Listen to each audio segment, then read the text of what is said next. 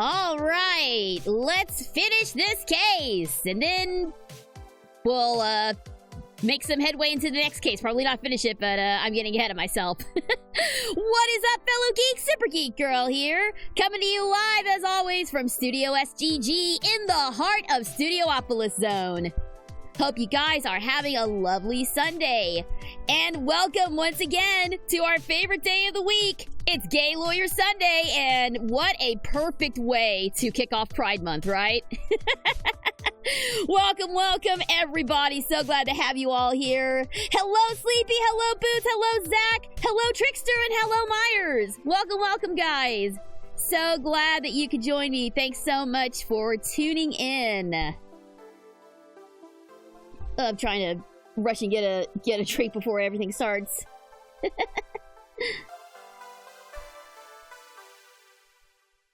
It's been too long since I've been here. Yeah, it's been a while, man. We missed you. Glad to have you back. I turned up the chat music a little bit because it was a little... I could barely hear it. But hey, good to see you. Good to see you. Alright, so... not a whole lot has changed since the last time I talked to you guys about 24 hours ago. So what do you say we just we dive right in? We've got a lot to get done today, and thankfully this time I do not have rehearsals today, so we can go as long as we need to get case 4 done and get some headway made in case 5. Hello, Zelda NPC. Welcome, welcome. Thanks so much for tuning in. Alright, so, let's, what do you say, let's not waste any time and let's dive right in, shall we? Let's finish this chapter, it's been far too long. I am ready to get to what many people have told me is one of the best written cases in all of Ace Attorney. According to many people, I don't know if well, we'll see if I agree with that by the end of chapter 5. But yes, welcome back to Ace Attorney Investigations. So last time things are not looking so good for our favorite gay prosecutor. Boyo got thrown in jail. He got thrown in jail. He got taunted by the evil Frenchman that is Excelsius Winter, and now we are defending ourselves against the committee, trying to figure out who actually killed a member of the committee. Kay is still under suspicion, but she is slowly getting her memory back, and we'll have. Let's make Excelsius Winter an excessive whiner. I would love to do that. And yeah, like that's the feeling I get. Like the way that they're it feels like they're kind of wrapping everything up in this case. So what the heck do they have saved for case 5? I don't know, and I'm very excited to find out. So let's jump right in. I remember we left off at something of a cliffhanger.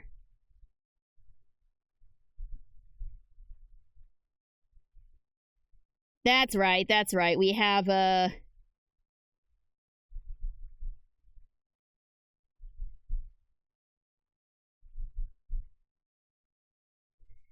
do I have any evidence that shows Chairman Winter is a murderer? That's where we left off last time. And I did have to, I did take a slight spoiler hit on this chapter and looked ahead to figure out where the heck I was. But at this moment, I do not believe we have the necessary evidence to get him. So we're gonna say I saved right before this just in case I goofed up, but I'm gonna go with we don't have the evidence yet.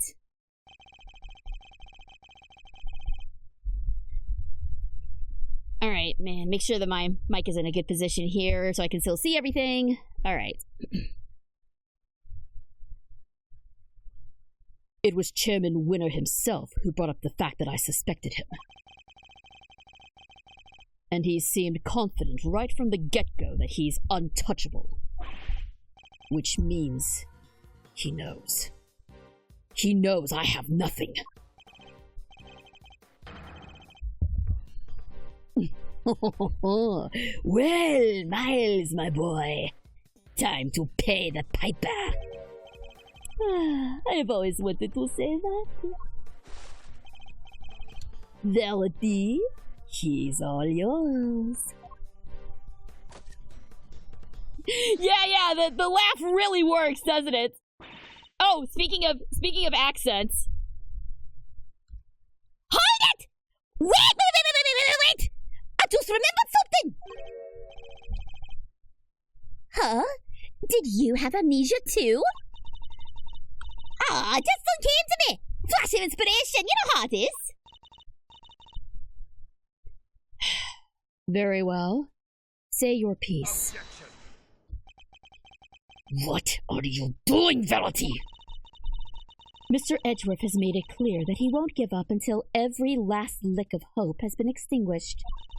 So extinguish we must, lest he try to drag us through this excruciating process again in the future.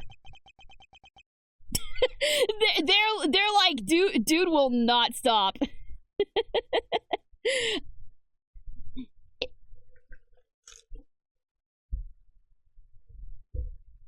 There we go. He's like, yeah, that's right. Yeah, what she said. I didn't quite get it, but it sounded cool. Oh, don't worry, Papa. I'll help Gavel bring this to a winning finish. We'll show them how wrong they are. Fine. Let us hear what the witness has to say. Verity out here trying to help us while she's still under Excelsius's thumb. Yeah, I don't know what's causing this turnabout in Gavel. I don't know what's causing it, but I guess that's why we're gonna have a case 5. Like this whole thing needs to be resolved and figured out. You heard the chairman, Miss Hart. If you would be so kind. Well, all right then. Here goes nothing. The facts, Miss Hart, and nothing but the facts, please. Oh, don't you worry your pretty little head on that front. I'm a journalist. Truth's my middle name. Calling me officially worried. So the ringleader's the killer, right? Which makes the victim one of them auction goers. Thing is, that don't add up. I counted 11 people coming down that hatch, you see? Then the murder happened, and then the auction started back up again. Now, I had me a look back downstairs right after that. No. And wouldn't you know it? There were 11 little duckies all right up in a row again. Uh-oh, that's not good for us. Cow! And you're sure of this, Miss Hart? Well, sure as sure can be, a double ship.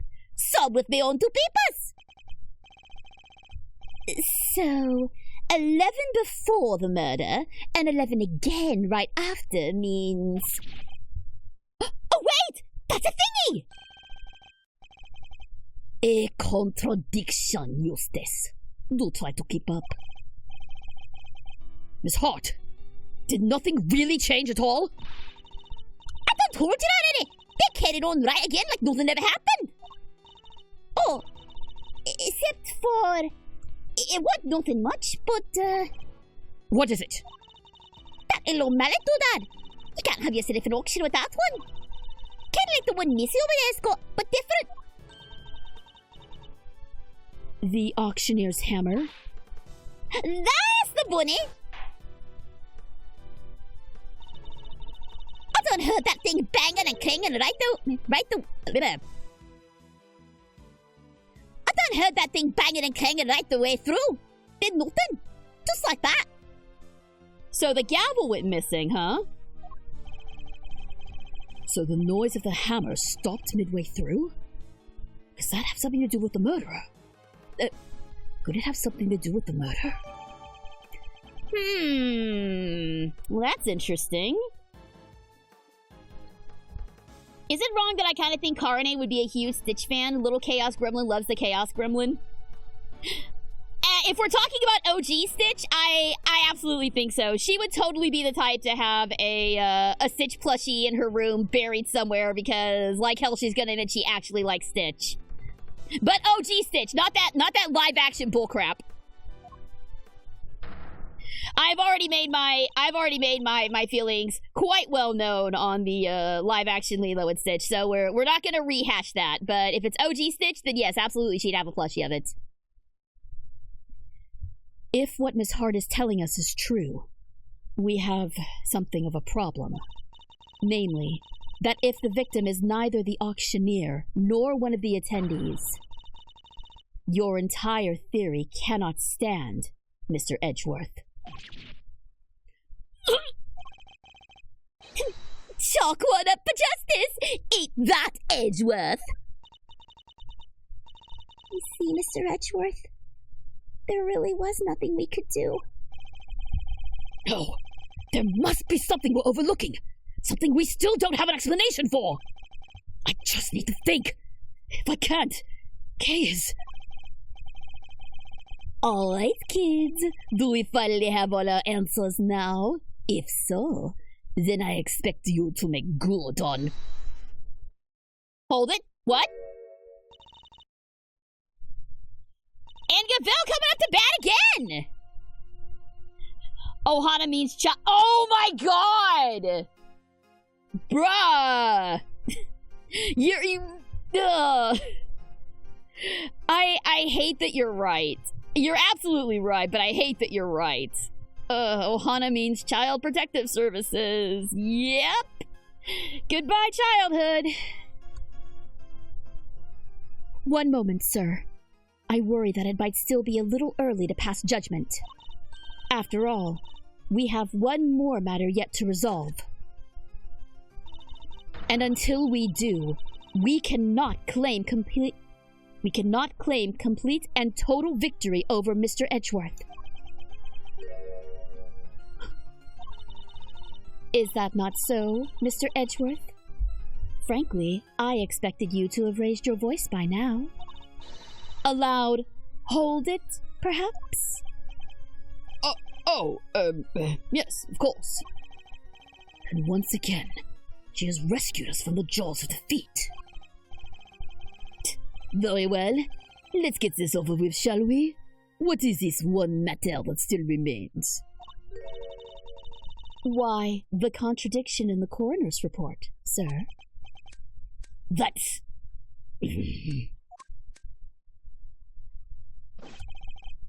I'm back with the witnesses, Your Honor! Ah, right. We gotta deal with these two.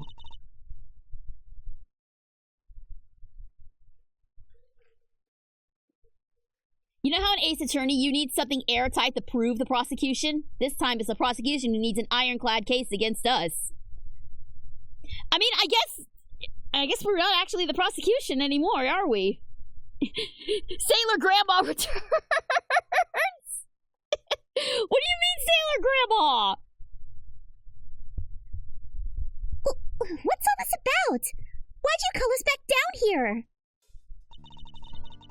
Did somebody suddenly fall ill? I'll have a compress ready in 2 shakes of an ouch!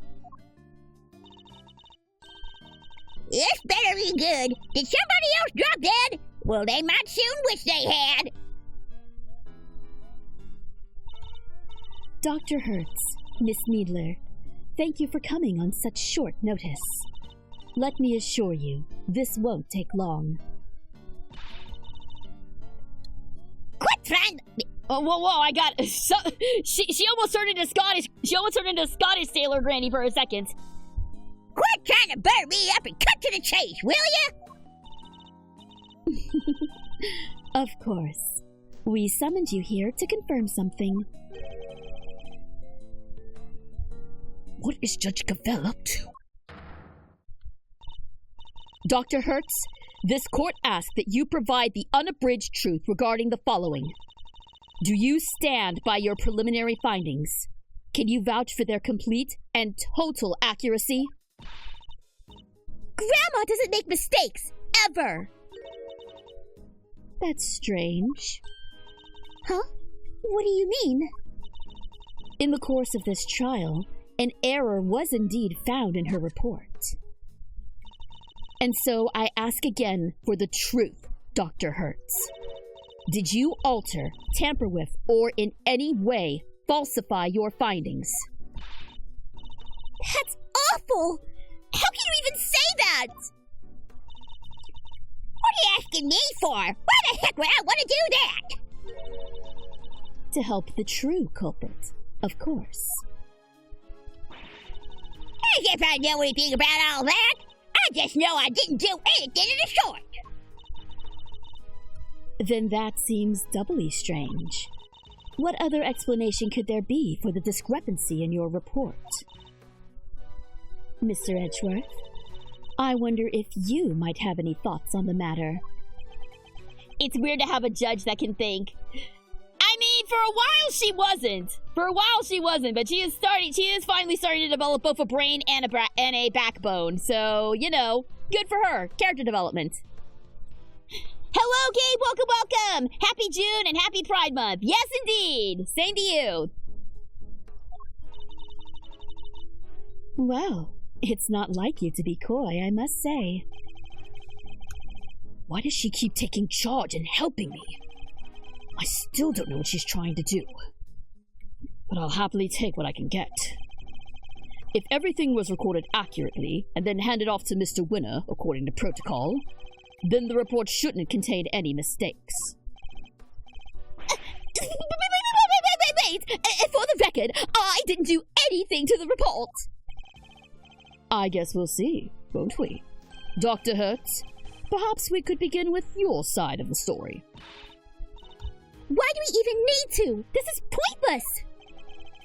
I'll be the judge of what's pointless, thank you very much. We have patients waiting back at the hospital. But Grandma! Ow! We really don't have time for this. Won't you please help us? I can't stress how important this is. Grandma says she'll testify. But could you please make it quick? If we're not back soon, people will suffer. And yet you had no qualms about taking your time and buying cotton candy the last time we saw you. Ah, they're trying to get out of here in a hurry. We'll let you go as soon as we can, I promise. Assuming you tell us the truth, that is. All right, we're going up against the two of them. The so-called mistake in the report. Here goes. No way there's a mistake in Grandma's report. Not never. I've been dealing with the dead longer than you've been alive, Sonny Jim. Sonny Jim.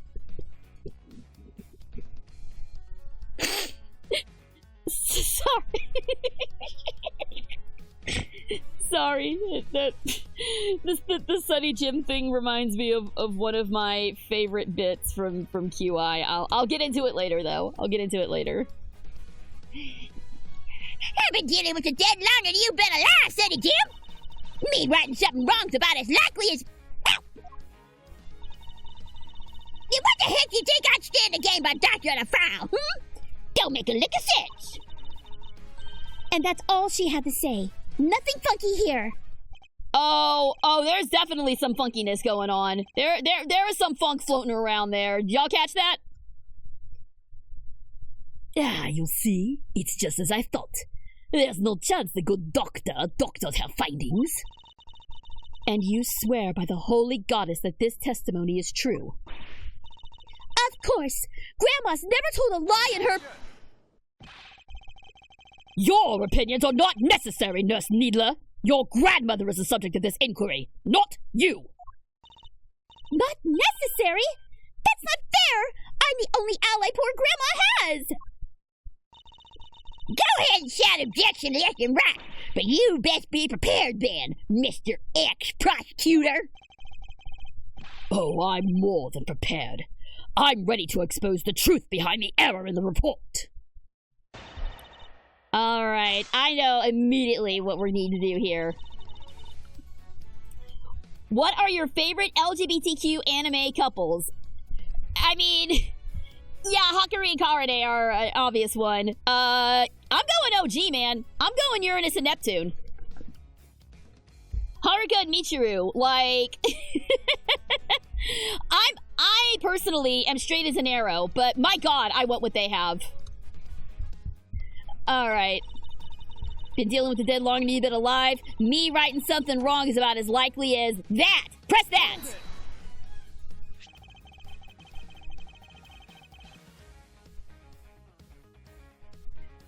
The victim appears to have put this raincoat on after sustaining the head injury. And yet, there was not a single drop of her blood in the chest area of the raincoat. Therefore, she must have been hit in the head before she was stabbed in the chest, making it pre-mortem. Oh, that's... Ow! I don't need you to teach me how to suck eggs, young man! Excuse me? Ma'am, please. My dang report already says what you just said, don't it? Your report states that the head injury appears to have been sustained post-mortem, which is the exact opposite of what I just said.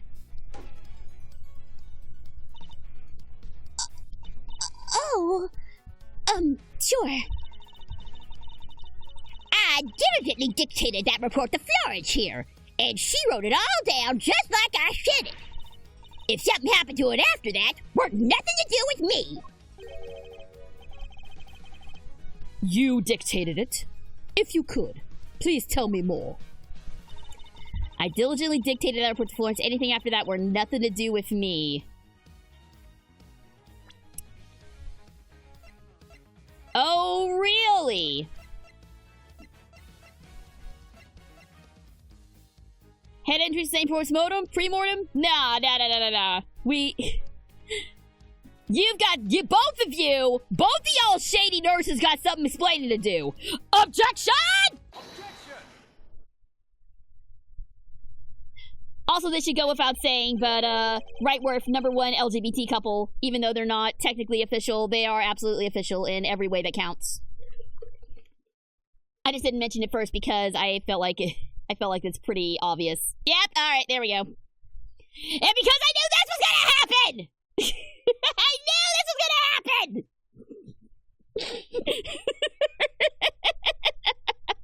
Thank you. Thank you for that. Dr. Hertz, I'd like you to take a look at the report for yourself. It's a trap! That's perfect timing, sir. Bravo. Oh, I'll read it. Ow! Uh-oh. Grandma's sweating. Turn the AC up.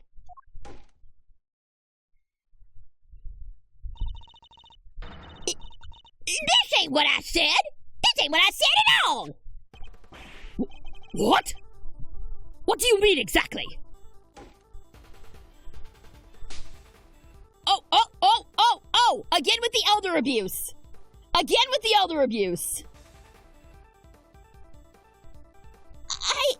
don't know. But I can't say that. Both of y'all are gonna have some serious head injuries by the time this is all over. Miss Needler, if you are attempting to bury Dr. Hertz's truth, I will gladly hear her confession myself on behalf of the goddess of justice. Dr. Hertz seems to be telling Judge Gavel something in private.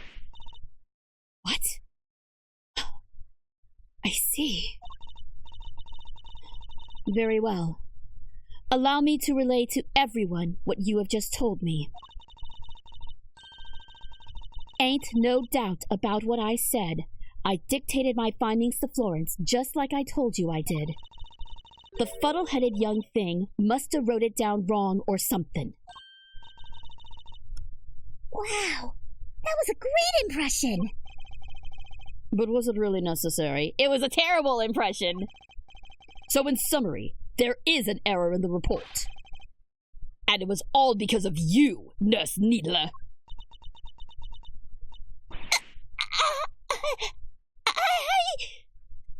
I think the Grand Honor fudged the report.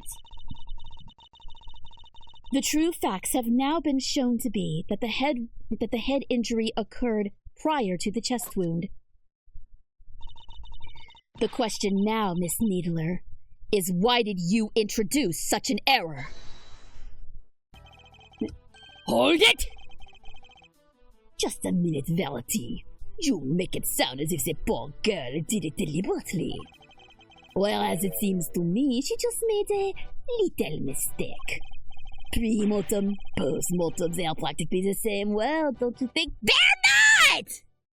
They are two totally different. Oh, God! Hate this dude so much. Except they mean two completely opposite things. This was deliberate, no doubt about it.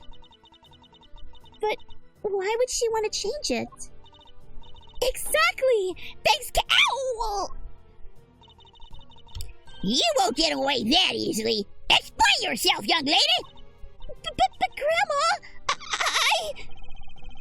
You submitted a falsified report, an act that led to Kay being accused of murder. You owe us an explanation! I can't tell you!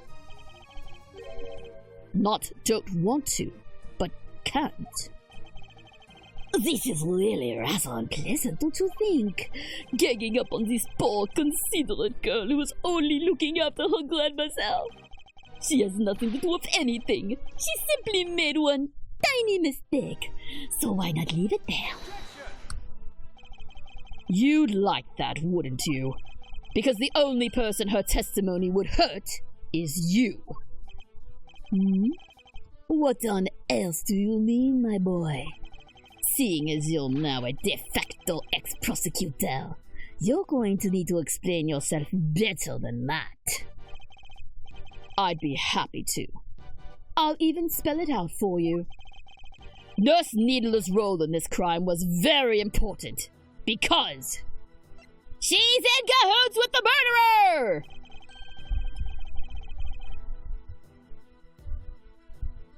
Nurse Needler doctored the report in order to cover for her accomplice. Oh, so she is a co-conspirator! This innocent young thing! Do share your grounds for making such a wild accusation, dear boy. The murder couldn't have been committed by one person working on their own. Without at least two people, it wouldn't have been possible to... Without at least two people, it wouldn't have been possible. Well, doctoring the report, no, one person can easily do that. Moving the body? No, that doesn't make sense either. It's gotta be maintain attendee numbers, right? Yeah, because when one body disappeared, another one took its place. So it's gotta be the attendee numbers. If the auctioneer was the murderer, and the victim was one of the attendees, the fact that a witness testified to there being 11 attendees even after the murder doesn't make sense. Hey, watch it! You're gonna call my good word into question now, too? That's not what I meant. In fact, it's quite the opposite. I'm taking you at your word, which means there must be a co-conspirator. I know it is hard, my boy, but sometimes you just have to accept that you are wrong. I wasn't wrong. I just hadn't considered the possibility of the killer having an accomplice. But as soon as we do, things start to fall into place. He is so handsome when he's right. If the killer's accomplice returned to the auction room in place of the victim, there would indeed have been 11 attendees, both before and after the murder!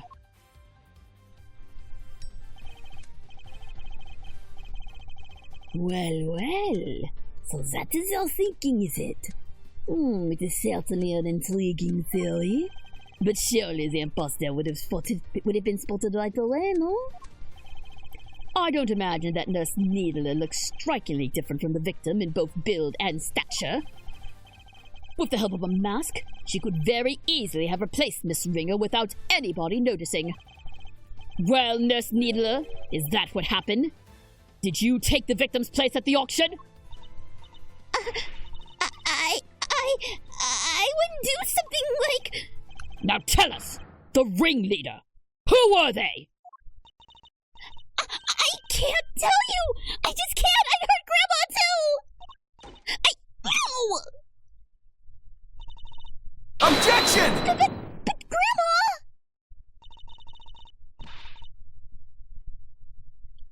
Don't you worry about me. I can take it. You just tell me everything, child. But...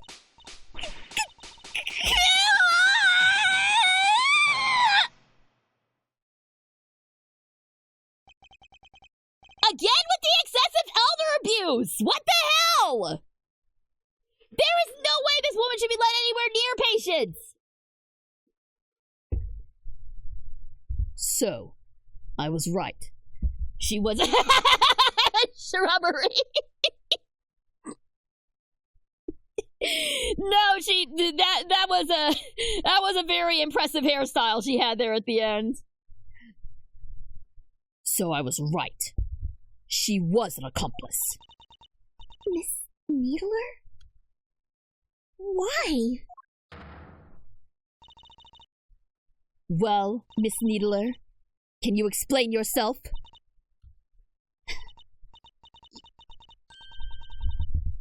Yes. Oh, thank you, Grandma. But I'm all right now. I confess it. I changed places with Miss Ringer. So you admit that you were working with the ringleader? Yeah, I was helping them. I don't know how, but they found out Miss Ringer was going to attack them. The culprit was going to be attacked by the victim? They seemed pretty sure it was going to happen that night, so they made a counterplan. They wanted to strike first, and they wanted me to help them. I was told to go to the storeroom before the auction began and wait there. Hold it! Now hold on right then, missy! I didn't see nothing, and the eyes don't lie! If you'd have been there from before the auction, I would have bumped right into you! I was there the whole way through, and you weren't there for a bit of it! But I'm not lying! Well, that's easy for you to say. But you were lying about altering that report only a few minutes ago. I think we're all well aware of the number of potential hiding places in that storeroom. Are we? What exactly are you trying to say our friend the nurse was hiding, huh? Nurse Needler hid here, while she was waiting in the storeroom. There's only one place I can think of. The clothes box was locked up tight when Lotta was here. But that's not to say that someone didn't come in even earlier than Lotta, throw themselves in the box and lock it up themselves. So I'm gonna say it's the clothes box. Take that! She hid inside of this clothes box. Oh, she did she? Ah, well, it was there the whole time, even before I wasn't on in. But like I done told you, it had all them chains around it. Wanted to hide in there myself, really, but it was locked up tight, so I had to go elsewhere. I imagine that's because Nurse Needler was already lying in there by the time you arrived. That's right. We didn't want anybody to open it or we would have really blown our cover. So the ringleader told me to climb in and wait until it was time for my part of the plan. And then they wrapped the whole box up in chains. I think they took the elevator downstairs not so long after. It was just before the auction was due to start. So as the auction was beginning, you and Miss Hart would have been the only people in the storeroom? Yeah, I think so. The auction proceeded as it always did, until a certain customer came upstairs to complete her purchase. That was when the incident occurred. Miss Hart overheard the victim and the culprit exchanging words around then. You betcha! I I was hiding behind that statue there, shaking like a dang leaf the whole time. In the middle of their quarrel, Miss Ringer was killed by the auctioneer. I imagine that the auctioneer then carried Miss Ringer's body over to the clothes box, from which Nurse Needler emerged and swapped places with the victim. After placing Miss Ringer's body inside the box, Nurse Needler's role was now to pretend to be Miss Ringer. The two of them then returned to the room below as if nothing had happened. Does that about sum up what happened in the storeroom, Nurse Needler? Yes. In fact, that's exactly what happened. I don't know. Something still feels off. Hold it! So you just waltzed right back on in and nobody noticed? It's two completely different people we're talking about! You're telling me not one of the other folks down there at the auction cottoned on? Why would they? The other auction goers had no reason to notice the difference when Nurse Needler entered, because she had... The clothes! She stole the clothes! Why are you smiling as you admit to being a co-conspirator? Yeah. They're giving it up a little too quickly. That's why I feel there's still something up here. as we've seen, Miss Ringer and Nurse Needler are about the same build. What's more, the auction rules required attendees to wear their masks at all times. If Nurse Needler was wearing the same clothes as Miss Ringer, nobody would have been any the wiser. No, and they weren't. I borrowed Miss Ringer's clothes and— Ow!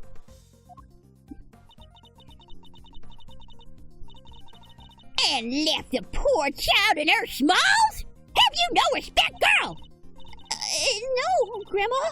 I thought the same thing. It wouldn't have been nice to leave her like that. So when the ringleader wasn't looking, I put that raincoat on her.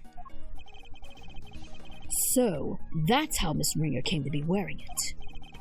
Thus, the auction was able to carry on as before. Guess the part where I caught the red raincoat on film came just after. Yeah, must have been. That all makes sense. Right after that was when I went on over and looked downstairs to the gap in the elevator. Spied me 11 happy little auction goers. Then I snuck back to my little hidey hole. Don't tell me you were hiding back there the entire time after that. Well, that is... not exactly. What is it? Did something happen? Oh no. Damn it, Laura. So maybe I ought to have mentioned this before, but I fell asleep for a few winks after that. Well, I passed out. Unconscious, you might say. What? What happened? Oh, nothing much. Kind of silly, really, but there was a sudden loud noise and it startled me, just a little bit, you know? Alright, maybe more than a little. But I just was just murdered! You can't blame a girl for getting jumpy! Guess I got my heart shook and my head fed. Before I knew it, I was out like a light. By the time I came to, it was the next dang day, and they were all clinking down that ladder. I see. So you were startled by a loud noise and fell unconscious. I suppose that means you don't know what happened after that. Not per se, but, well, after the auction was over, all the masks were back on the rack. So I reckon the guests done finished up and filed out one by one like they were supposed to. Okay, so she just assumed that they came one by one. Obviously they arrived one by one, but that doesn't necessarily mean that they left one by one.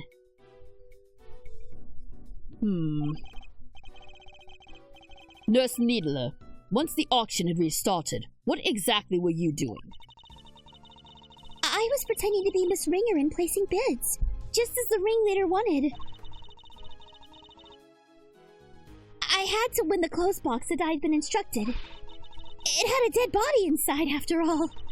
Imagine if somebody else had won it. We would have been in real trouble then. So you had no idea that the victim had vacated the box in the meantime? No, not until we came back up so I could pay for it. That was when we noticed. The ringleader told me to go look for her right away. Except, I found some other girl collapsed at the foot of the ladder instead. Kay. Yes. She must have fallen from up on the roof and been knocked unconscious. Guess the victim must have left the hatch wide open, huh? That would explain it. Kay would have been so shocked by seeing Miss Ringer fall motionless right in front of her that she wouldn't have seen the open hatch and fallen right through it. That explains the noise that caused you to faint as well, Miss Hart. It was the sound of Kay crash landing onto the storeroom floor. Yeah, I suppose so. I can't believe something like that done knocked me out for so long, though. I'm starting to think it wasn't the noise that knocked Lotta out. I'm thinking somebody knocked her out as well. Because passing out just from a noise is weird. Anybody else with me on that? So in summary, by the time Miss Needler found Kay, you were already sound asleep beside the statue. I think we've got a good grasp on what occurred up to this point now. Nurse Needler, if you would continue. Yep, and that's supposedly how Kay fell. She did not fall off the building, she fell through the hatch. Sure. So I found Kay, and next I found Miss Ringer, and I put them both in the clothes box. We couldn't risk any of the auction goers seeing them. That would have caused a real hullabaloo. Was that your idea, or the ringleader's? Theirs. Oh, you notice how she used theirs? She's trying to keep the gender ambiguous. Clever girl, clever girl. But putting the raincoat on Miss Ringer was my own idea. So I tried to get rid of it before they found out what I had done. I imagine they were none too pleased when they showed up as a surprise piece of evidence in this case. And lastly, the ringleader and I put her in an auctioneer's outfit we prepared. Of course. Which completed the deception and made everyone think she was the auctioneer. All in all, the auction finished up without anybody noticing anything. And that was that. Now that we know the extent of your crimes, Nurse Needler, if you have anything further to share, I would advise you do so immediately. I wish I could tell you more, but I'm sorry. That's all I know. Oh, except for one other thing. It did seem a little strange, I guess. When I was borrowing Miss Ringer's clothes, I took everything I could. But I couldn't take her hair, obviously, so... Ow! You dang right you couldn't take your hair. What kind of medical professional are you? That's where you draw the line? So taking her clothes was okay? Our hair was totally different. The style, the length, everything. I kind of panicked, but the ringleader thought of everything, including a wig. 2 of them, in fact. There was a straight one and a wavy one. They were both stashed in the clothes box. 2 wigs? Why? Right? I wondered that too. I thought maybe they were worried she might have changed up her style. Somebody make note of the 2 wigs. That seems important for later. Anyway, I took the straight one. That was the one that matched her hair on the day. Leaving a wavy wig in the box. I'm wondering if they were planning on using the wavy wig to further implicate Kay. Because even with her hair up in a ponytail, her hair is kind of wavy. I wonder if it was something like that. Anyway, there's the statement.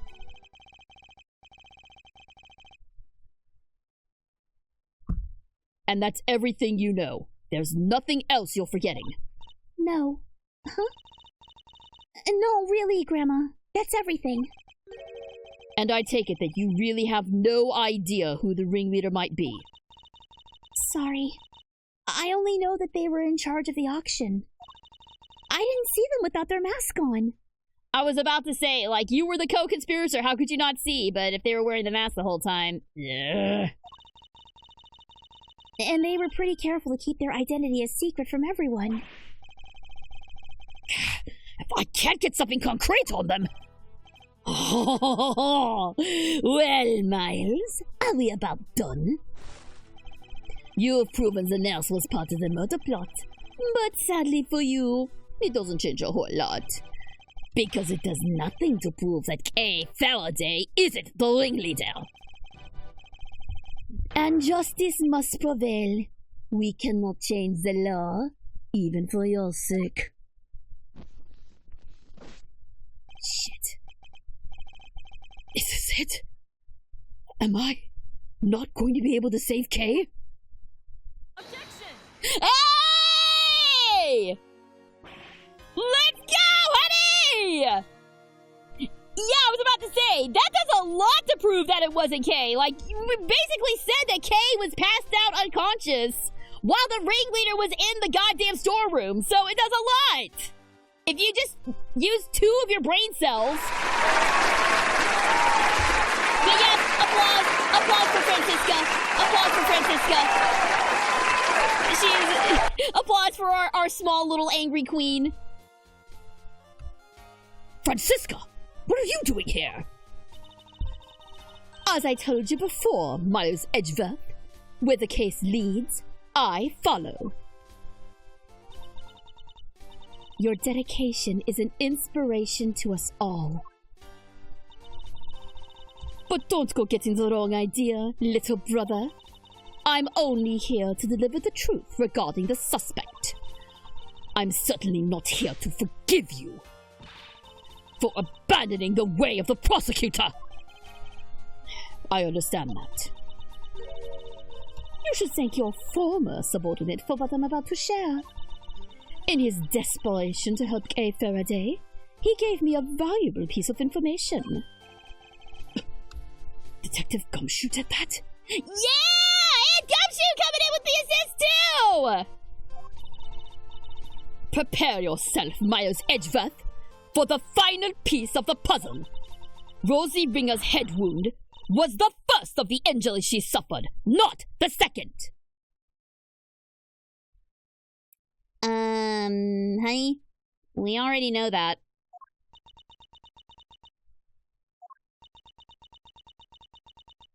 Yep. Well, someone say something! Yes. There's no easy way to say this, Francisca, but we already proved that ourselves. You what? Yes, just a few minutes ago! Then why didn't you say so sooner? You didn't exactly give us a chance! And I suppose you know about the murder weapon too? No, not yet. Good. Then listen up. She got so mad. She was so proud of herself, and then her entire world came crashing down on her. Poor Francisca. The victim was struck on the head with a blunt object bearing a circular surface. And the wounds to the chest were actually inflicted post-mortem. A circular surface? What did we just say was missing? What did we just say was missing a few minutes ago? And you are certain of that, I assume? Your sources are above board? 2 trusted medical professionals reached the same conclusion independently. You couldn't ask for more. That is certainly good to know. Unfortunately, you're overstepping the bounds of what? I am the prosecutor in charge of Interpol's investigation into this underground auction. And this murder occurred during that auction. It would be negligent of me not to pursue leads pertaining to related parties, especially the victim. My. You really have become quite a force to be reckoned with, haven't you, my dear? Then all parties are in agreement. The victim died from a blow to the head. All right, so there we go. Confirmed beyond shadow of a doubt. Sadly, the murder weapon itself has yet to be identified. Based on the shape, I may have an idea or two. But guys, I didn't turn up any other weapons during my investigation! And yet, Thank you for the duck, NSM. Whack, whack, whack. Also, hello. I don't think I said hello yet, but hello. Welcome. Thanks for tuning in. and yet, one need only think about the setting in an auctioneer's tool, and the answer should be obvious. An object of a circular surface used in an auction. We're obviously talking about The auctioneer's hammer! what would an auctioneer have readily at hand? An auctioneer's hammer, of course. But we never found one of those! If the auctioneer was indeed the killer, it does seem a likely candidate for the murder weapon. But without the evidence to support your theory, it remains nothing more than that. Oh, I have just the evidence you need right here. This piece of evidence strongly suggests that the auctioneer's hammer was the murder weapon. Wasn't it what Lana just said? Yeah, I meant to look at it first, but I'm glad my hunch was correct. Miss Hart told us something very important about the auction after the murder occurred. She said that the very prominent sound of the auctioneer's hammer could no longer be heard. Now, why would that be? I'll tell you why. Because it had just been used in a murder, and was covered in the victim's blood. It would need to be disposed of. Isn't that right, Chairman Winner?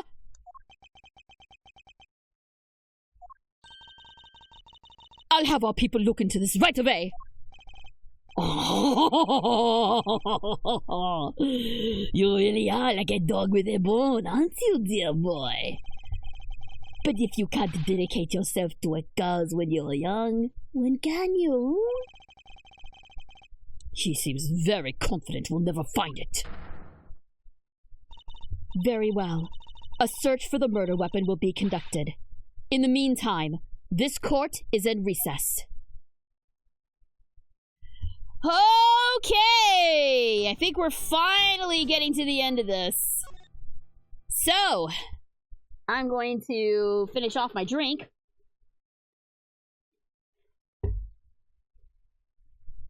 Thank you very much for the hydrate. I did so. All right, final stretch. Let's push on through to the end. We are so close. We are going to finish this today, and we are going to dive straight into Case 5 afterwards. So, let's go! April 6th. Committee for Prosecutorial Excellence. Chamber. Y'all, can y'all hurry up with the typing, please?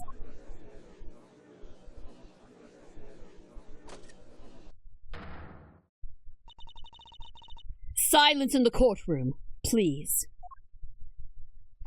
Miss Von Karma, if you would be so kind as to update us on the progress of the search. It's not good news, I'm afraid. The entire big building has been searched from top to bottom, and no auctioneer's hammer was found anywhere. Ugh! That is bad news indeed. Then we have no choice but to move ahead with the verdict. Oh, crap. Such a terrible shame. But I suppose only a fool would have left the murder weapon behind. It's certainly not what I expect from a first-rate criminal mind. No! There's just not enough to work with here! I can't carry us any further on my own! Yes, it really is a tragedy, but such is life, I suppose. I was just thinking back over the defendants I have made plea deals with over the years. People who poured their hearts out to me, who trusted me with every detail of their crimes. And then, when it came to their sentencing, I recommended life in a prison every time. For every single one.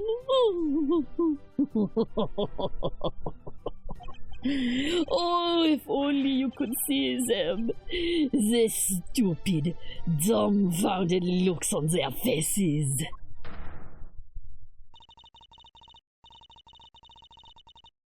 The verdict will now be passed.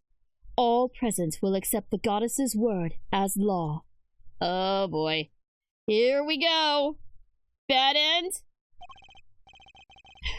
There's nothing more I can do. Kay and I are both. If only we had some proof! I never imagined I would be passing judgment on you under such circumstances. The end of the road, huh? By the power vested in me, Excelsius Winter, this court hereby indicts you for your crimes! Let's go! What? Huh? What on earth has gotten into you, Verity? I submit for the court's consideration the case file of a certain incident, namely the IS-7 incident, a murder that took place 18 years ago. But what does that file have to do with... Wait. You mean... your late-night visit to the chamber? That was to... Precisely. I came here to retrieve these documents, though sadly, it would seem that I arrived too early to catch the auction itself. When we spoke of the matter before, I implied that I had come to retrieve files pertaining to your own case. You'll have to forgive me. That was a ruse to buy myself more time. Whoa! Okay! That's the face turn I was waiting for! I think we were all waiting for that! Get him, girl!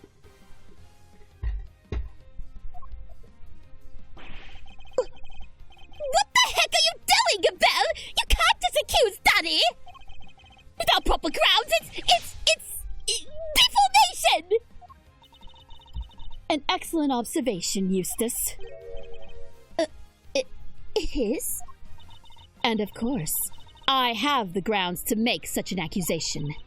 18 years ago, Mr. Manfred von Karma had some details about the victim's body fabricated. Details he was forced to fabricate when the sculptor Artie Frost's body went missing. My papa? Fabricating information? What is the meaning of this? Ian Seidman, the detective originally assigned to the case, did in fact report that the body had gone missing. However, it seems that a certain someone wasn't very pleased with Mr. von Karma and deliberately withheld that information in order to bring him down a few pegs. What? This individual refuses to allow anyone to go against their wishes, to challenge their power. And they are known to go to extreme lengths in order to bring those who defy them to heel. 18 years ago, they were no different. In fact, they even ordered Dr. Hertz to create a fake autopsy report for the IS-7 incident. What? She was responsible for the fake report? Hold it! Wait! You have to understand! Grandma, she's not a bad person! She had to do what he said! She didn't have any other choice! He? The person in question was the chief prosecutor at the time. The chief prosecutor 18 years ago? No. The man who gave Papa the first penalty of his career. Excelsius Winner! It was you!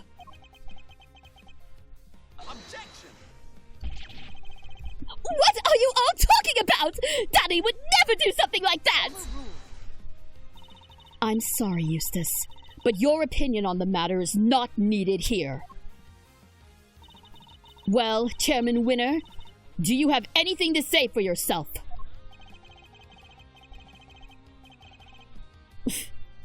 All that nonsense with the body. That was Manfred's doing. Such a willful boy. And the fake autopsy report? Oh, Hilda, how could you? I can't believe your naughty kids would do such dishonest things behind my back. Wasn't Von Carbo like way older than your ass?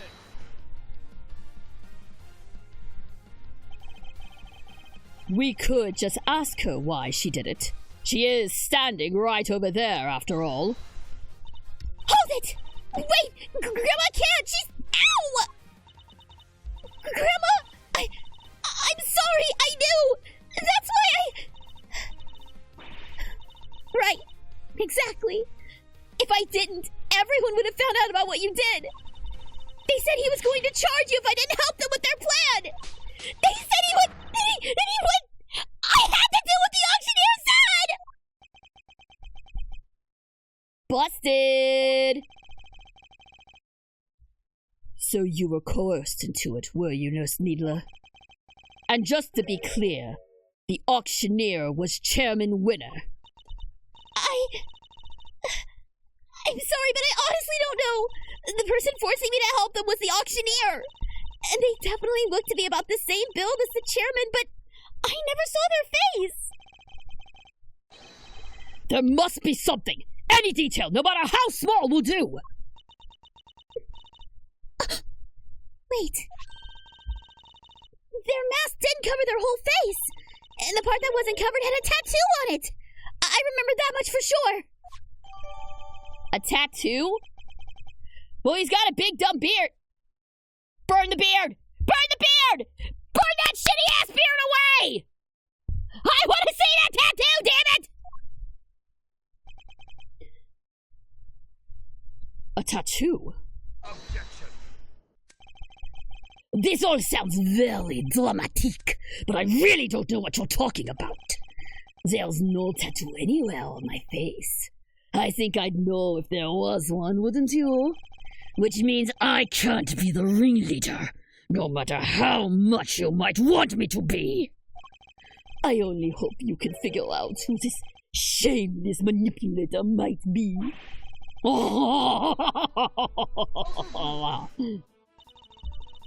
Your contempt for this courtroom is an insult to the goddess. Smite him! Almighty smiter! If there's anybody who needed to be smited, it's this dude. Are you sure it's not you who's feeling insulted here? I am not the only one who had been trying to bring you to justice. Miss Ringer had been trying too. And I refuse to let her sacrifice be in vain. Young Ozzy was looking to take me down, you say? But why? I barely knew her. I've always had a certain magnetic charm, but I don't remember ever catching that particular eye. You barely knew the victim? Why, I do believe that is a new statement. The goddess demands that you offer your full testimony on the record. So that's how this is going to go, eh? You mean to hound me until I finally break? Well, if that's the way you want to play it, fine. I'll destroy you all. Every last one of you. Mr. Edgeworth, please allow me to work with you on this one. I doubt we'll get another chance to put him on the stand. So let's make the most of this opportunity. Of course, Your Honor. I wouldn't have it any other way. Let's do it! Get his ass! Now, Chairman Winner, you will tell this court everything you know about Miss Ringer. All right. Let's see what we can find. Young Rosie was a member of the committee, of course. But we never had any personal interactions. At least none I can remember. I had no motive to murder that poor girl whatsoever. And I have absolutely no idea why she was after me. So you don't mean to accept your part in any of this? Of course he doesn't. He isn't guilty. How could he be? He's my daddy, the winner of winners. That's very kind of you, Eustace. But you'll need more than mere words if you plan to cover for me. Right, you've got it. I won't let them pin this on you. I believe in you, Daddy. You'll beat Edgeworth. I know you will. Yes, you really are such a sweet, simple child. Oh, we're under attack! We're under attack! Jubilee! Hello! Thank you so much for the raid! Hang on 1 second. Let me give you a shout out. Real fast. I'm moving my mic aside. Hold on.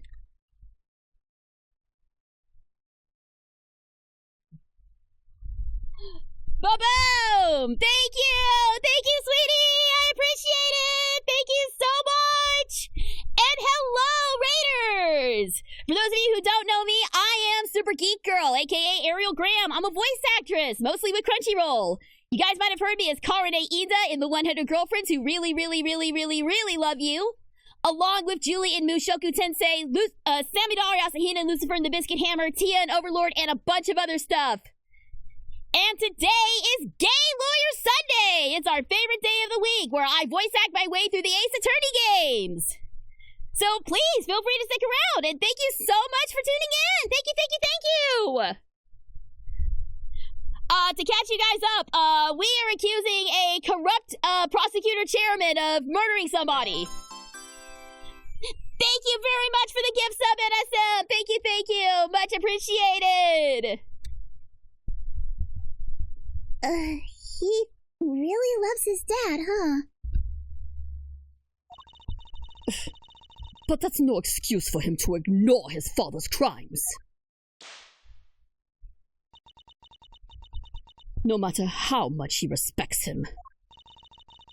Regardless of their station in life, all criminals will be made to atone for their sins in time. Ooh, uh-oh. We are, yeah, for one, pot calling the kettle black. Just a minute ago, you were fiercely defending your own dad, who's also a piece of shit, by the way, Franny. But yeah, it's time to ruin Eustace's life. It's ruin your lifetime, here he comes. This won't be easy on Mr. Winner. But it has to be done. We can't let his father get away with this. To quote Rolf, confess to your crimes, still-eaten piece of white bread! That, if there was ever an Ed, Edd n Eddy quote that summed up Ace Attorney, it would be that one. That is like the most perfect quote for this. Alright, everything I know about Miss Ringer. Young Rosie was a member of the committee. We never really had any personal interactions. No. Let's press this here.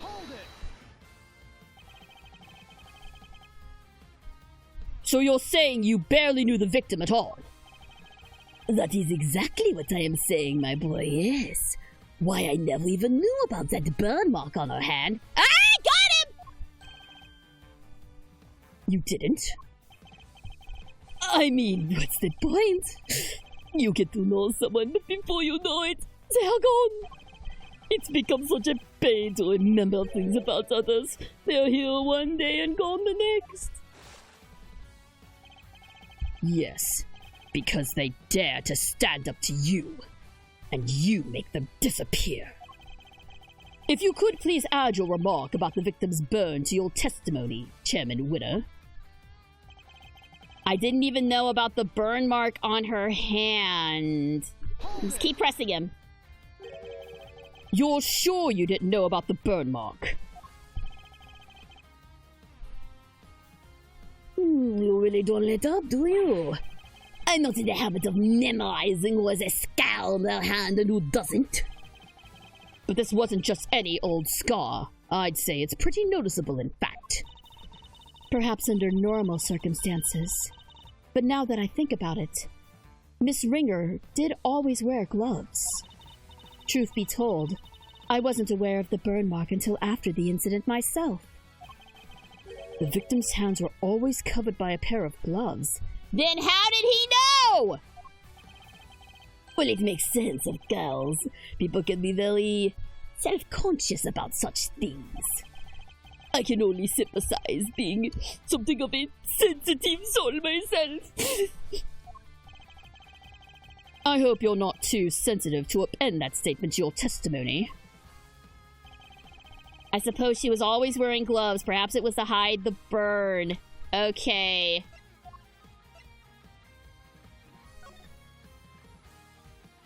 Oh, it was the, I was hoping to get the transcript again, but yeah.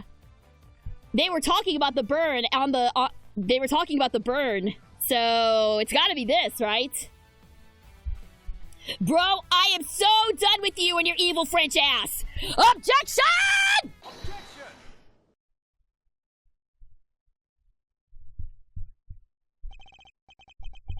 So, Miss Ringer always wore gloves. If she did, that raises a rather important question, and highlights quite a contradiction. A contradiction, you say? Really? If we listen again to the conversation that was captured by this stuffed cow, you'll soon see what I mean.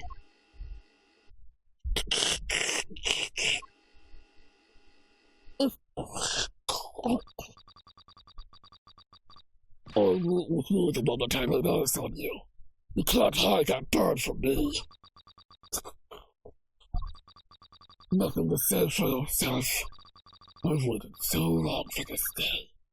And now, I'll finally have my revenge.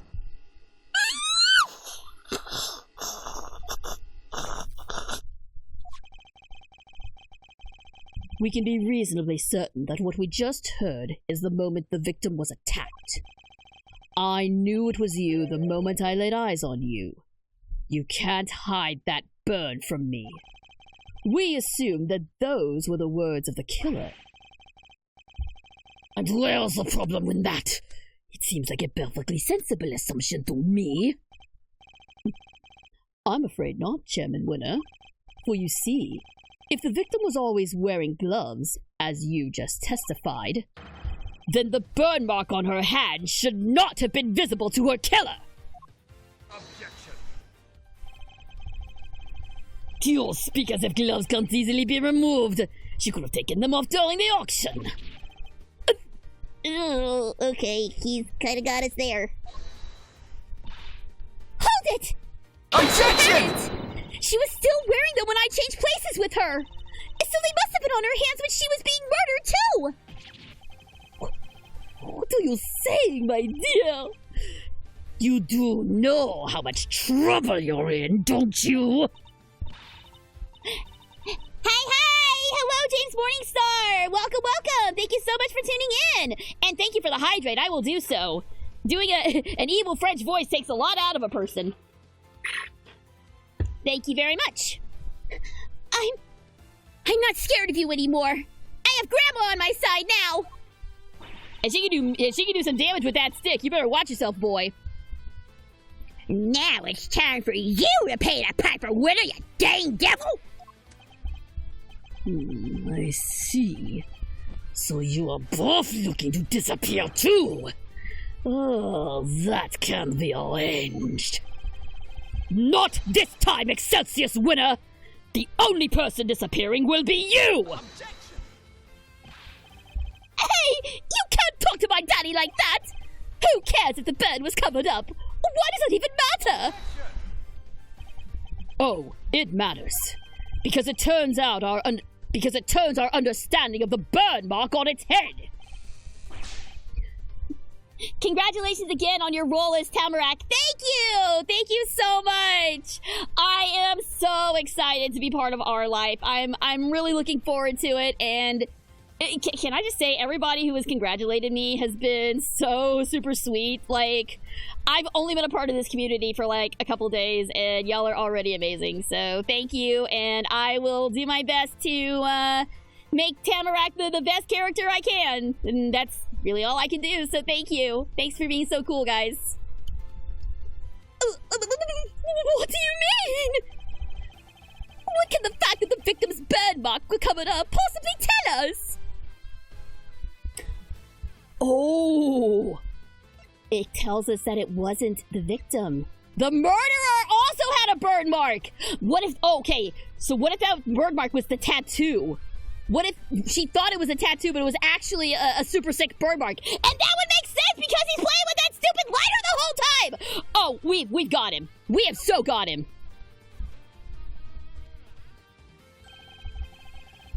Think about it like this, Mr. Winner.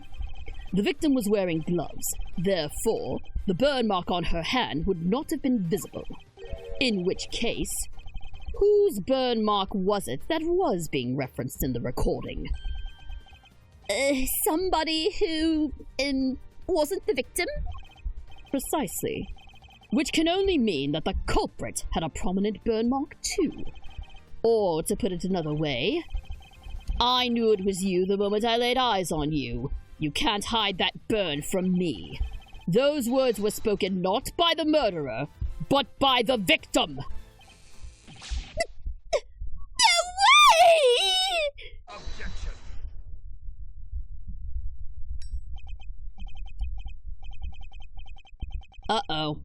Uh-oh.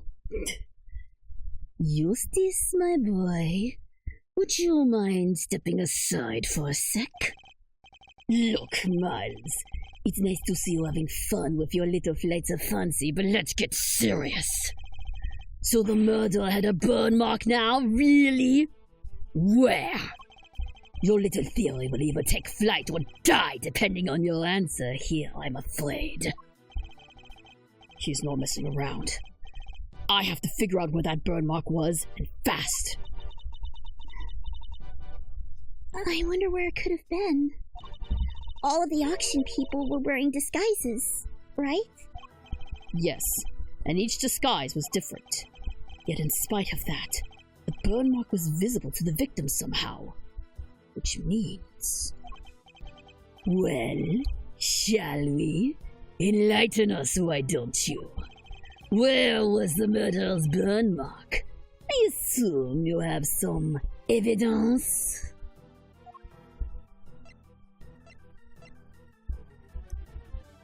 A tattoo on the part of their face the mask didn't cover. That wasn't a tattoo. That was a burn. We got him. Take that.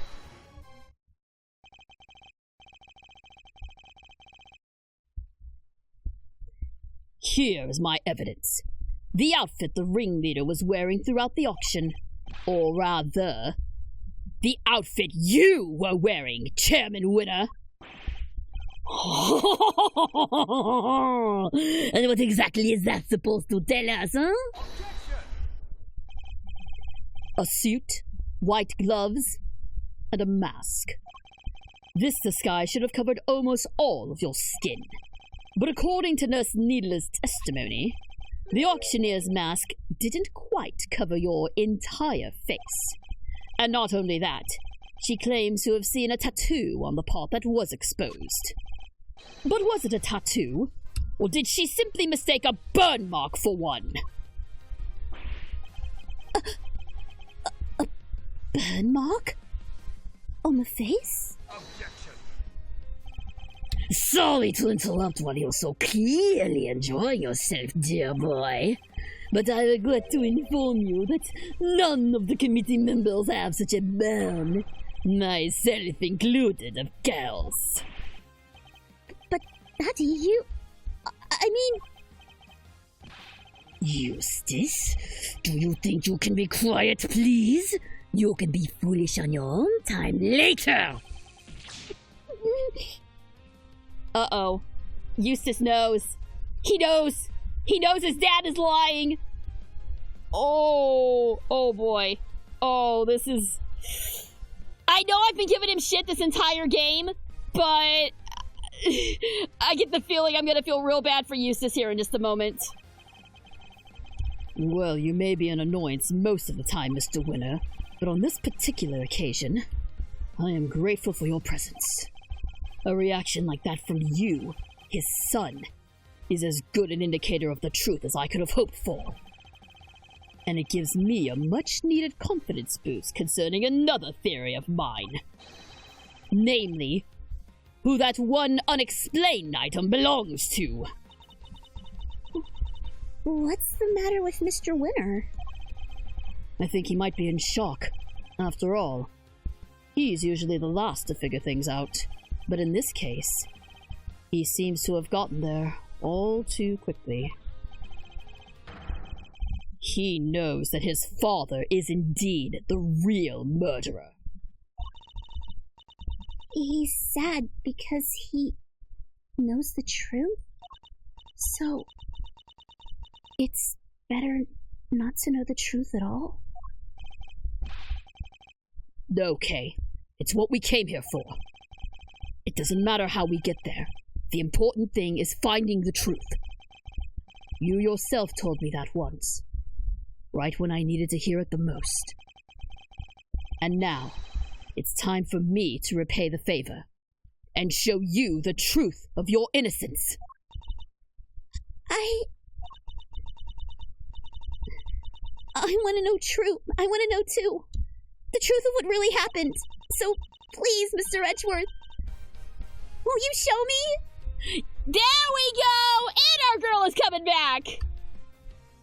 I love how you voiced this game. Yes, the OL fandom has been very kind to me as well. GB's amazing to work with. So happy part of the VA cast. You're so... Well, thank you! Thank you, that's very kind of you. Like I said, I'm super excited to get to work on it, but thank you. Thank you very much. Thanks for your kind words. I appreciate it. I very much intend to. You don't know when to give up, do you? Where is this burn, then? Perhaps you could point it out to me? But you can't, can you? Because it is nowhere to be found. Just like your evidence that I am the killer. Yeah! Hunt for contradictions all you like. You won't find any. Because he's my daddy, a winner through and through. I understand, Mr. Winner. I completely understand why you don't want to believe it's true. But if you ignore the truth now, you'll regret it for as long as you live. Daddy, what do I do?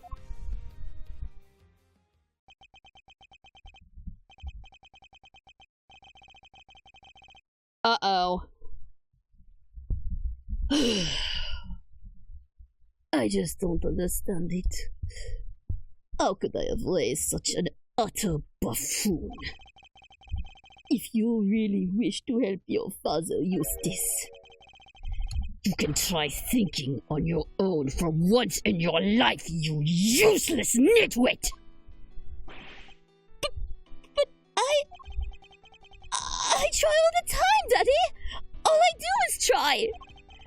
I went to the school you wanted me to go to! I aced every test! Look at my jacket! They only give these to the valedictorian!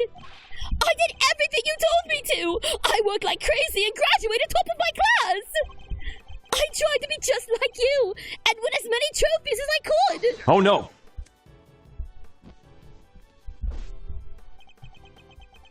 You really are just a simpering simpleton, aren't you?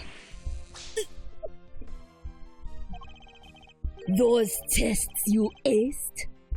I had this school give you perfect scores on all of them. Those debate and speech competitions you won?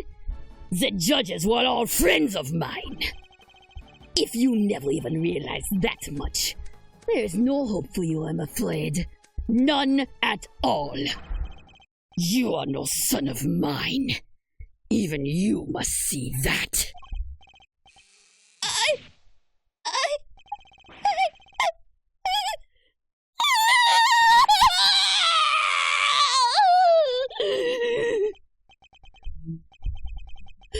Oh, God, my own son. They all leave in the end. Oh, I mean, even when he was trying, he was failing, and he did it all for me. Then he should have tried harder.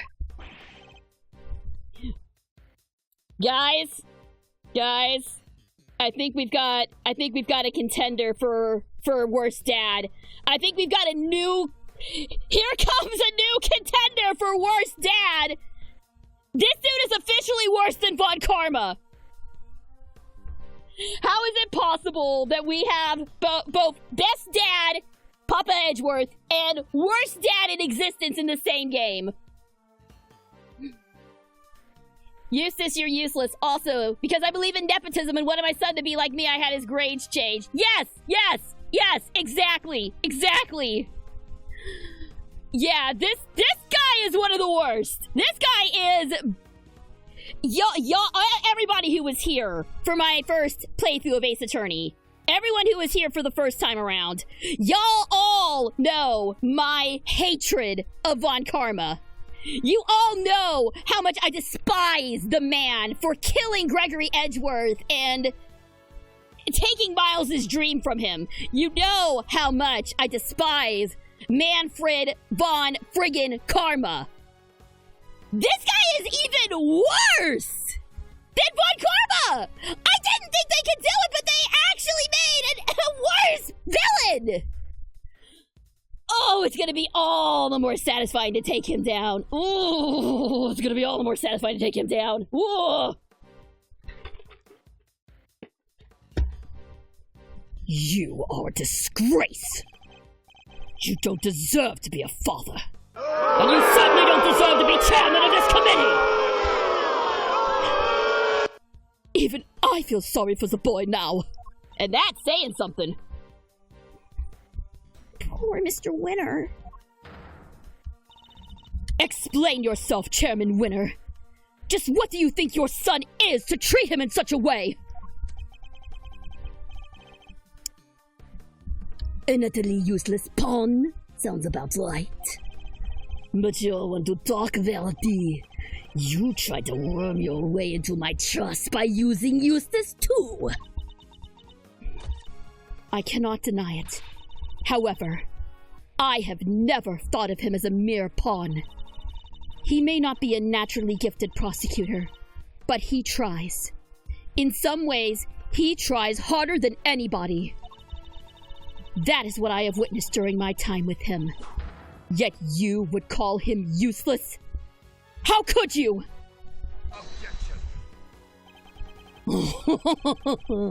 Because he is, Verity, my girl. He is utterly incapable of doing anything I ask of him. Mr. Edgeworth, I entrust my offering to the goddess to you, so that you may use it to call her final judgment onto Excelsius Winner. Thank you, Your Honor. I have been more than ready to do so. If the ringleader had a visible burn mark on their face that night, then it would follow that Chairman Winner is currently hiding that mark somehow. How exactly was he dressed during the auction? That will be the key to solving this case at last. Now then, your answer, please. Which piece of evidence will help us to reveal the burn mark on the culprit's face? Do we have a pair of scissors? Is there a pair of scissors in here? Because we can just cut that stupid-ass beard off. Alright. What do we actually have, though? What do we actually have? Wait, what did she say? One wig was The wig! The wig! Ooh! We're about to snatch this man's weave! Let's go! Take that!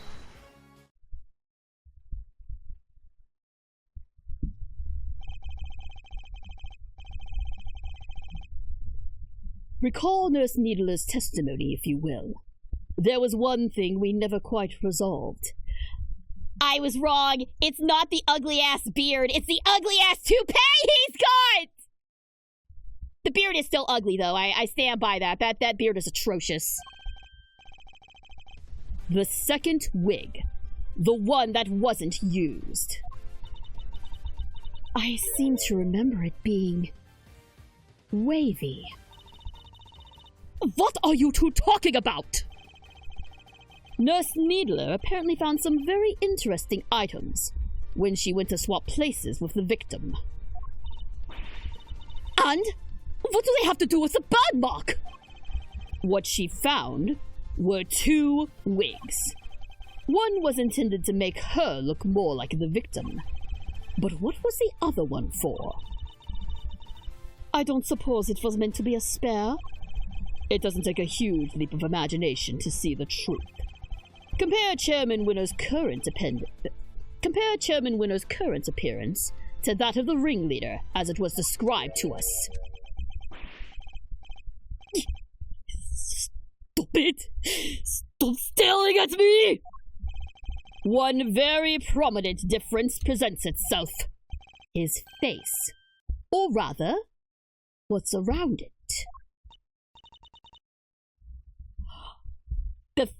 No! Guys!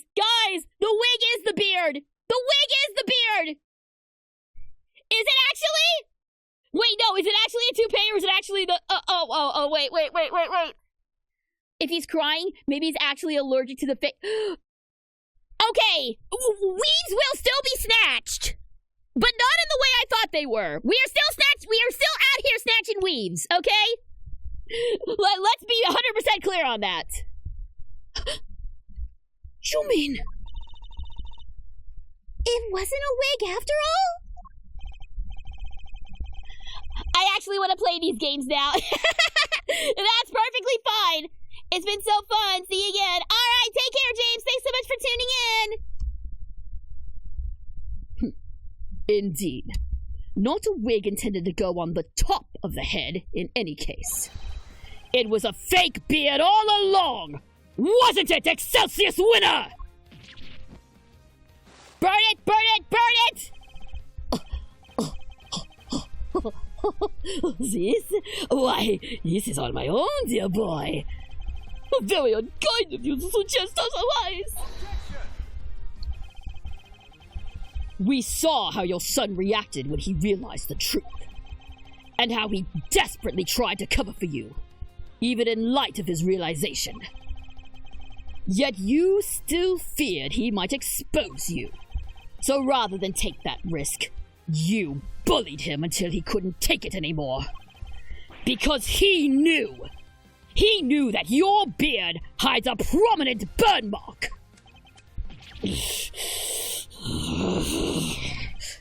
Chairman Winner, I insist that you remove your beard this instant!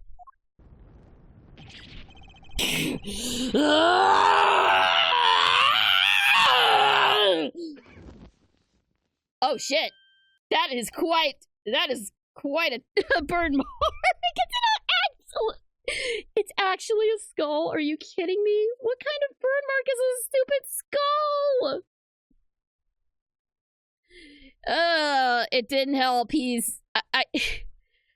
I don't know if the hair improved him or not, but he's still ugly. All of it was fake. He's still ugly. He's still ugly. Nothing can be done to fix this guy. Sorry. There it is! The burn mark! Mr. Edgeworth, for bringing evil to justice before the eyes of the goddess, you have my thanks. No, thank you. I couldn't have done it without you. Excelsius Winner, in the name of the goddess, I hereby pronounce my verdict. in the matter of the murder of Miss Rosie Ringer, this court finds you guilty.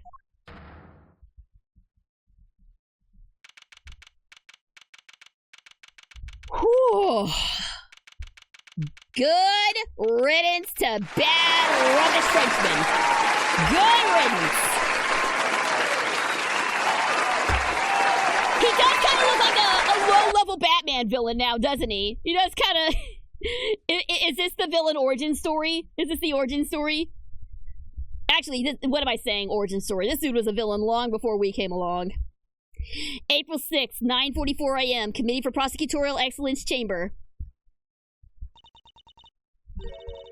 His career has gone the same path of his beard. Up in flames! But beautiful. Thank you.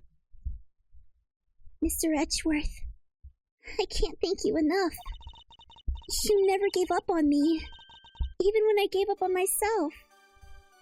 That was very kind of you. There's no need to thank me. As a prosecutor, no. As a friend, it was the least I could do. Mr. Edgeworth, rejoice.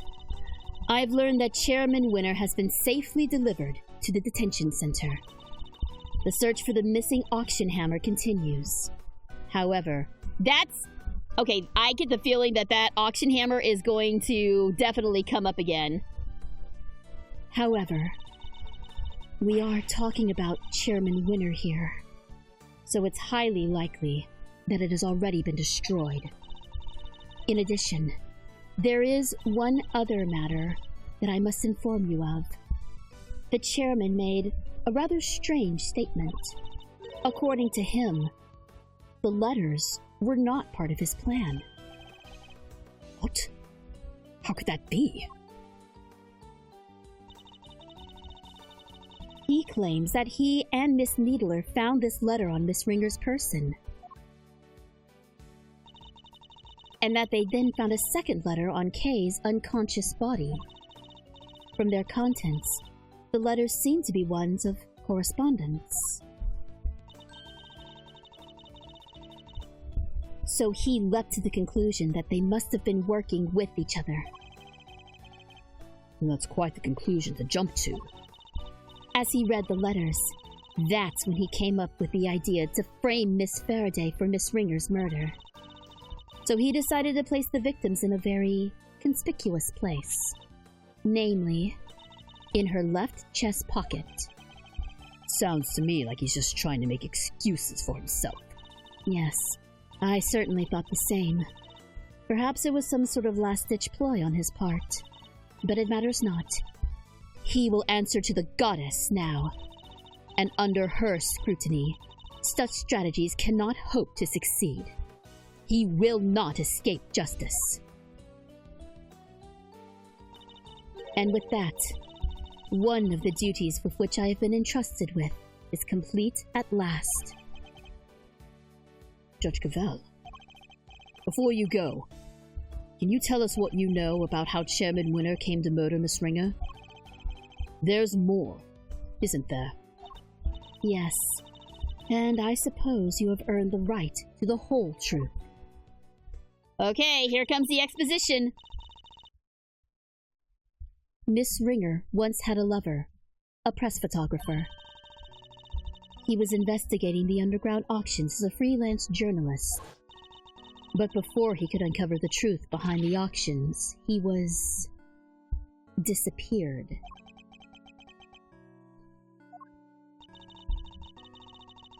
All Miss Ringer were left with were the memories and personal effects of her lover. And so, seeking revenge on Chairman Winner, she made her appearance at the auction. Unfortunately for her opponent struck first. I see. So that's the story behind this case. While the goddess does not condone acts of wanton violence, Miss Ringer's actions have exposed Chairman Winner's crimes at last. So, that was your real goal. You were tasked with exposing Excelsius Winner and the corruption at the heart of the committee. Does anyone know what happened to Mr. Winter? I am afraid I haven't been able to get in touch with him. Do you have any idea why? Probably because I wasn't there for him just now when he needed me most. Oh, I really feel bad for him. Well, don't pity him too much. At least he knows the truth now. And no matter how hard it might be, he'll need to learn to accept it. If he can't, he'll never be able to move on with his life.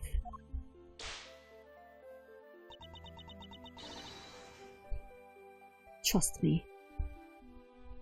No, Franny! Okay, but I guess they can both bond over the shattered image of their bad dads. I guess they can bond over that. But, oh, God. Yeah, I mean, at this point, Francisca would know better than anybody exactly what Eustace is going through right now. God, I feel so bad for both of them! Ugh, I wish I had a teary-eyed react right now, because boy, do I need it. Why is it so dusty in my recording studio, man? It's not fair. It's so dusty in here, and somebody's cutting up onions. It's just not fair. The duck was highly unnecessary, but thank you. A father's influence isn't easily erased. But in time, he can hopefully try and change his ways. You're right. You've got to be. Can I change too, I wonder? Can I move on with my life?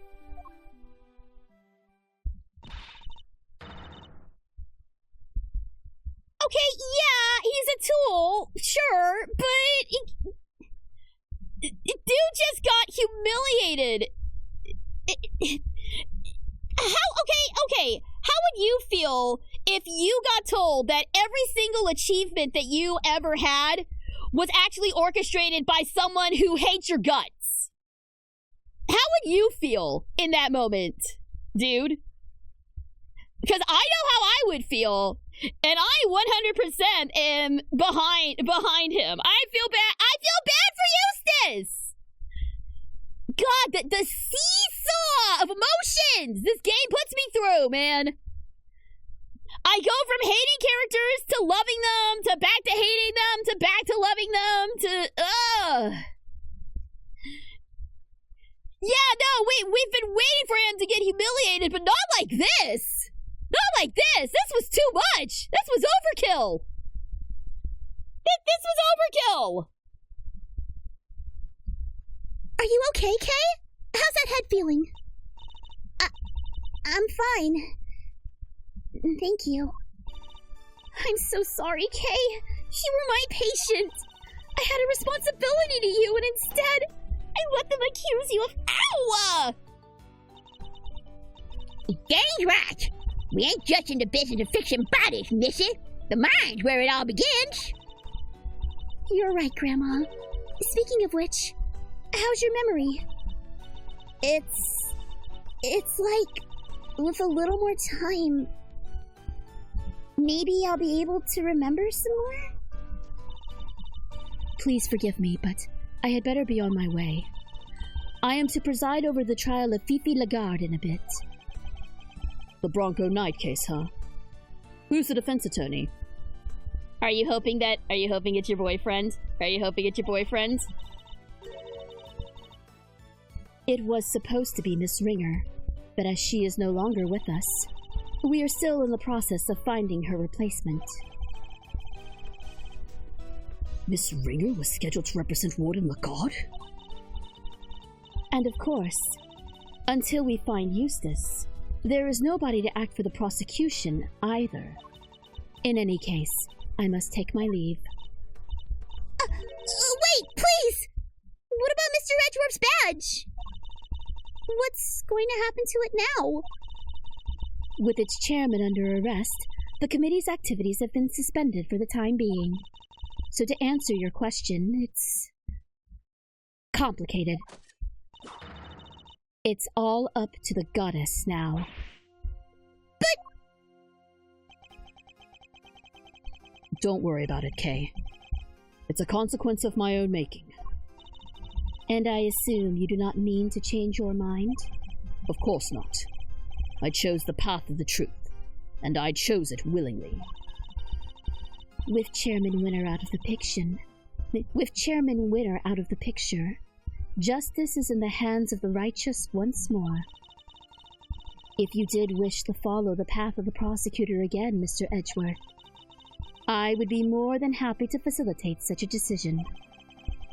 It's very kind of you to offer, but I can't accept your help at this time. I can't ask for my badge back when I'm not even sure if I want it anymore. Ooh. Sir. I see. It seems we are destined to continue on different paths then. Well, I trust you'll keep my badge safe until they converge again. With all I have. In the meantime, I have here a token of the goddess's mercy. You may return this notebook to its rightful owner. Kay's promise notebook. It seems it was due to be sold in the auction, and with the name Kay written on its cover. Chairman Winner made the connection immediately, and knew who it belonged to. It was the same name as the one in the letters, after all. The letters he claimed to know nothing about.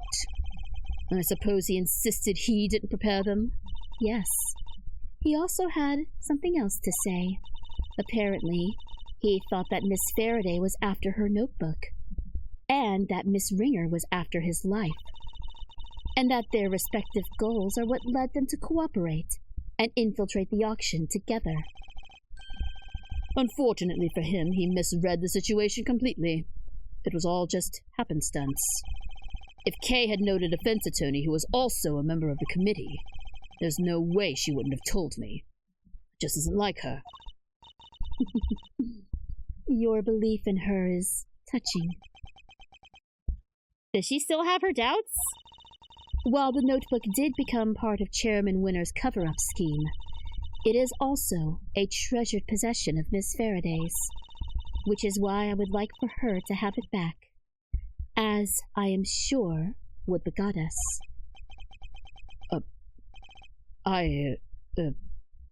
Thank you. I pray that it helps her to recover her lost memories.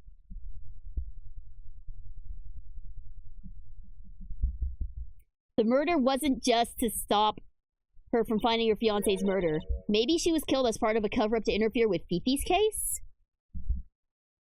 Possibly.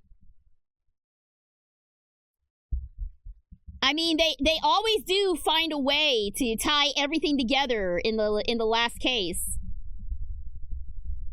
So where is this going? I thought for sure that Winner was gonna be the BDEG here, but maybe I was. Where else can this go? Well, I guess we're gonna find out soon. Is everything all right?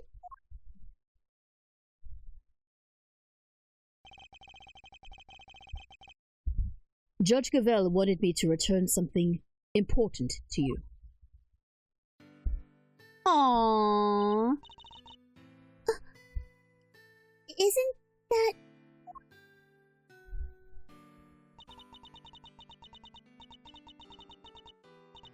Always greet people with a smile, even people you don't know.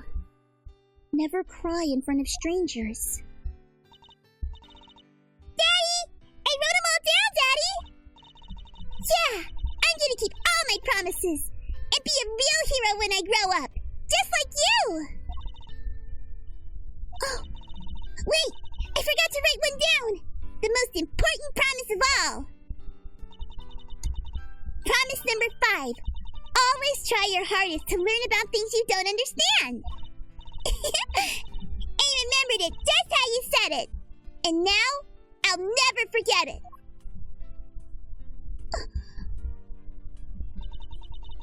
Always try your hardest to learn about things you don't understand. That's right. I have to try.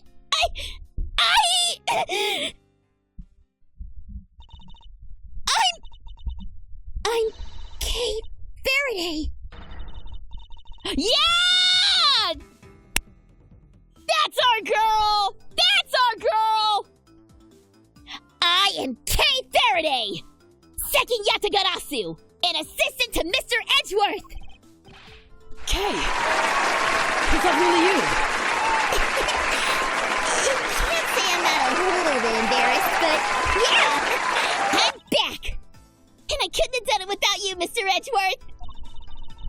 You never stopped helping me, even when I was totally lost and couldn't remember anything. Thank goodness. You certainly seem to be back. We got the Yatagarasus back! The Yatagarasus! Thank God! I am so glad my girl is back. My sweet girl! If Kay's character design was not such an absolute nightmare, I would be making a plushie of her. I love her so much! Kay! So this is the real you, huh?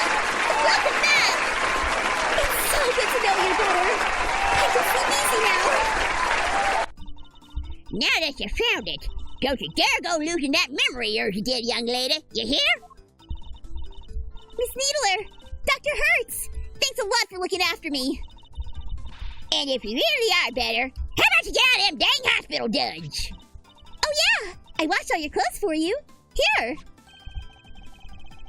I thought they were with Detective Gumshoe. He handed them over to us after they came back from forensics. And did he happen to mention if forensics found anything of note? I didn't ask. Uh-oh. I smell a loose end that may come back to bite us in the butt. Anyway, never mind that now. Put them on, Kay. I want to see. Wait, what about her bandages? Surely it's too soon to remove them. Oh, it's probably fine. She may have taken a big old bump to the head, but she wasn't really hurt otherwise. But then, why all the bandages in the first place? Prevention is better than cure. A stitch in time saves 9. Those are just a few of my mottos. Both of which sound like painfully annoying practices for your patients. Okay, Kay. Transformation time.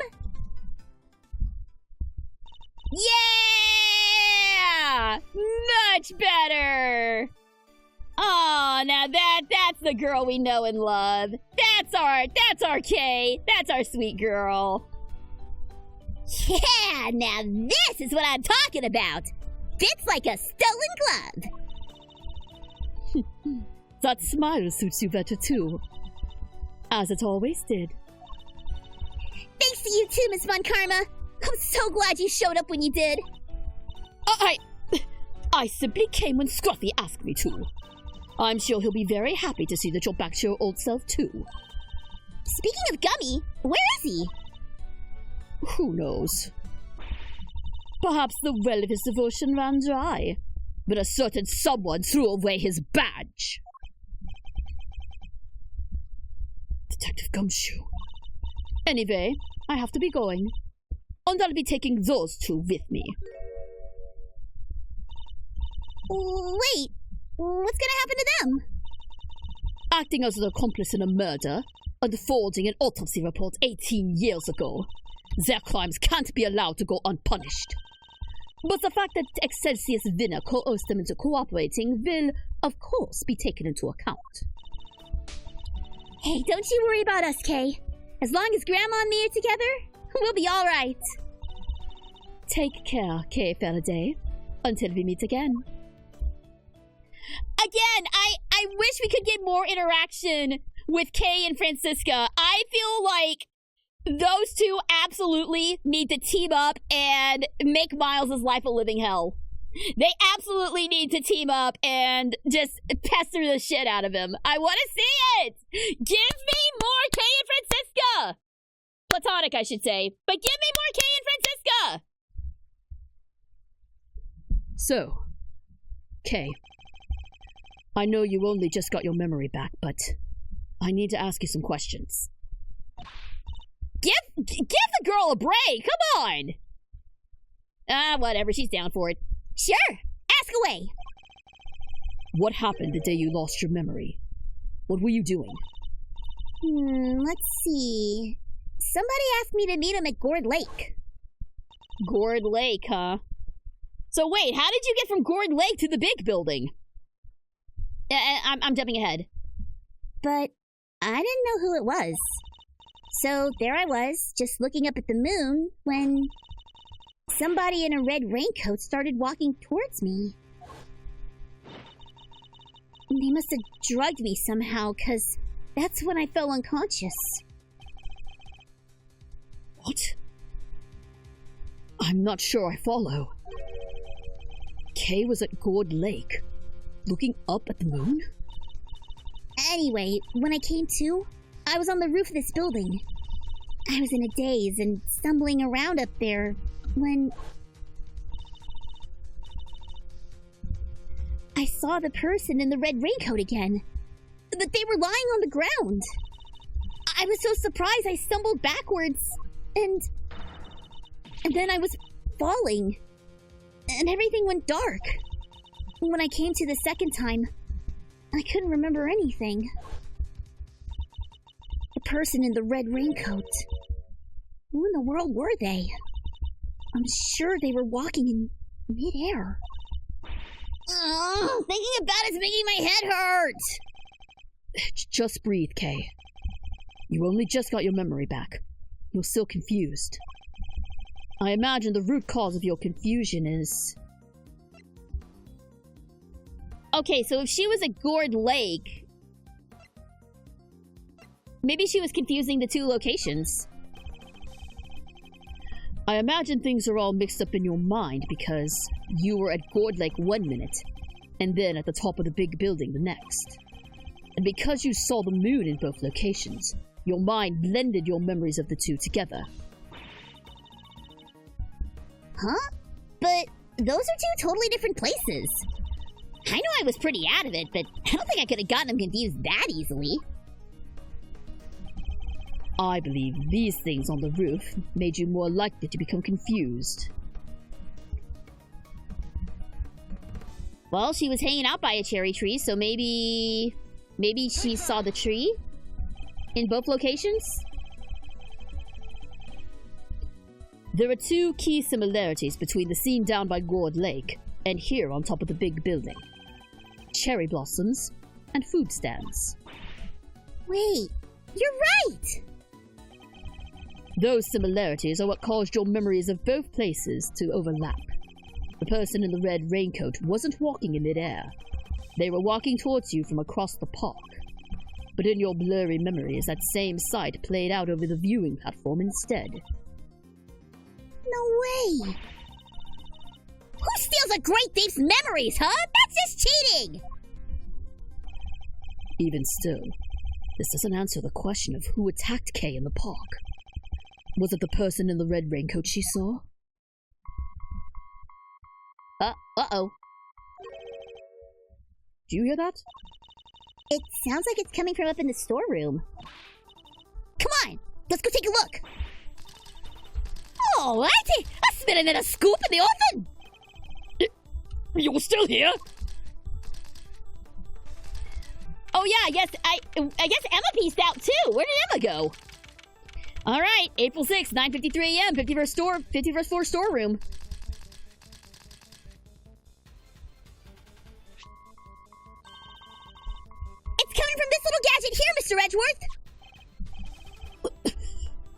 That transceiver.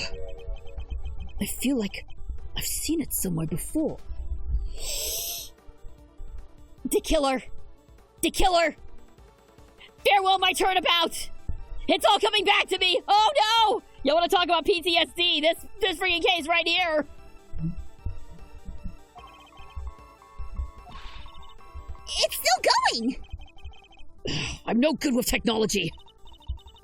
Come on, you gotta pick it up. Fine, I'll do it. Hey, this is Edgeworth. Kay, if you could refrain from answering strange calls for me. Oh, here we go. Mr. Edgeworth, I presume. I know that voice. Shelly the Killer! Congratulations on another case solved. Yet, I can't truly say it's been fully resolved, can you? I'm sure you've noticed by now that there was a mastermind at work, orchestrating the entire incident. How do you even know about this case? That's not what's important right now. Let's focus on this certain individual for the time being, shall we? I have indeed been wondering myself if somebody else could be involved. If not, how are we to explain the piece of evidence that proved so damning to Kay's case? No way! An evil mastermind? But who? Who indeed? Perhaps you could share your thoughts? What is the evidence in question that points to someone else's involvement?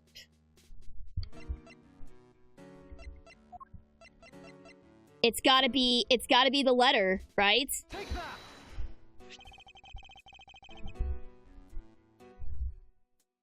The letter Kay supposedly wrote to the victim.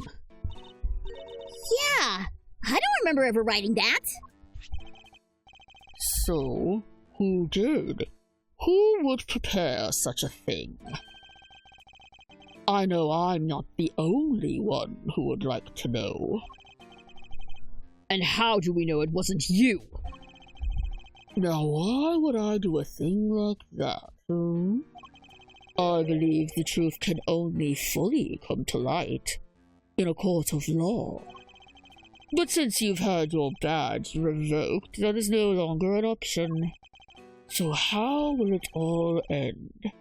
I, for one, would be watching from the sidelines with interest. He even knows about my badge? Oh, and one last thing. I do hope you won't betray my trust in you. Now, I bid you farewell. What the heck did he mean by the case hadn't been fully resolved? And why is he so interested in us, anyway? Everything's just one giant ball of mysteries! It seems we've only scratched the surface of this case. But even without my badge, I'm going to carry on doing what I can. However this ends, one thing's for certain. Come what may, I will expose the truth. And with that, A Turnabout Forsaken is finally completed. But we are not done here yet, folks. No, no, no, no. I've only got 2 more Sundays to complete this game before we go on a small hiatus. So yes, we are continuing. We are not finishing, but I am going to take a very quick break. When we come back, it'll be time to begin the final case in Ace Attorney Investigations 2. So stick around. We will be right back.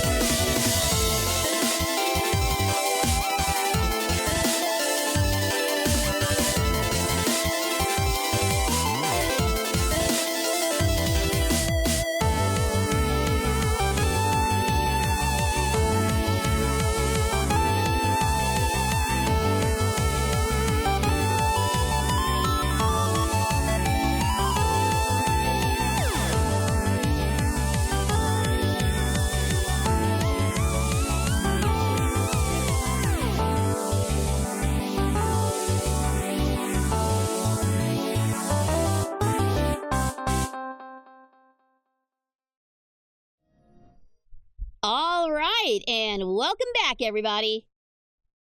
Uh-oh. Nope. Wait. I didn't want to do that. Why did it do that? That's not what I wanted to do. There we go. Oh, boy. All right, as I said, we are continuing on. Some ads came up after I selected the fake letter. So basically, you didn't miss much. We were basically told that, yes, there's a mastermind at work. This case is not over. So I assume we're going to pick up right where we left off. Man, it's the end of an era. It's almost the end of an era. We're finally at the final case, guys. Can you believe it? This has been a. I mean, I'll save my final thoughts for the end of the game. But oh my gosh, like. I can see why everyone is saying that the writing in this one is like way better than the first one. I am very hyped to see where this is going, because that in any other game that would have been the finale case. We take down the big bad corrupt head of the evil organization, but no, we're still going. There's somebody else pulling the strings, and I cannot wait to see who it is. So we're gonna bulldoze right on through. Let us begin the final case. Turnabout for the ages.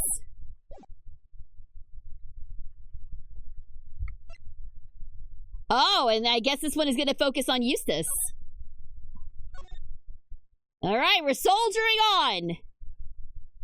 Episode 5, Turnabout for the ages. Whoa. Meep. Earthquake? Oh. Is it an earthquake? Are we about to get more PTSD? Oh my god, what the hell? Jurassic Park? Is it Godzilla? It might be. It might be. Oh, it's this kid.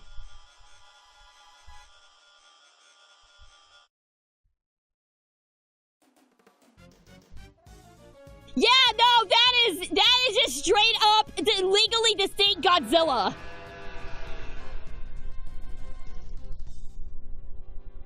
What in the world is going on here? All right, yeah, we are just straight up just moving right along. Still the same day, too. April 6th, 10:02 a.m., Big Building Plaza. Oh, that is a movie set. Okay, so that had to be from the movie, but boy, what a way to start the final case. So then, what's next for the great Miles Edgeworth, huh? Wait, you are serious about the... Oh, that... Lana, I love you, honey, but your voice is so hard. I saw Godzilla -1 last week. I'm probably gonna have kaiju brain rot for a while. Oh dear. You know, it has been a hot minute since I've seen a kaiju movie. I think the last one that I saw was oh god, what? Surely not Pacific Rim. That couldn't have been the last one that I saw. Surely I've seen another giant monster movie. I mean, I've seen some B monster movies, but I don't think those count as proper kaiju, but yeah, gosh, I think the last one that I saw that was proper kaiju was Pacific Rim. Good grief. I need to watch Pacific Rim again, because damn, that was a good movie. Holy moly. I nicknamed my ragdoll I had as a kid Godzilla. I remember my older brother had a Godzilla toy growing up. It even made the sound. That was a that was a terrible impersonation of Godzilla. That was probably one of the worst impressions I've ever done on this channel. Good God. But I still need to make my Godzilla plushie at some point, because it's so chonky, y'all. It is so chonky. I will make that Godzilla plushie one of these days. -1 is pretty. It's good. Is it good? All right. Well, maybe I check it out. I'm not in any hot hurry to go to the movie theater anytime soon, but Maybe when it comes out on streaming, I'll give it a try. I'm down for a proper kaiju. Also, hello, Lightning SRP. Welcome, welcome. Thanks for tuning in. Wait. You are serious about not being a prosecutor no more, ain't ya? Yes, I am. No longer a prosecutor. It's hard to believe. And yet... I can't stop thinking about what Mr. the Killer said. Me either. Congratulations on another case solved. Yet, I can't truly say it's been fully resolved, can you? This isn't over. We still don't know who the mysterious figure in the red raincoat at Gourd Lake was. Or who really wrote that letter. We've been dancing to someone else's tune this whole time. But whose? Still can't let it go, can ya? You're like a dog with a danged bone. Bob you are! Well, I got me some reporting to do, so I'll catch you some other time, I guess. Wow, you've got a new story to chase already? You turn on the Patreon, McGarley! You bet I got new stories, more than you can take a shit at! A good reporter always has 3 or 4 reads bubbling away in the old scoop pot. Uh-oh. Somebody, please! Whoa, what now?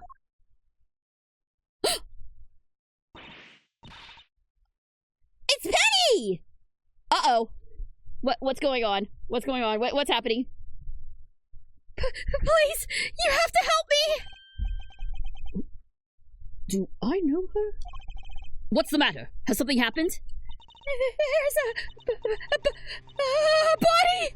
It almost looks like a monster might have... A monster?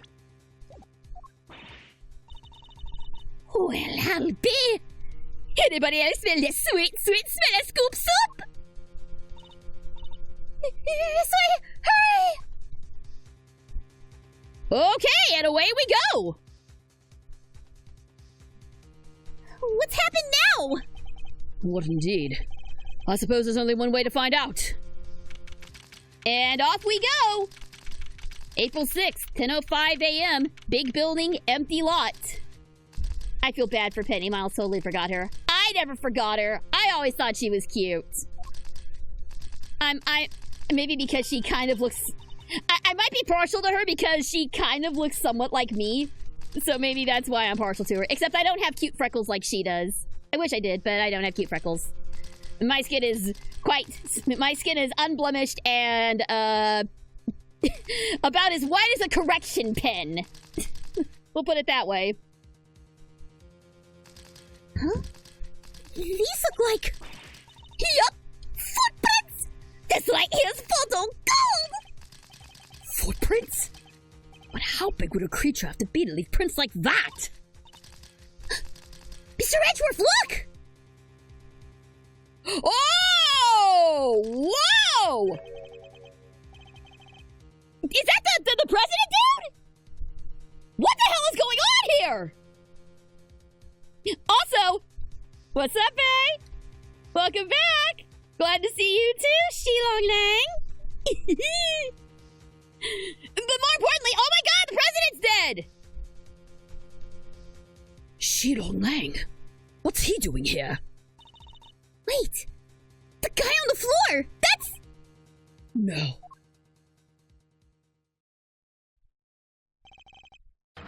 Dijun Wang. The president of Shangfa!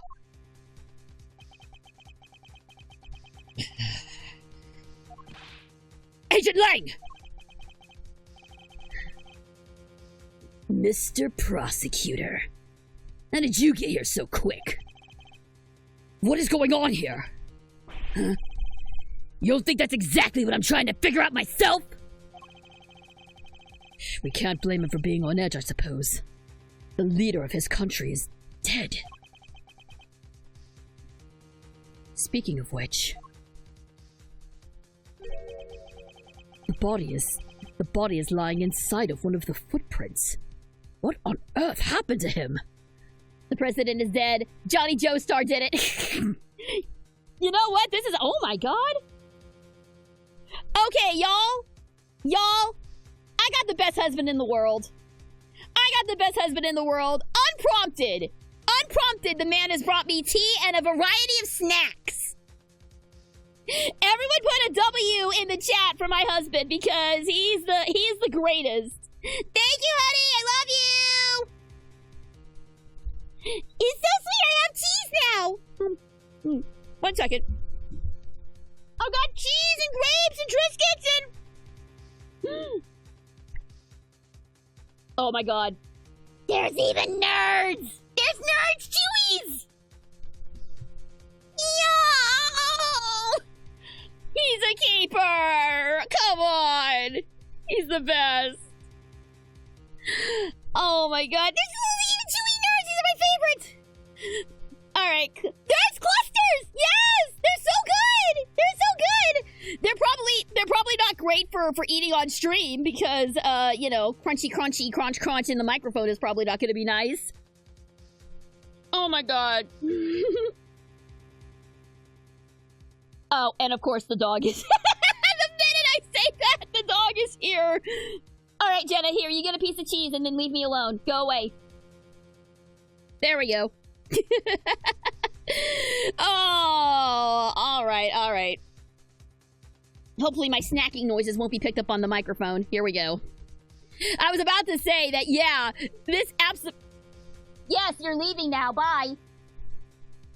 A whine of protest as she leaves. This absolutely looks like this looks like something out of JoJo. Like, just take a look at what you've got here. You've got a hyper-muscular man who has been killed by a completely unknown to us force. We're basically JoJo now. We're basically JoJo. I wonder what Miles' stand would be.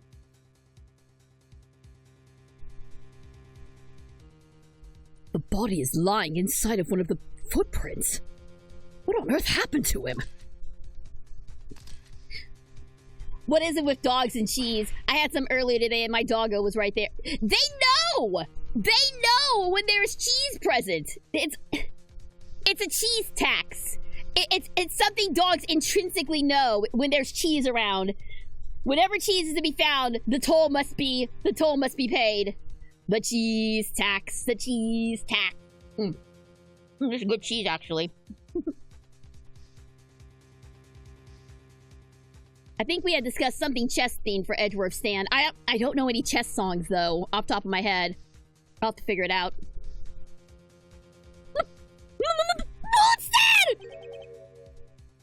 Monster? What the heck else you want me to say, huh? The right there's Monster Prince, Minster!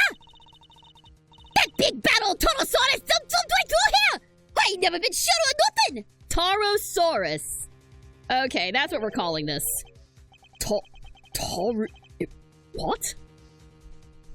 And I suppose you mean you are sure? This right here is a scoop. The scoop up all over scoops and bury 'em 10 feet deep! Man jumped by giant monster! They'll lead with that paper they'll lead with every paper from here to Honolulu! Ridiculous. There's no such thing as monsters. The rules are the rules and the facts are the facts. If you want to eat some cheese, you gotta pay the tax. Whoever came up with that song is a genius. Also, yeah, no such thing as monsters. Bro, I'm sorry. Have you met Excelsius Winter? Because we just did, and I would say that classifies as a monster. Wait.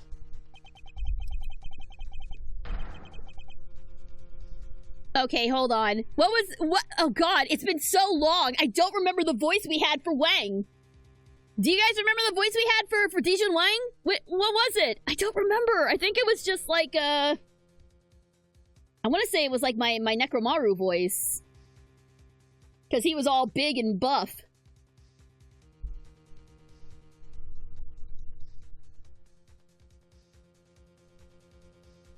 Ah, whatever. I can't remember the exact voice, so I'm just gonna wing it. The honor is all mine, Mr. Edgeworth. I am Dijun Wang. Your efforts on behalf of Zheng Fa have not gone unnoticed.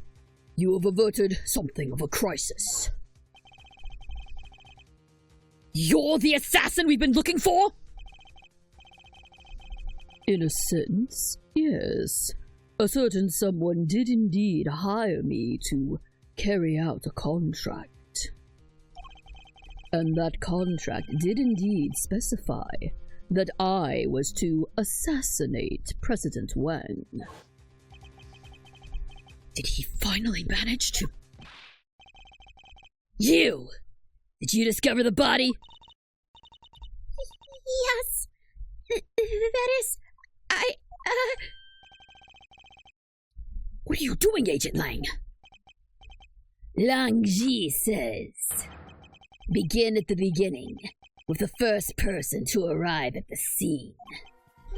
Well, did you really just discover the body? Yes. Hey, go easy on her. Can't you see she's scared? I don't think he's in the mood to go easy on anybody. Nobody's getting it easy today. Do you have any idea who that is lying dead over there? That's President Wang, the leader of Zheng Fa. Please, Agent Lang, you don't seem your usual self. In more ways than one, in fact. When we first met, you had more underlings than I could count. And you were known for your unrivaled arrest rate and your cool head under pressure. Now that the underlings are gone and you've forgotten the fundamentals of police work, what happened? Yeah, President what? Mwah! Good night, everybody. Well, let's go ahead and get the obvious joke out of the way first. What did you just say? Shouldn't you be looking over the scene instead of accusing the first person you run into? I mean, to be fair, Edgeworth, that is kind of what he did in the first game, too. Or is it me who's forgotten the fundamentals? Gah. I don't need you to tell me how to do my job. I was just about to get started. Good. That seems to have calmed him down a little. We should take a look around, too, Mr. Edgeworth. Yes, I think we should. At least until the police arrive. I'm not strictly supposed to conduct investigations anymore. Nobody did no looking around. I done told you who done it. It was Taurosaurus, a man named Lotta Hart. Wait. Not who did it. What did it? Yeah, that. Are you quite finished? We have an investigation to be getting on with. Step aside, please. You can't hold a mirror no more, mister. You're stepping out of my gangway is more like it. You're messing with this here scoop of mine and there'll be a heck to pay an ransom. Excuse me. The woman who found the body. Where do I know her from? You're Mr. Edgeworth, right? Do you remember me? Oh, yes, of course. We met on, that case. Oh, no way! You two know each other? Yes, as a matter of fact, we do. From somewhere. Great to meet ya! I'm Kate Faraday, Mr. Edgeworth's assistant! Wow. I never knew you had your own adorable little assistant. I'm Penny Nichols. I work over at Global Studios. I'm in charge of props. It's nice to meet you. Oh, look at how dirty they did her! Look at how dirty they did her! They didn't even give her her name! She's just assistant! Give Penny Nichols the respect she deserves! That's just mean! That's just mean, y'all! Weren't y'all hard enough on Eustace? You gotta go after Penny now, too? Of course. One of my old cases involved a murder on the set of the Steel Samurai TV show. She was a member of the crew, and thus a person of interest.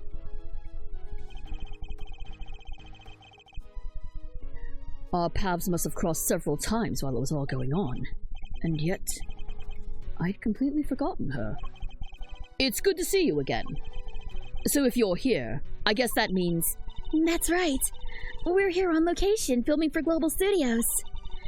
It's kind of a big feature, to tell you the truth. I was first in today. Wanted to make an early start. But then I noticed something was wrong. The footprints and the body... We'll take a closer look at the body in just a moment. In the meantime, can I ask you to notify the police? Yes, of course, right away. I'll need to speak to her at length a little later. But first, let's go over the scene.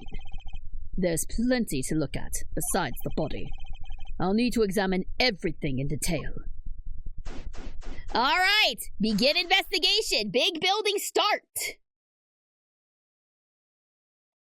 It's like how Edgeworth always calls Old Bag security lady. Yeah, but that's understandable because he hates Old Bag for good reason. But Penny never did anything wrong. Hashtag Penny did nothing wrong. All right. Well, I guess the most logical place to start is with the body.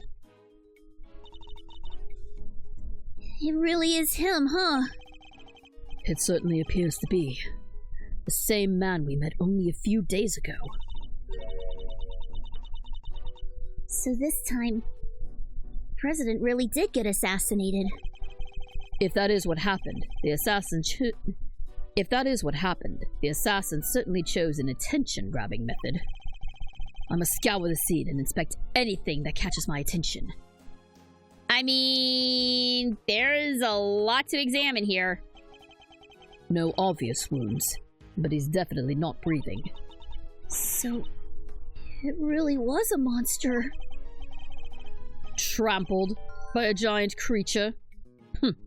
Impossible. Huh? There's something stuck to the front of his clothes there. Yes. Speckles of a yellow substance. I bet it's monster drool. Yeah, that must be it. Kay, please. Can you at least try to be sensible? We'll need forensics to tell us what it might be. Alright. That looks to be pretty much everything the body can tell us for now. I'd better note it all down. If he was trampled, his body would not be this intact. Yeah. Also, if he was trampled, like, he would be sunk into this dirt. Am I right? He just looks like he's laying on top of the dirt. If he was actually stepped on, then he would be sunk in by several inches at least. So yeah, no, he was Boyle was definitely planted here. The body's surrounded by pieces of smashed up concrete. Yes. They look to have been thrown clear when the ground was broken. Pew! Sent flying by the mighty impact of a giant creature's foot! Sure, assuming this was the work of a giant creature. Okay, monster footprints. He was trampled by an elephant during the last day of mating season. A reference to a funny thing happened on the way to the forum. You know, I've actually never seen that, but I want to. Especially if they have jokes like that in there.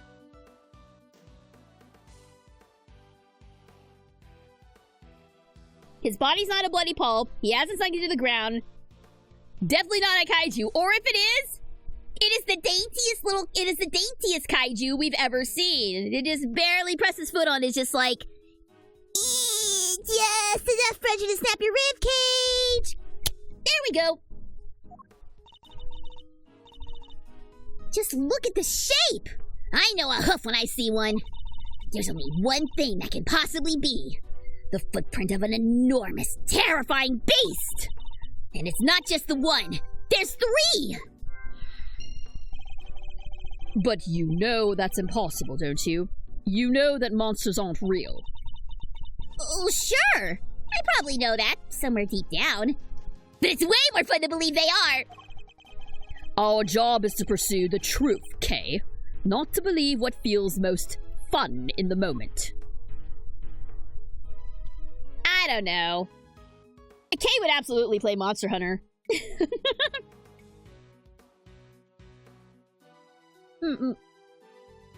I mean, heck, there's an armor set in Monster Hunter that just straight up looks like Kay's hairstyle. I'm not kidding. Like, they straight up got Kay's hair in the game. All right, let's see what else we can find. Horn? Way more fun to believe. Summed up the idea of cryptids in one. Yep, true. I mean, I joke all the time about Cthulhu and all that, but I don't actually believe that stuff. It's just more fun to believe in it. It's just more fun to believe in it, right? Huh? What's this white thing here? Wait, it's a bone! Does that mean 2 murders? It looks more like a horn than a bone to me. Charming. Alright, I guess that's all we can get for now. Let's talk to Penny. I'm sorry I got a little upset before. You're alright. Is that horn from our bull recorder? It looks similar, but it's much bigger. Remember, the horn that we found was, on a plushie.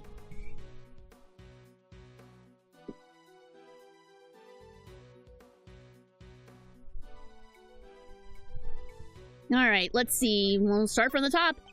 Finding the body. You were working here alone?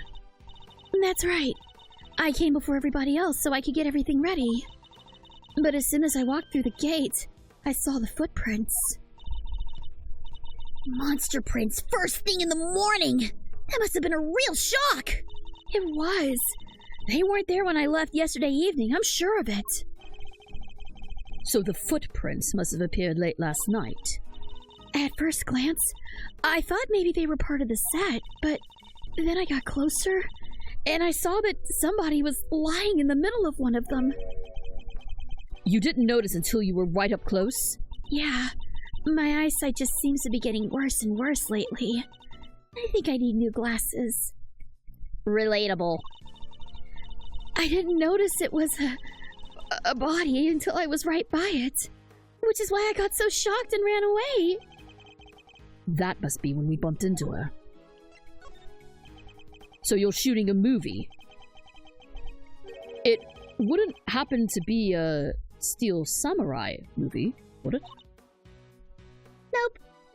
Yeah, sorry, Miles. Oh. This one's a creature feature. You know the Taurosaurus movies, right? I'm afraid not. You'll have to forgive Mr. Edgeworth. He only cares about Steel Samurai. That's not... Hey, that's alright. Not everyone's a fan, but they soon will be. He's back after 12 years of silence. The big bad bull himself, Taurosaurus! It's the first Taurosaurus movie in a long time, so the crew's super excited about it. And parts of it are set here at the big building, so we've been shooting on location. That explains what we saw yesterday. What's happening here? What's going on with the building? Just stay calm and talk to me, kid! Cut! Cut! Cut! Cut!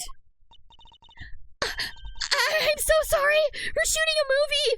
Could you, That must be what they were filming. So does Taurosaurus smash the big building to pieces in the movie? I bet he does, right? Wouldn't you like to know? But you'll just have to wait to find out in theaters. In theaters, August 8th! Here, you can have this if you like. Oh, look! Look! Look! It's Gordy! Somebody was talking about Gordy earlier in the chat, but look! Taurosaurus versus Gordy. I love it. I love the continuity. It's so good. Oh, thank you. An epic rivalry is born. Taurosaurus versus Gordy. Gordy? Huh. Tarasaurus and Gordy need to be monsters in Monster Hunter. Capcom could do... Dude! Okay, so... Capcom has done collaborations with Monster Hunter in the past. Like, they just very recently did one with Street Fighter, where you can play as Akuma. And my husband showed it to me, because he spent all last night getting the pieces, and yeah, it's... You know what? Throwing a Hadouken in the face of a freaking dragon is pretty dang cool, I gotta say. But I would love for them to do an Ace Attorney crossover. If nothing else, just give me Phoenix's hair as a costume option. Just give me that, please, so I can make Phoenix in Monster Hunter. Please, I need it. It's so good.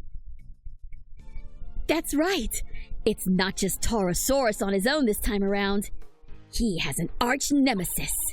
You know Gordy, right? The monster from Gourd Lake? Oh, yeah! Wasn't everybody talking about that a couple of years back? The mysterious creature in the lake! It showed up in that one couple's photo! Not only were people talking about it, it played a major part in one of my cases. Yeah! The case where you were the defendant! The case where Phoenix saved your life! I know you remember that, Miles. I know you remember that case.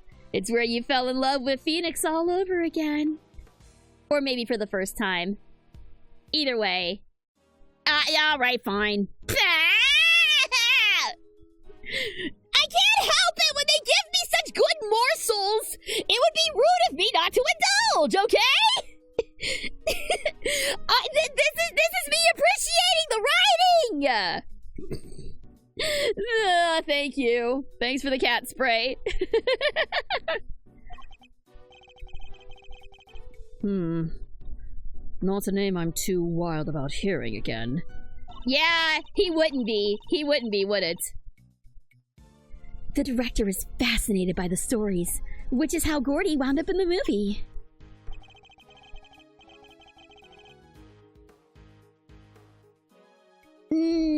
Tea.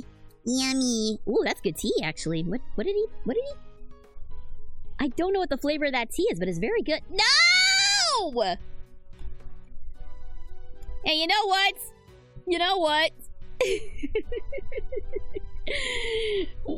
We've been going for nearly 3 hours. The fact that the box came at this point in time means I did pretty good. I did pretty good this time around.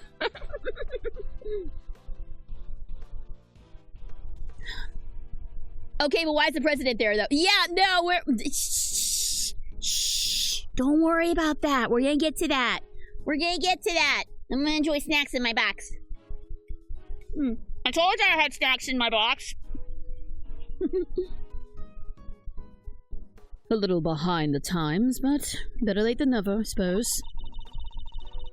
Just wait till you see those two legends staring into each other on the big screen. All right. Creature feature flyer.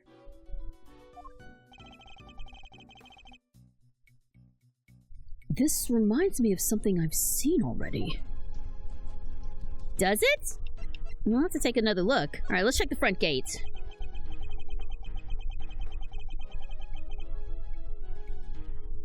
I think we need to learn a little more about the security situation here on set. Miss Nichols, is the set kept locked overnight? Yeah, we use one of these. A combination lock, huh? So anybody who knows the code can get in and out. And was the lock in place when you arrived this morning? You know, to be fair, Kay would know a thing or two about locks. Lockpicking is like 100. Lake monsters being plesiosaurs are an impossibility for one reason. Their necks are not that flexible. They have more movement left to right rather than up and down. It's also the same... Isn't that also the reason that giraffes can't swim? Because of the way their necks are super long and the rest of their body is not designed for swimming. I heard that somewhere on a trivia show once, that giraffes would make the worst swimmers if they could swim. Apparently June 1st is also Dinosaur Day. What an appropriate case we have. Dinosaurs are awesome. Dinosaurs are awesome. My favorite is the Stegosaurus, in case anybody cares. What are your favorite dinosaurs? Let me know in the chat. Oh, that is some blatant engagement farming right there. No, seriously though, I want to know what y'all's favorite dinosaurs are, because mine is the Stegosaurus, because the Stegosaurus is awesome.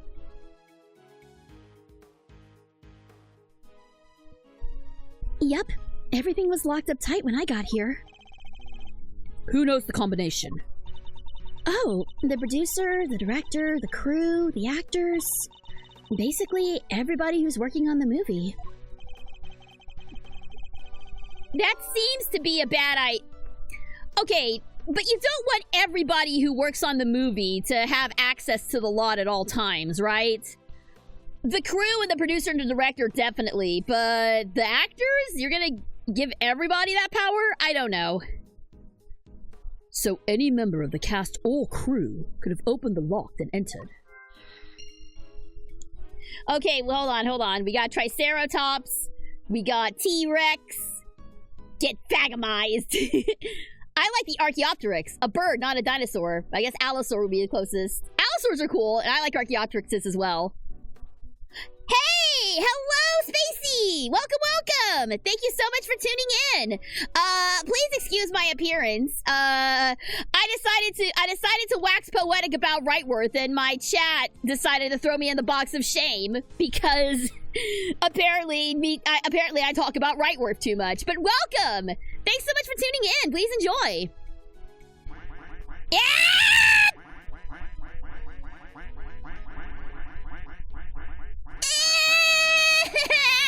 No! It's still going! It shouldn't be going for that long! It's okay. The box only suffered a few dents. I'm okay, folks. I am A-okay. Oh, boy. Alright. I don't think we have anything to present here yet, so, let's go reunite with Lang. And he still has his dumbass glasses! He still has the stupid glasses that don't make sense! Oh, God. Never change, Lang. Never change. Oh, and listen! Oh, we've got new music for him now, too! Oh, speaking of box of shame time. Lang, bruh, we've missed you, and you still look as good as ever. Hello, sir. So, Mr. Prosecutor, we meet again. Yes. We saw you at the detention center. Yes. We saw you at the detention center the other day, too. You had some business to take care of, I take it, Agent Lang? You could say that. Nothing that concerns you, though. Yeah. You really have a habit of showing up in the wrong place at the wrong time. You're a bad penny, a bad omen, and a bad smell all rolled into one. Just stay out of my way, okay? I love that everyone who plays this game has to stop and admire Lang. I mean, look at him! Look at him! How can you not admire him? He's great! He's shit at his job, but he's great! That is A+ character design! He is gorgeous! Oh wow, I dipped real deep into the southern drawl there. Oh dear. Oh dear! That is the power of Lang to make my southern accent come out real strong. Oh boy. Oh brother. I do such a good job of hiding it too. That's entirely fair. Unfortunately, I am too busy admiring Judge Gavelle. Also valid. Also valid. Gavelle is a beautiful woman. Gavelle is a beautiful woman. Even more beautiful after the last case we were in, where she actually came to bat for us.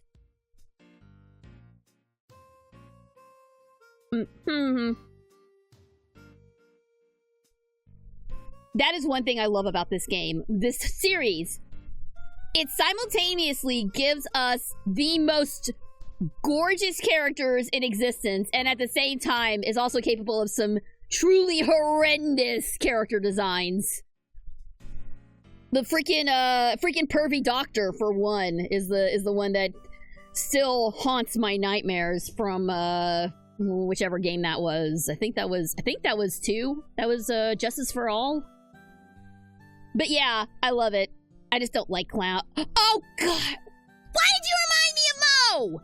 Why did you remind me of him? Must take a sip of my tea and calm down for a second. I've got a president to avenge.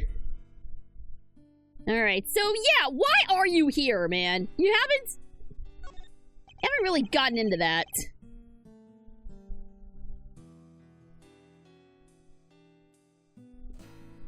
You were already at the scene when we got here. Why? What were you doing in the area? What am I, a suspect? You might be. Look, I heard a scream and came running, okay? Guess it was our friend from the crew. Came in from that gate over there. Somebody already got rid of the lock for me. Not completely. I can still see it on the floor there.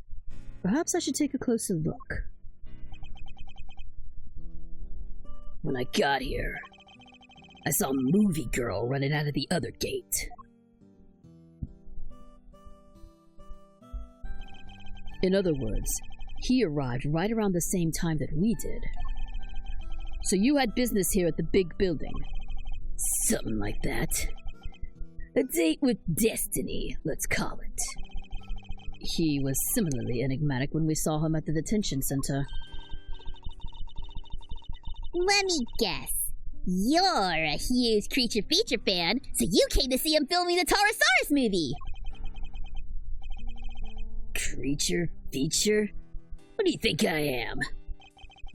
Not the type of person who thinks a creature might have done this, I hope. I'm sorry about the president. You have my deepest condolences. Thanks. He was a great man. Zheng Fa will be lost without him. You and he were close, correct?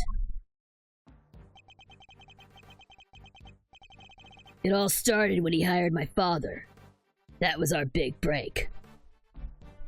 Okay, but why does Papa Shilong Lang, why does Papa Lang look like Heihachi from Tekken?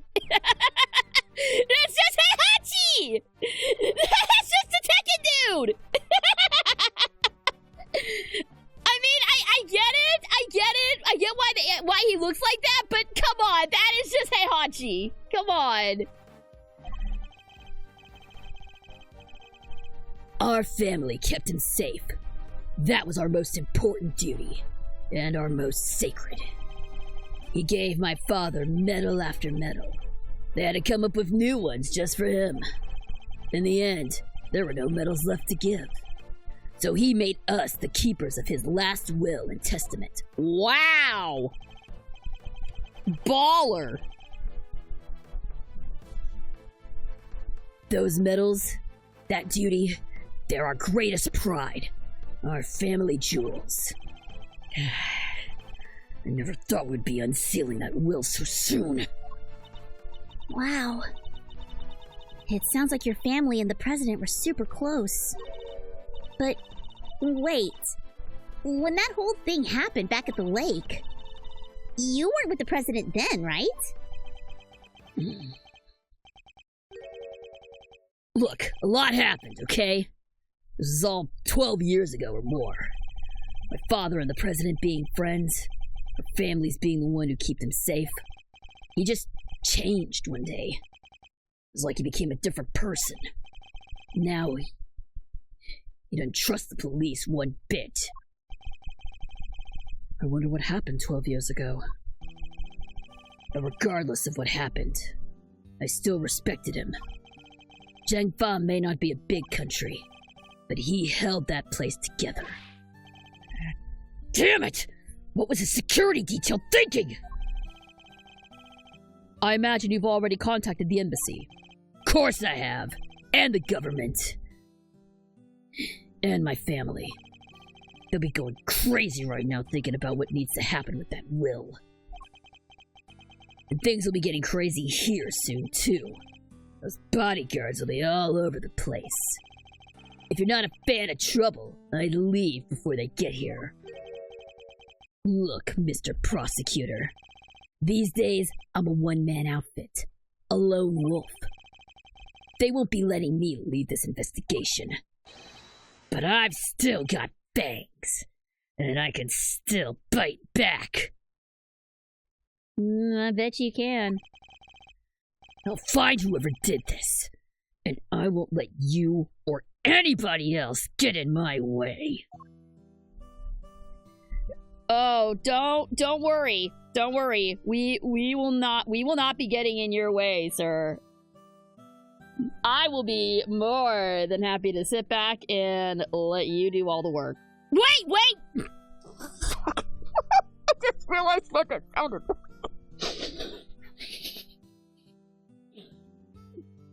I'm gonna choke on my cheese. Hold on a minute. Forget I said that. Let's just move on. Okay. Yeah, no, it's fine. It's fine. Don't worry about it. Don't worry about it. It's fine. It's fine. It's fine. Yeah, there we go. I probably need to say in the box. Oh, Lord. Hey, look! There's a lock on the ground! Miss Nichols. Wait, yeah, okay, fair.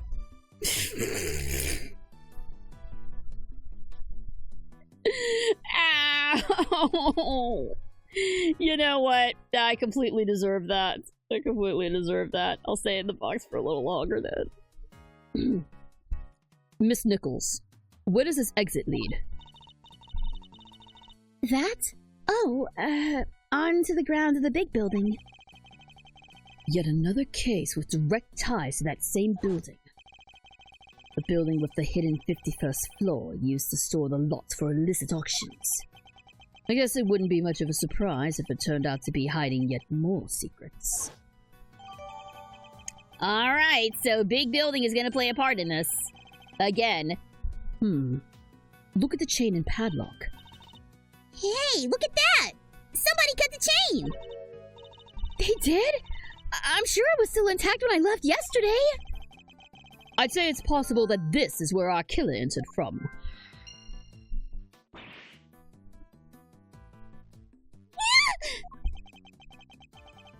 What's the matter now? Look at that huge dent!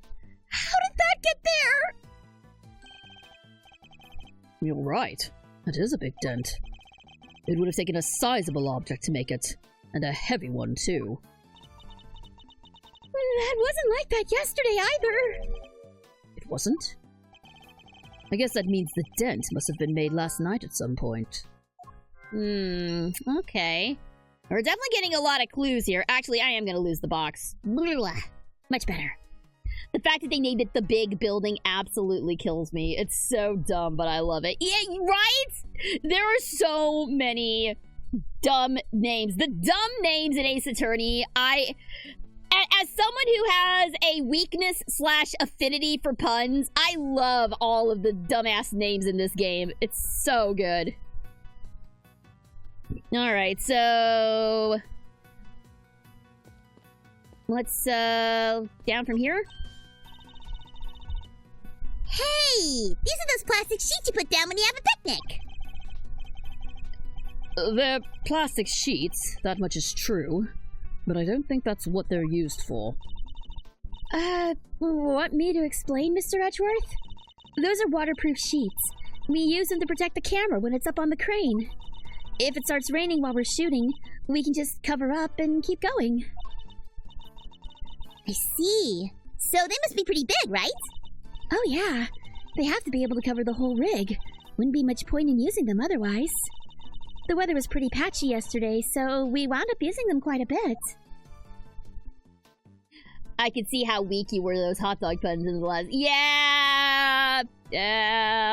Don't remind me. Don't remind me of the hot dog puns. Dead Man is a personal favorite. Yeah, that one was just way too on the nose.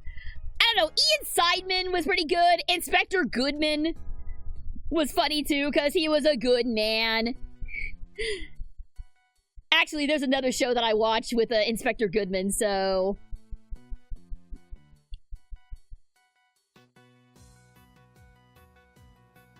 Alright, let's see here. Guess we might as well talk to Lotta since we're down here. What's it now? Can't you say I'm busy? Girl needs room to work, you know? Why are you so obsessed with the idea this was a monster attack? Monsters don't exist. Surely even you know that. What did you... You don't know what the heck you're talking about! Torosaurus is real, dang it! I know it for a fact! For a fact, And how is that possible exactly? Because I don't seen him! What? You saw Torosaurus? Where? How? Heck yeah, I seen him! The big bad bull himself! Right there in front of me! I was up on 51 up there at the big building just yesterday, right? Gathering materials for your story on the underground auction. Yes, we remember. Well, ain't you just Mr. Memory Man? That's right. I done seen him right when I took that photo. The person in the red raincoat. Miss Killer, right? Miss Killer.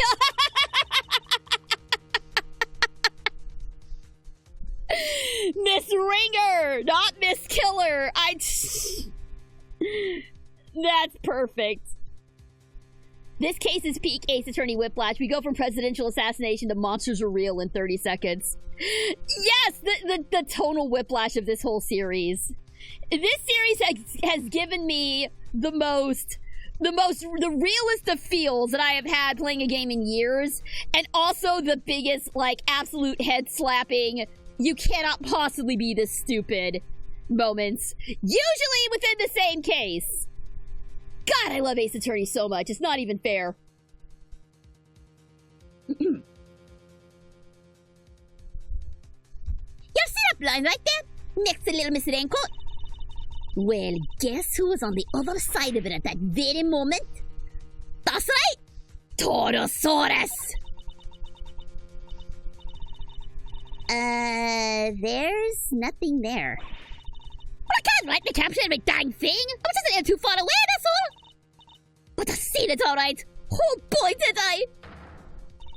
Torosaurus' big ol' eyes staring right at me, peeking right in at the window! A window-peeking monster. We've seen that movie before. Anywho, I don't got time to be shooting the breeze with you. I got snaps to snaps, reportage to report. I quit bugging me, will you? Go on, get! That entire story was ridiculous. You didn't believe a word she said, did you, Mr. Edgeworth? Is it that obvious? Zero flights of fancy for this. I love your Lotta voice.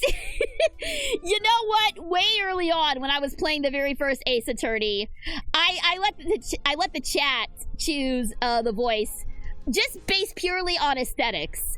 I didn't hear any of her I hadn't seen any of her dialogue yet. I didn't know she was Southern as all get out, and they went with Scottish, and it just kind of stuck. Scottish Lotta Hart is just. It's so good, and it's scary how well her Southern accent works with a Scottish accent. It's kind of spooky how well it all goes together. What's this big metal stick thing? Is it for climbing trees or something? No, it's a camera crane. It's used for filming from an elevated viewpoint. There's no camera currently attached, but it would usually be positioned at the top there. Gotcha.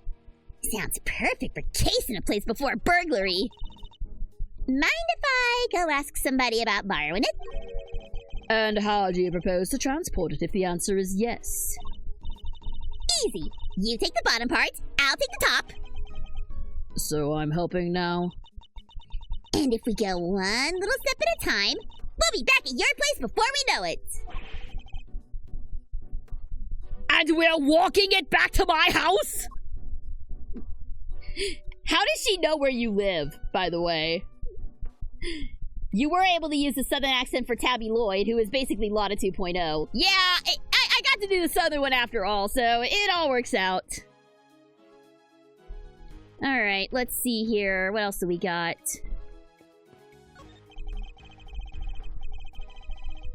This thing in front of the trailer here. It looks like a monster costume. What? That's a costume? You're sure the creature that made these huge footprints didn't just shrink or something? Perhaps I didn't make myself clear. This thing in front of the trailer here, it looks like a monster costume. A costume! Beautiful. Okay, is that everything? Alright, well... Let's see what did we actually get here? Alright, we've got the pin, of course. We've got the forged letters, of course. Alright, we've got the crime scene notes, we've got the monster footprints, we got the big building, we got the creature feature flyer. Oh! Hang on a minute. I knew I saw a deduce here somewhere.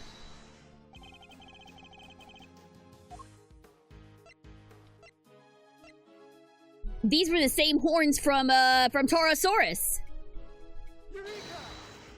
Ah, I gotta love that bit crushed Eureka noise.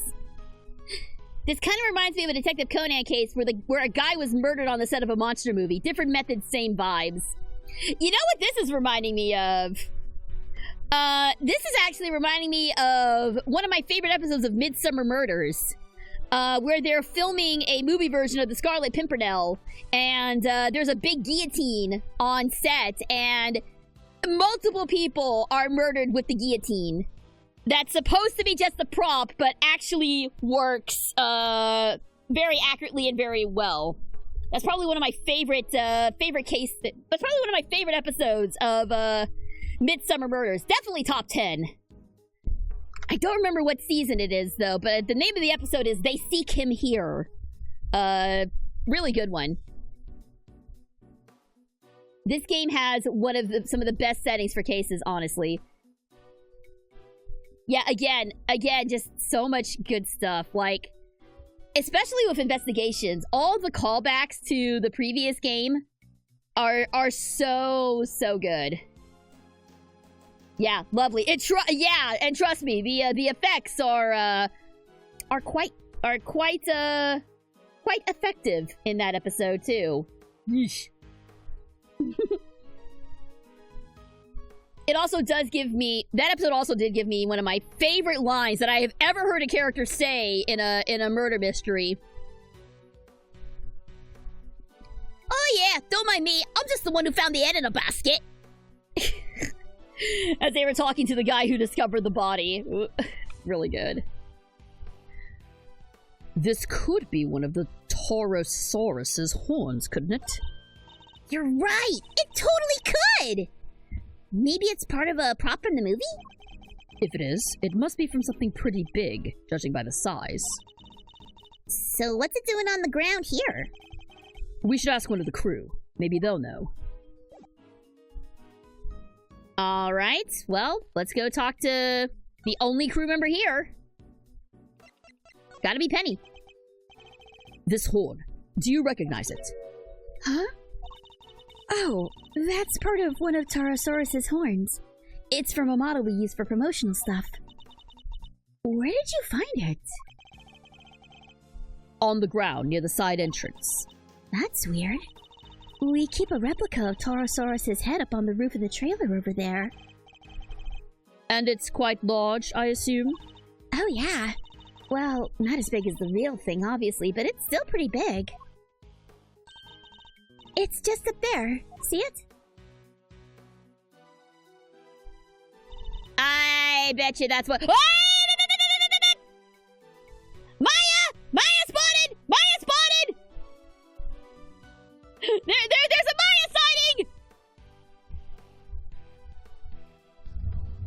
That means there's a phoenix sighting. That means there's a phoenix nearby, isn't there? Right there. That really is big. Oh my god! All right. Hang on a minute. No, I can't get up there! No! No, Penny, move! Penny, move! My boyfriend's up there, move!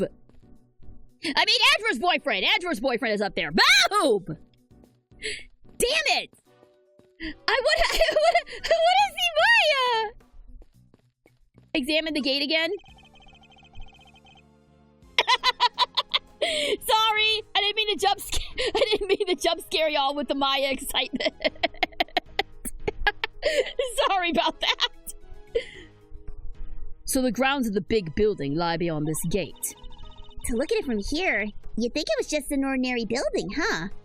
There they are! They're blurry as shit, but there they are! Oh my gosh!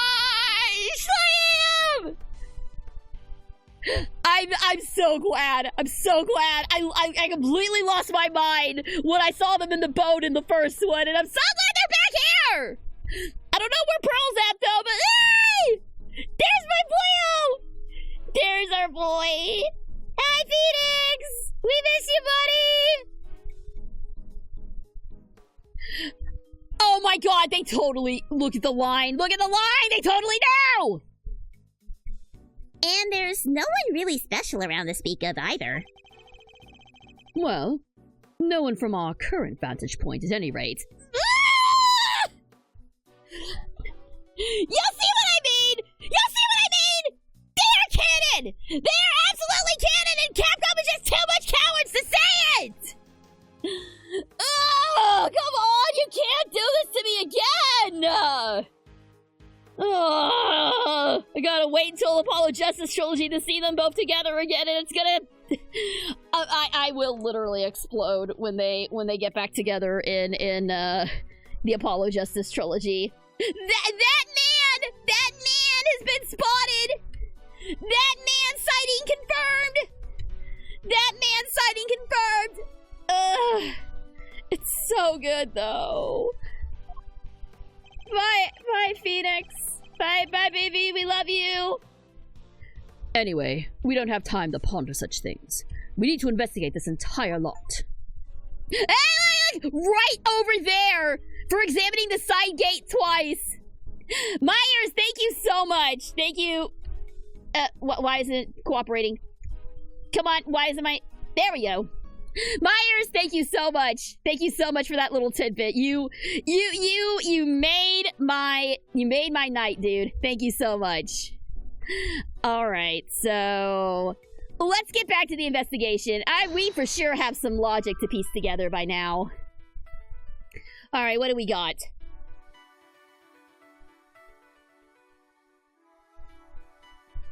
All right.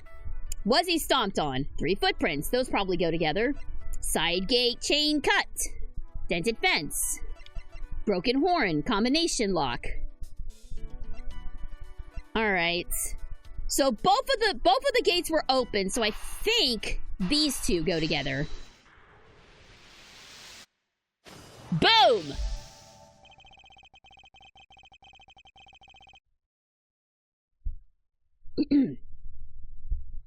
The combination lock on the gate leading to the plaza was intact when Miss Nichols arrived. But the lock on the gate leading out to the side of the big building had been cut. What does this tell us? Easy. That the killer used the side gate. Precisely. And it tells us something else important too. Namely, that our culprit didn't know the number for the combination lock. You're right. It would have been way easier to come in that way if they did.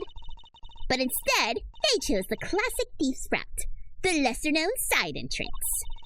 This is no run-of-the-mill criminal, Mr. Edgeworth. We need to keep our wits about us. I'm not sure we should be excited by that fact, Kay.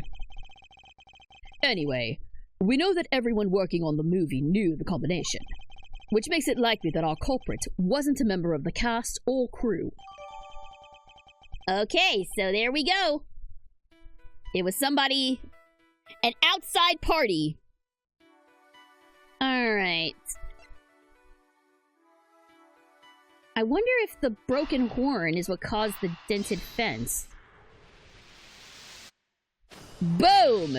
Got it! 1 second.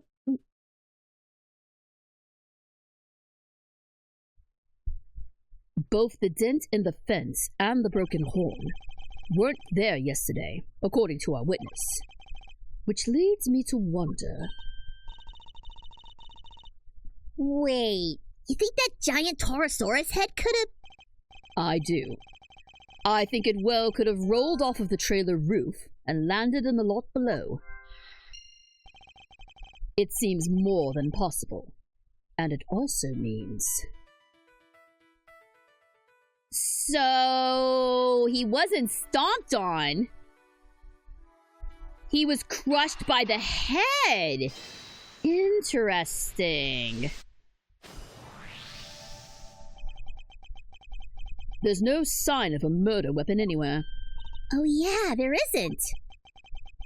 Now, this is still only a possibility. But if the Taurosaurus's head somehow fell from the roof up there... Yeah, that could kill somebody for sure. Miss Nichols, would you mind if we took a look? Would you mind if we took a look up on the roof of the trailer? You want to go up there? Sure. I don't see why not.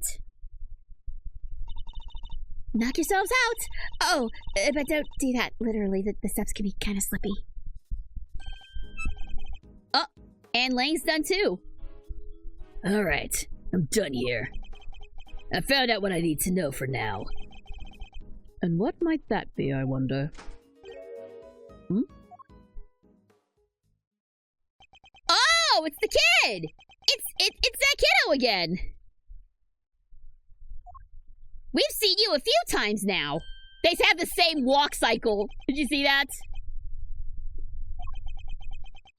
Do y'all know each other? Oh, we finally get a character portrait! Oh, he's gonna be one of these. Okay. Move, old man. What you say to me? You need to learn some manners, kid. It really is a cowboy. He got the milk and everything. No, you need to learn when you're in the way.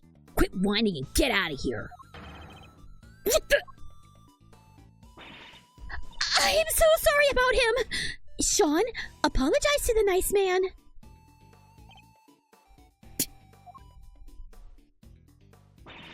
Everybody is out here getting like such good music this time. Come on, Sean. You know you can't speak to people like that. Whatever. Who the heck was he? A policeman, that's who. Why would you antagonize him like that?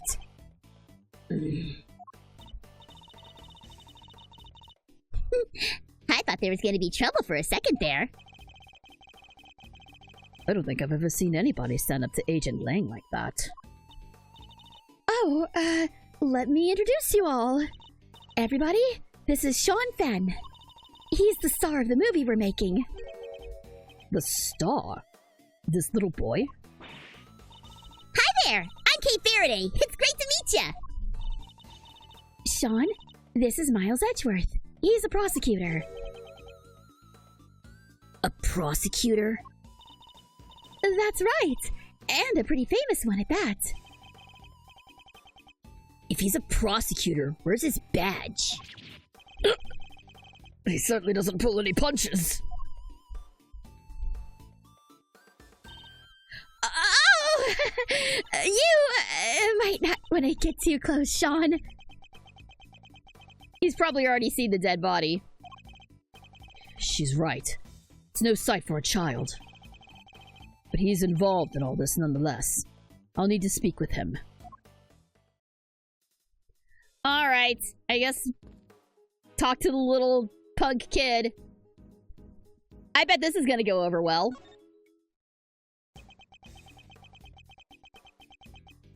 Also, he's got good music.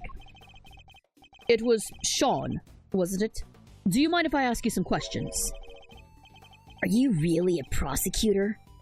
You just look like an old guy to me. How dare you, sir? I am. Old guy? Charmed, I'm sure. Badge first, then we talk.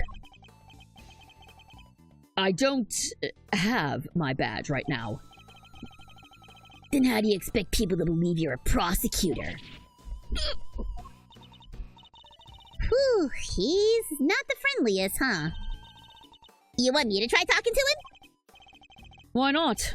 I doubt it can hurt. I never was good with children. Alright.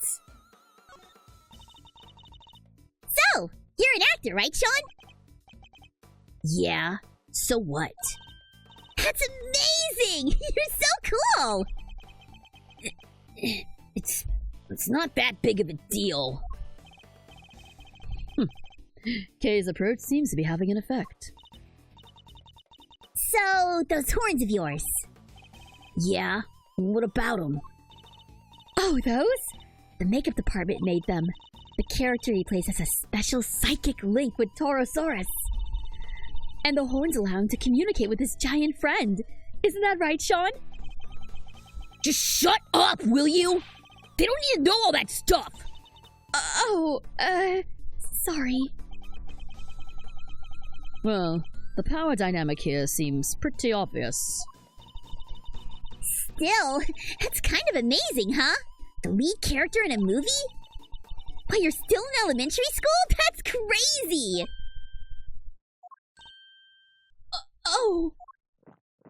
Uh-oh. Did we do a bad?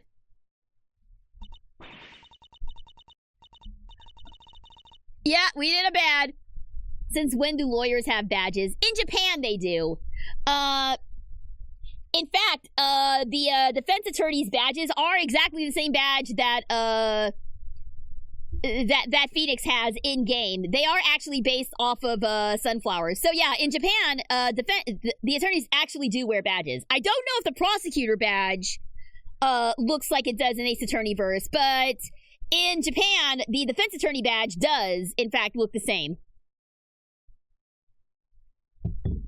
It's also why they're not available for sale, because they are so similar to the actual Japanese badges for defense attorneys. Like, they won't let people buy them because they're way too close and there could be fraud. Or so I've heard.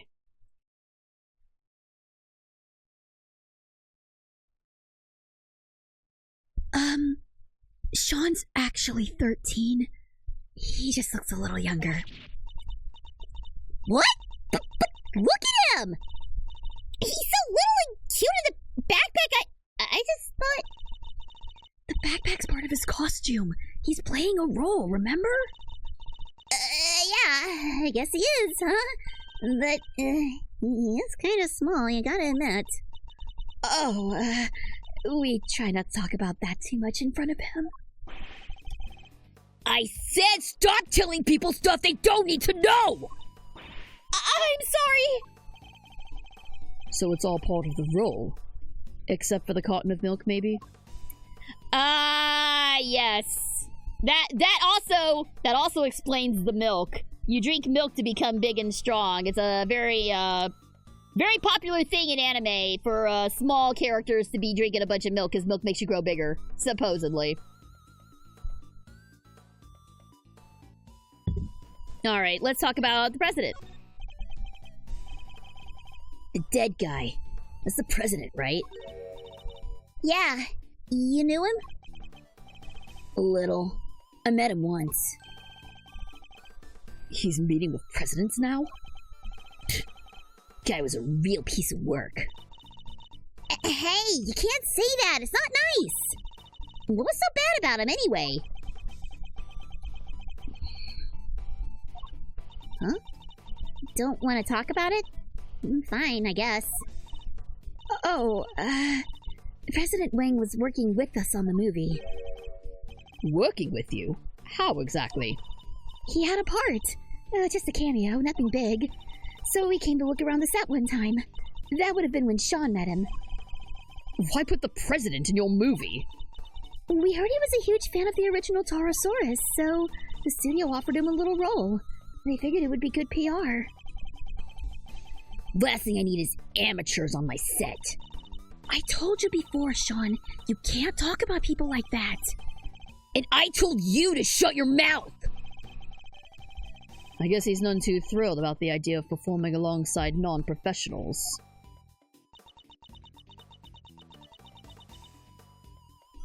Hydrate, ring, stretch, thank you very much.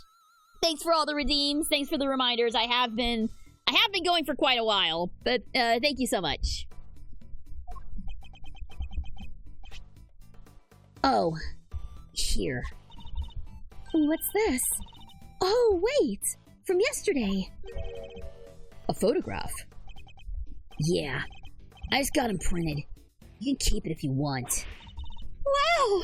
It's such a great picture! And you brought it specially for me? That's so kind. Thank you. No, I just happen to have a spare, that's all. I hope you don't mind me asking, but can we take a look too? Oh, sure. Here. Oh, she's so cute, though! Have you watched any of the Tom Selleck movies? I think the only Tom Selleck thing I've seen has been the crossover episode with Magnum P.I. and Murder, She Wrote. That's the only... It's like... I know it's a travesty, but it's the only Tom Selleck thing I've seen. I haven't actually watched any of Magnum P.I. either, but I might check it out if I have the chance. I mean, I gotta say, the dude knows how to work a pair of shorts, so I might have some incentive on watching that. So it was taken yesterday. No footprints, and certainly no body. All right, we got a behind the scenes photo. All right. Sean is giving me major Kurumi vibes. Yeah, he does kind of have that, little tsundere in training thing going on there. Actually, would you mind going up there with us? Oh, sure. After you.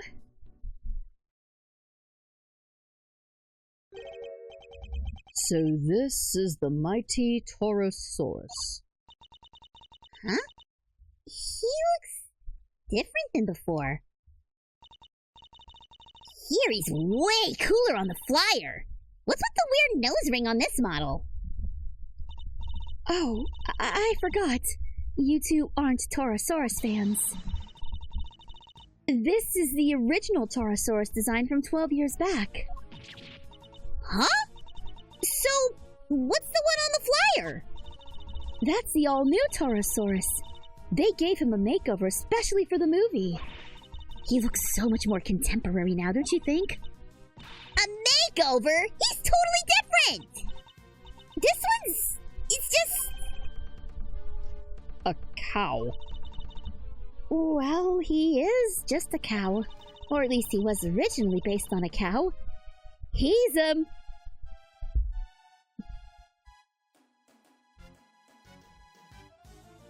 Okay, this is just...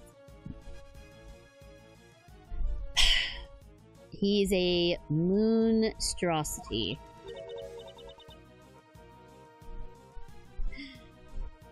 She's trying way too hard. Monstrosity? Yeah, the cow, man's best friend, reimagined as a terrifying monster. It totally makes you think about our whole relationship with nature, right? That was the original concept. I think the concept might be a little lost on me. Me too, I'm afraid.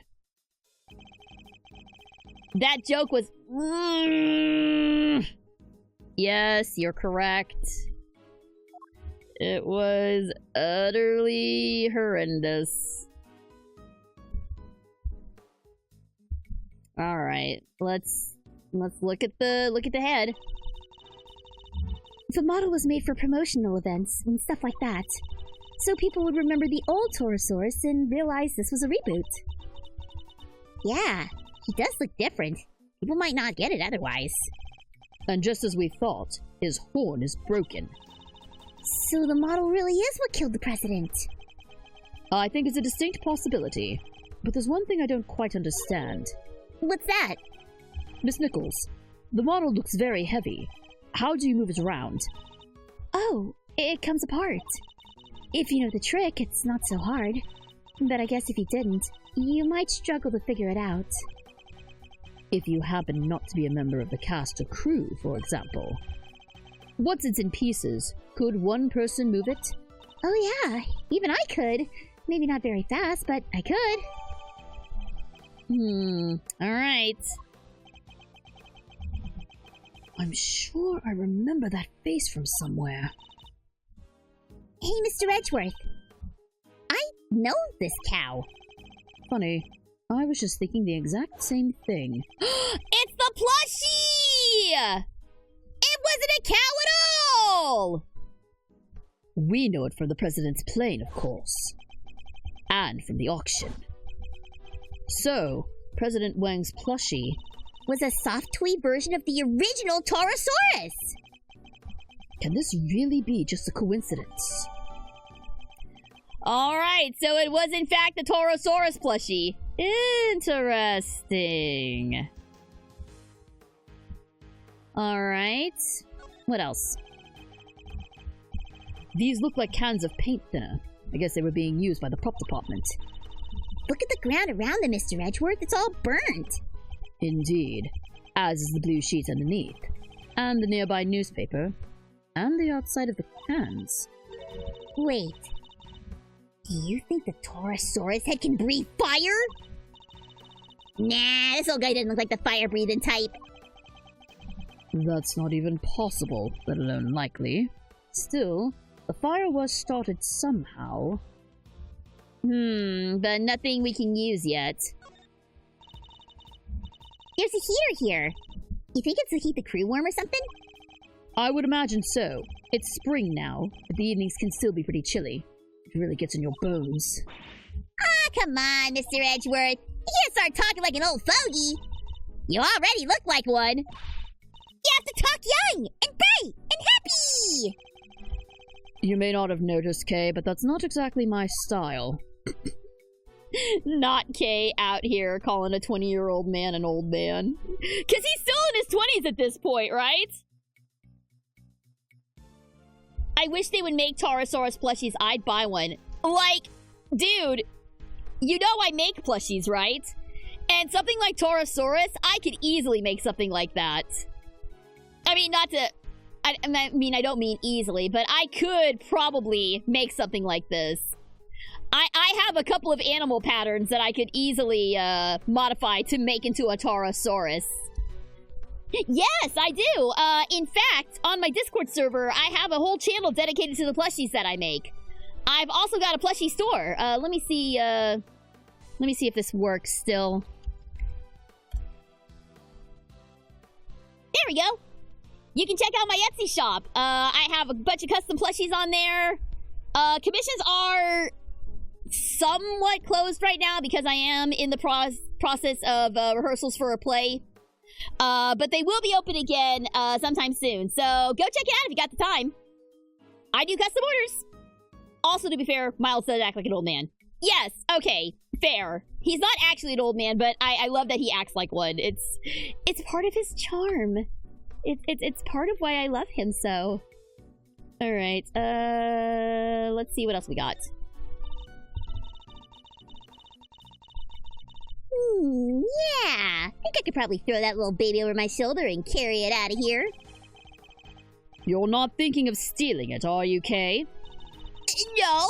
I was just thinking I could carry it around with me. Then, every time you shout, "Objection!" I can light you up with it and make you look super cool.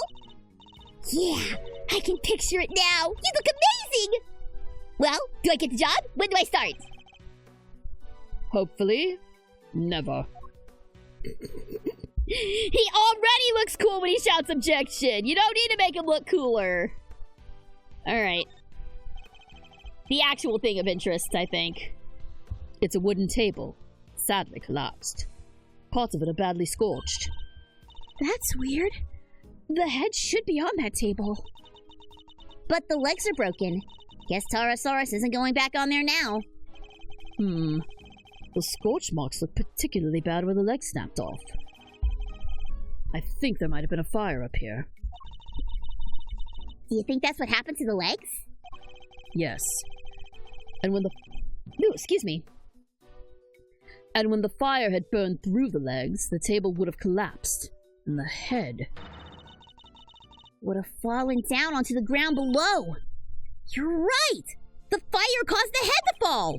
Indeed. And I also happen to have an idea about how the fire may have started. Those cans of paint thinner by the heater are pretty flammable. Not a great place to keep them.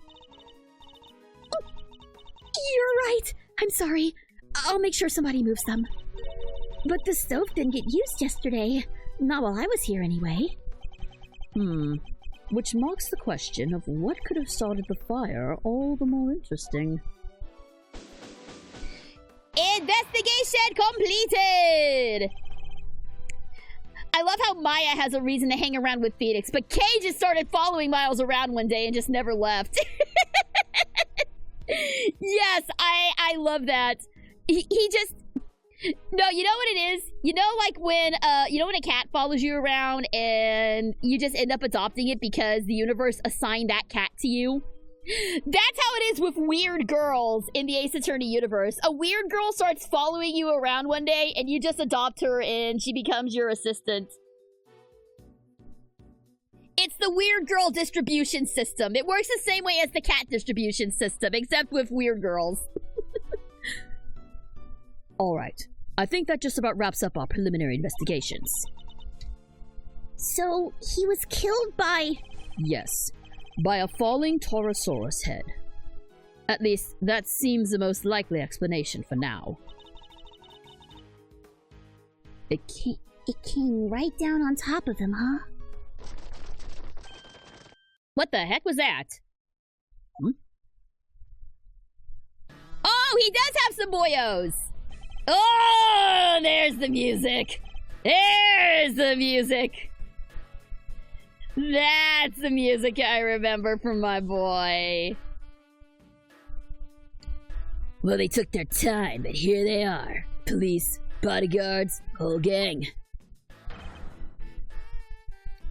Mr. President! A little late for that, don't you think? Curses! Who did this? Whoever it was made a big mistake. But I promise you this. They'll pay. I'm on their trail already. What? What do you mean? Our president may have been murdered, but that doesn't mean that extraterritoriality applies. The local police have jurisdiction. Luckily, I know the right people to talk to. And I just got myself seconded into the case. Lowly one-man outfit or not, I'll be working this one. It sounds like you already have an idea of where you'd like to focus your inquiries. More than that, I've already caught scent of my prey. Take a look at this. It's a printout from a security camera on the viewing platform at the top of the big building. Oh!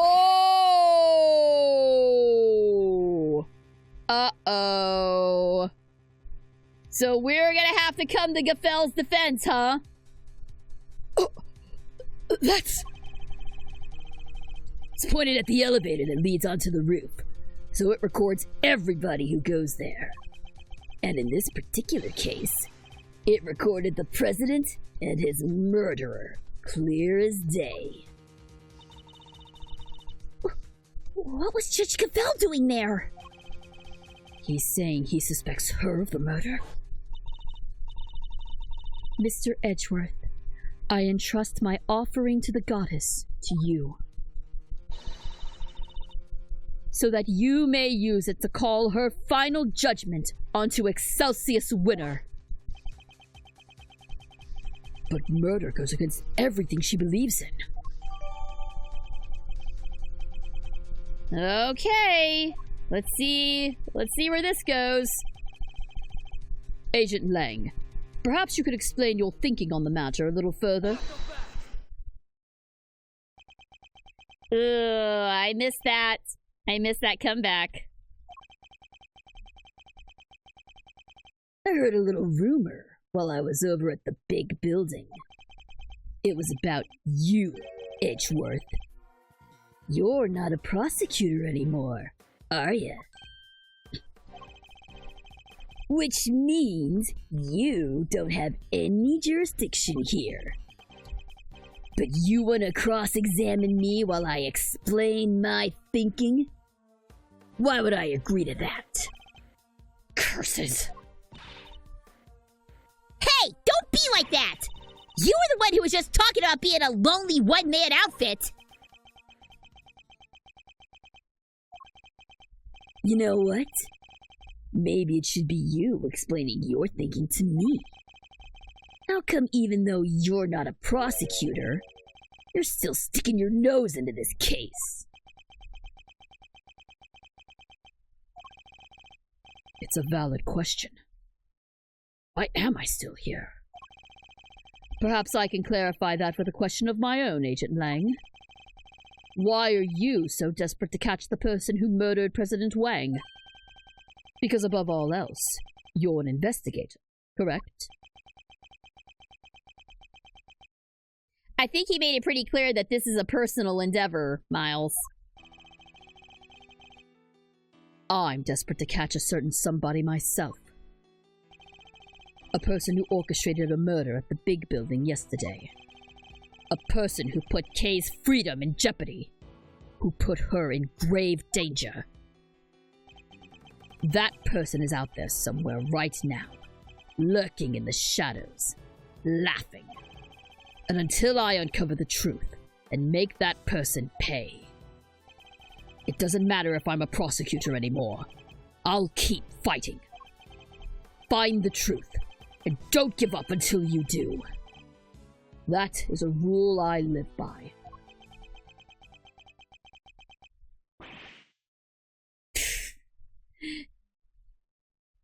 He's so cool. He's so cool only to have Lang laugh at his face.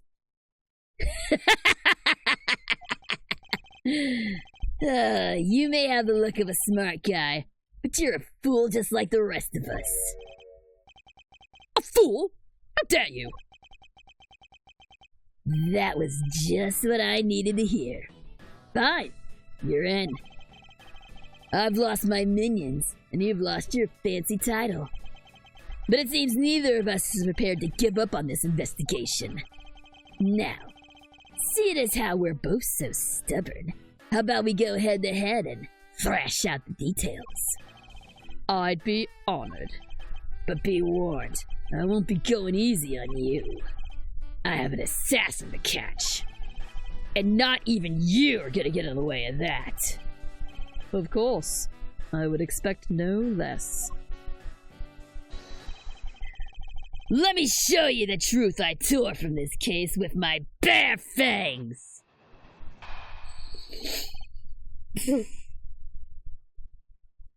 Okay.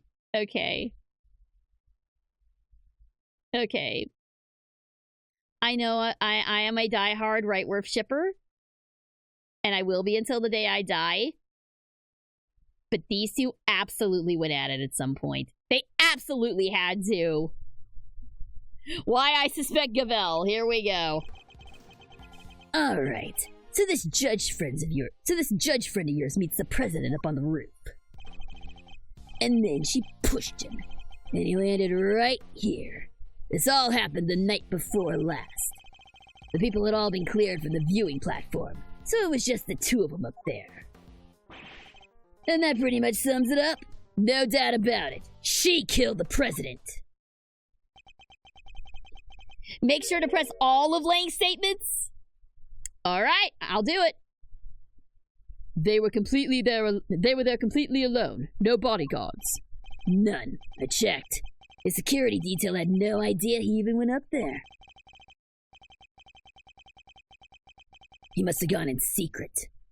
Maybe it was a conversation they didn't want anybody to hear. But what kind of conversation? How are the two of them even connected? Seems the president spoke to the owner of the building ahead of time. He had him set aside the viewing platform just for the two of them. And it was the president asking. Guess the guy wasn't about to refuse. So the last person to see the president alive really could have been... Yep. Gavel, did you say her name was? Her. His argument certainly isn't completely without merit. But I notice at least one glaring hole in his reasoning. That's where I'll need to focus my counterattack. All right, so we are going to press every statement here just to see what happens. All right, let's press it. How can you say for certain that the two really met? Uh-oh. So the plan is to come in swinging, huh? I've seen worse approaches. Dominate the battlefield, counter your opponent's every move. It's a tried and tested strategy. And not what I was intending at all. But this battle has barely even begun, Mr. Prosecutor. So shut up and buckle up. Then she pushed him and landed right here. That all happened the night before. I mean, I already know. I already know that this is the one. This is the problem statement here, but let's push. The night before last? How can you be so sure of that? If you're not sure, take another look. Take as many as you need. This picture's from the camera up on the viewing platform, like I said. And the camera doesn't lie. That's from 2 nights ago. You have a picture of them both entering the rooftop area. But nothing from after that point, I assume? Nope. There's only one camera, and it's pointed at the elevator. You can't see the viewing platform itself. Still, this is where the murder happened. I'm sure of it. If the president really was killed 2 nights ago, then his body would have been here in the lot this whole time. Taking a little moment there, Mr. Prosecutor? Well, save it. I'm not done explaining. Not even close.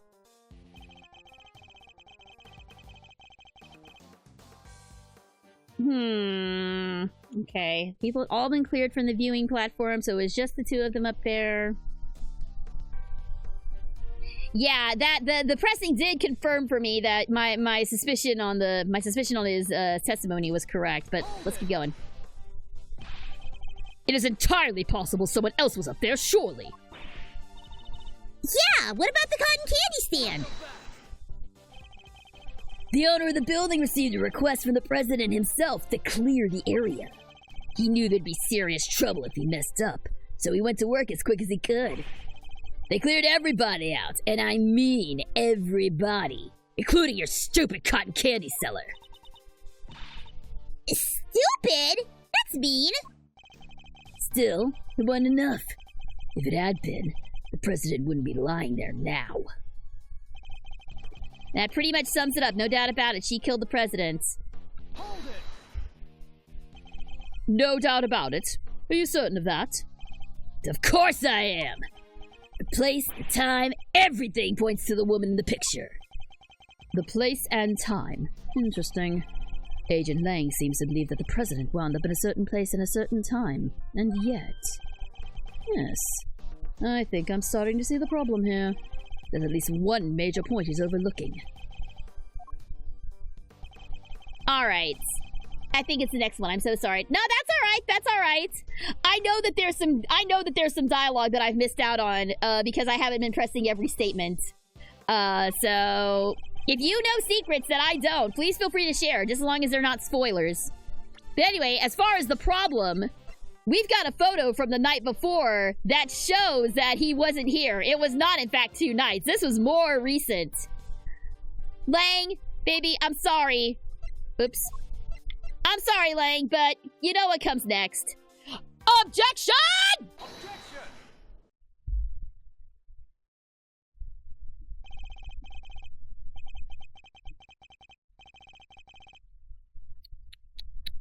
Shilong Lang, former star agent of Interpol.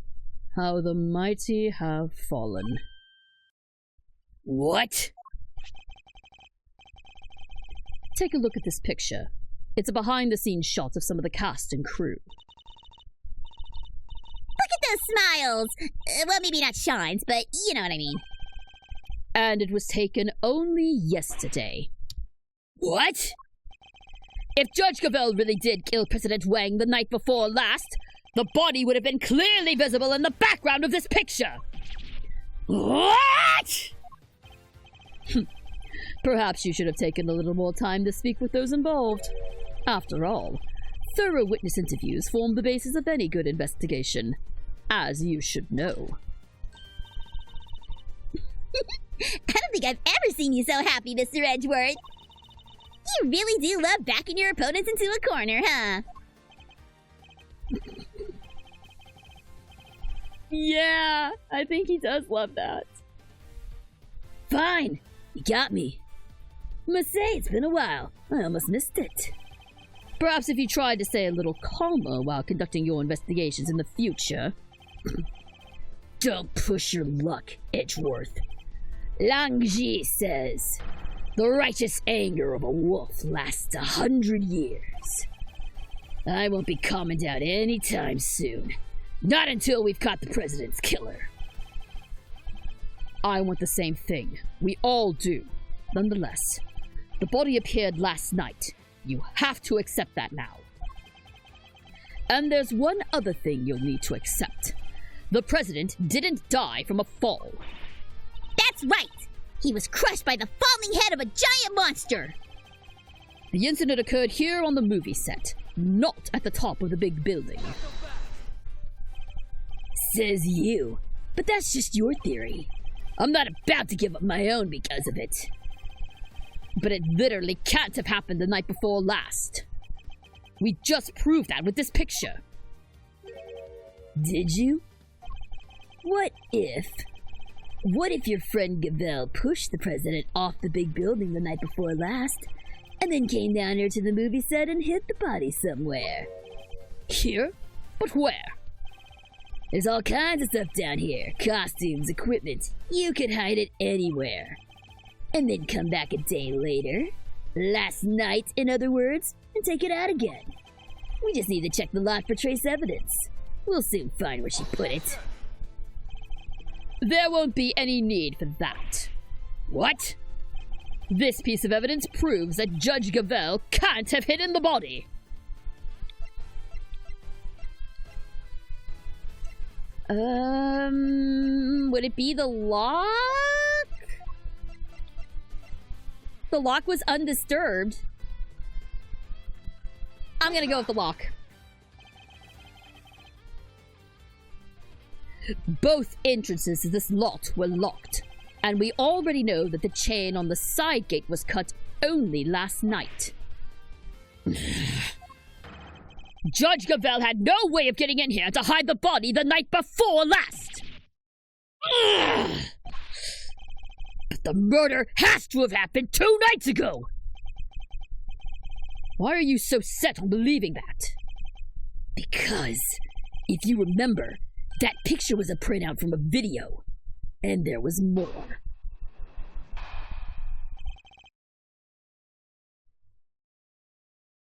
Alright, let's see here. Why I still suspect Gavel. Gavel. There's footage from a few dozen minutes after your friend went up on the roof with the president. It shows her heading back into the elevator, alone. You know what there's no footage of? The president himself leaving that roof. There's no other way he could have gotten down from the top of a building that high. Unless he was pushed by Gavel! You say the president was never observed returning from the viewing platform? Yeah. The camera was pointed at the elevator door the whole time. If anybody else had come up or down, it would have been on that tape. In other words, the presence of the camera ensured that nobody could have left unnoticed. I see. That's not good news for Judge Gavel. Okay. Vanishing from a rooftop hundreds of feet in the air? Yeah, that's a tricky one, alright. Indeed. Even the Yotagarasu can't actually fly. Well, not yet, anyhow. Need a little more practice. Please don't tell me you think you can learn. Alright, why I still suspect Gavel. There's footage from a few dozen minutes after your friend went up on the roof with the president. Alright. It shows her heading back into the elevator alone. There's no footage of the president leaving. No other way he could have gotten down from the top of a building that high.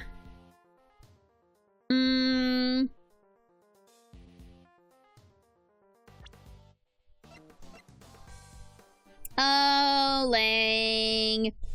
My sweet little wolf prince. My sweet little wolf prince. We know something you don't know. Objection!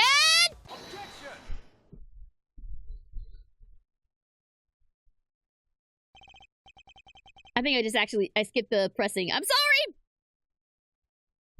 Actually, there was another way. Apart from the elevator? What do you mean? You're not about to tell me he flew. He didn't need to. It was much simpler than that. Assuming the president knew what we know, of course. Namely, that the big building has a hidden 51st floor. Did I miss something? I'm sorry. Crud. I'll have to go back. And see what it was. I goofed. My bad. What? That's right. A hidden floor. With a hidden entrance on the rooftop. If he left that way, he wouldn't have needed to ride the elevator. What? But you said it was hidden, right? That it was a secret? How would the president have even known about it? Now that's an interesting question. And one I don't have an answer to just yet. For now, it's just a theory. So what are we talking about here exactly? What is this hidden floor of yours? Sounds like the kind of place your little ninja friend would happily spend time in. No, I hate it there! Don't make me go back! Unfortunately, Kay's memories of it are far from happy. There's a secret storeroom up there, where they kept the lots for an underground auction. The whole sordid scheme was uncovered just yesterday. An underground auction? What the heck are you trying to say? That President Wang was involved somehow? I don't have any proof, but I can certainly think of it as a possibility. Yeah. Based on what we've seen of him, he totally seems the type. Oh, you pissed him off. He would never do that. Not the president. Illegal underground auctions? No. He'd have nothing to do with it. Nothing! What's gotten into him? Oh, I hope you two are feeling lucky. Because when people start saying stuff like that, I start biting! Huh. She ran away. You know nothing! Neither of you! You have no idea how much the people love him! How well respected he is! Is that really true? I guess we know what lurks behind that seemingly respectable public face. But the people of Zhangfa clearly don't. I wonder if I should tell him the truth about his beloved president. No. What good would it do? It would only upset him more. Forgive me, Agent Lang. I didn't mean to upset you. We spoke out of turn. Both of us. I can only apologize. Apology accepted. And reciprocated. Sorry I got carried away. It's alright, Kay. You can come out now. Sorry. It's fine. It's not you I'm upset with. It's the animal who killed the president. Whoa, hell! Ain't you just a fine figure of a man?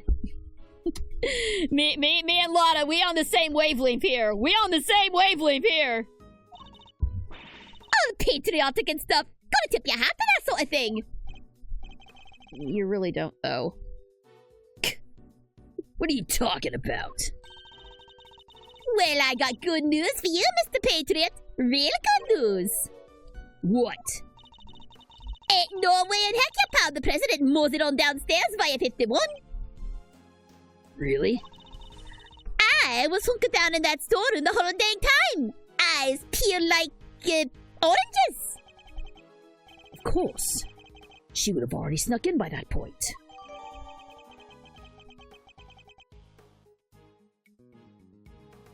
Alright. Got a statement from Miss Hart.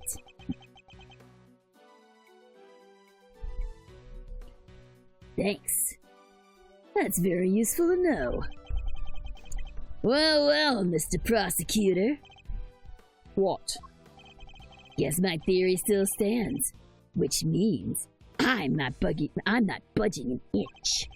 Nobody saw the president after he met with Gavelle 2 nights ago. That's a fact. But it's also a fact that the body appeared only last night. How could the president have fallen from the roof 2 nights ago and only been found today? That seems a little slow as falls go, wouldn't you say? Sure, there's questions that need answering. I'll give you that. Then I guess there's one thing we can both agree on. Oh yeah? What's that? The question of exactly what happened here yesterday will require further investigation. Yeah. I guess all we know for sure is that the body and the footprints appeared during the night. Agent Lang! We'd like to hand off the body to the coroner if you don't mind. Fine. He's all yours. Just take care of him, okay? Oh, one last thing. What? We found footprints near the body. I mean, footprints in the footprints, if you will. Little ones in the big one. Human footprints in the monster prints. Interesting. And what kind of prints? Sir, they were child's footprints, about the size of your average elementary school kid. Uh-oh. What? Huh? Elementary school? No, it couldn't be. What now?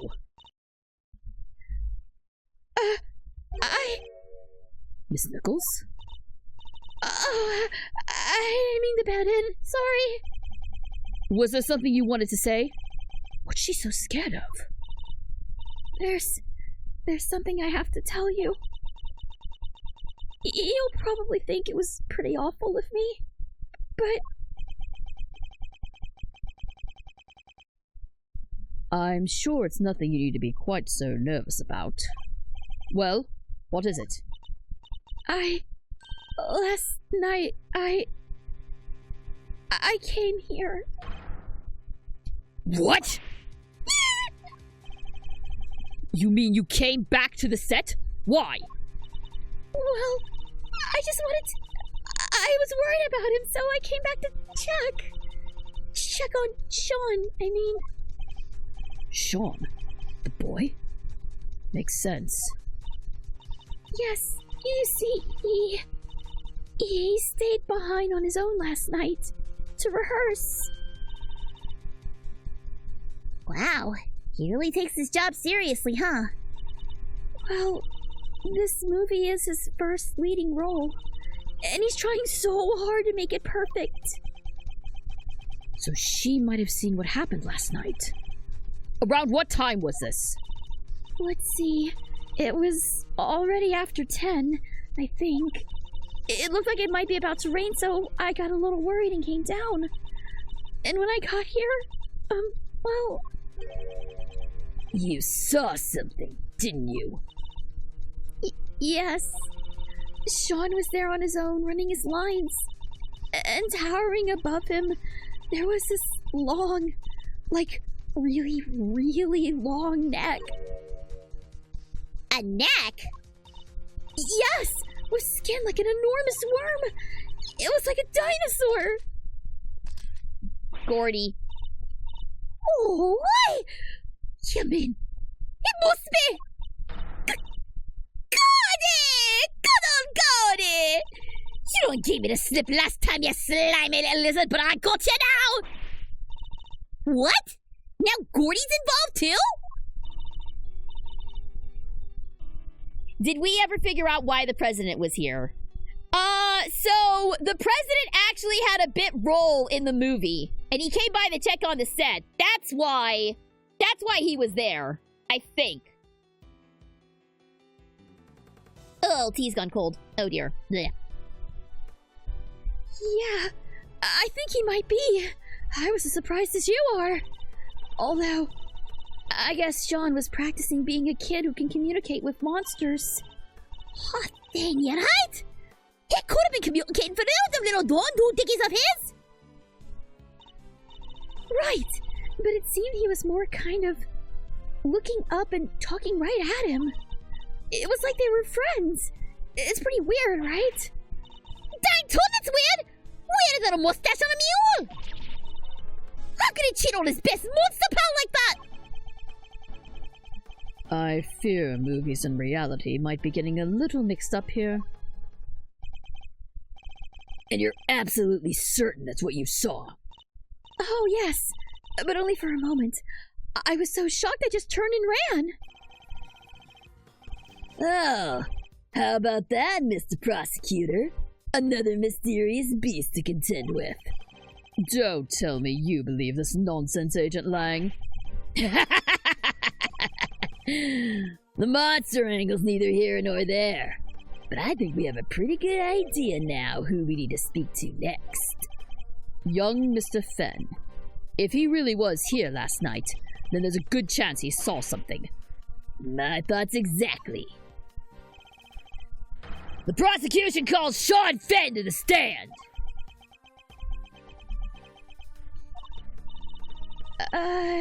Sean ran off just a moment ago.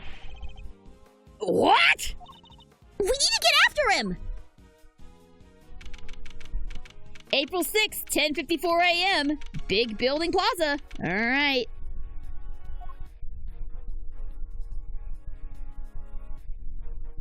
Any sign of him? Where the heck did he go? Maybe he just went home. You're right! They won't be doing any filming today after all. Sure. Or maybe he went on the lam. Nah, you're just overthinking things, surely. He's a child, Agent Lang. There's no way he killed the president, not on his own. And who said he was on his own, huh? Maybe a monster gave him a hand? Maybe he summoned one of his creature feature pals to help him? Yes, very funny. I'm not saying the kid did it. Not for sure, anyway. Not yet. But he's our most important witness right now. And we need to find him. Hi, Gumshoe! Mr. Edgeworth! Hey, it's Gummy! Oh,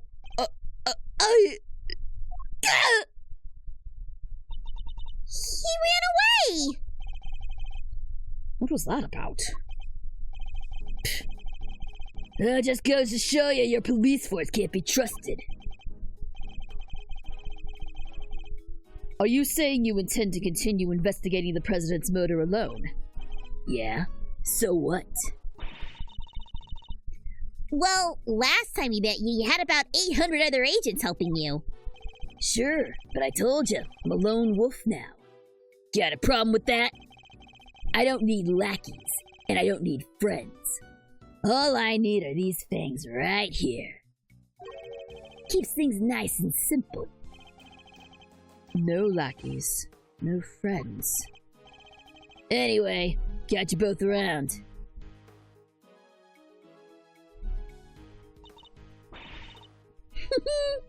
Things just don't got interesting. And it sounds like I got me work cut out for me. Two big faces on the prow.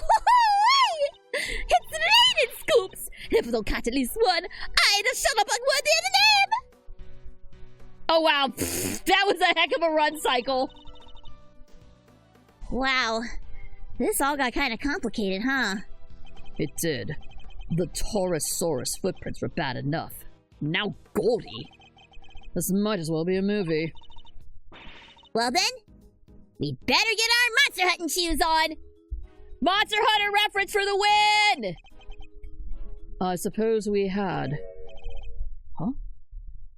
Who is that?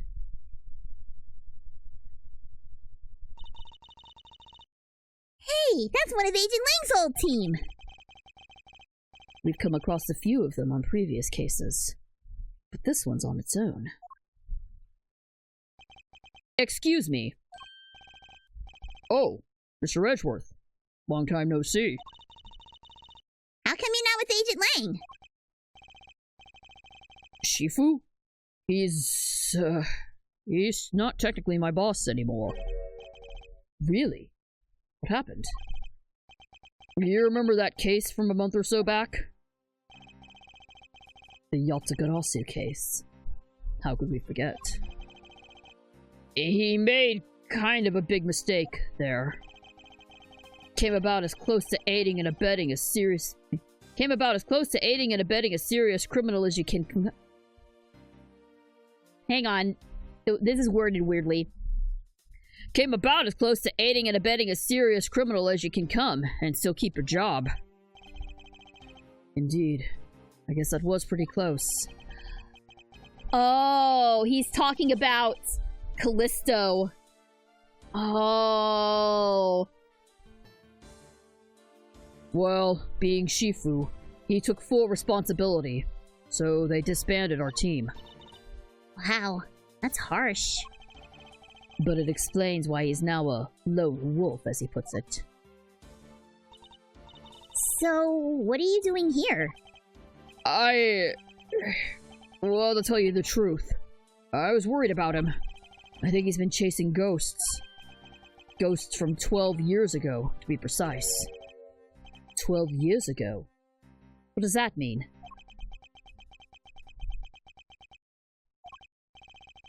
Sorry. I've already said too much. I better be on my way.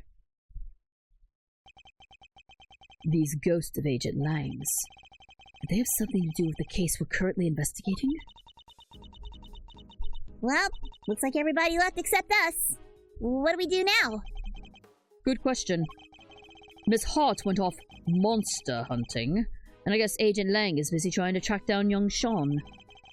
Perhaps we should try investigating another angle. What kind of other angle? Somebody needs to get Judge Gavel's side of the story. Oh yeah, you're right! What did she say again? Please forgive me, but I had better be on my way. I am to preside over the trial of Fifi Lagarde in a bit. I guess the trial will be beginning right about now. Indeed. I think we'd better head down to the courthouse, don't you? Alright, let's go!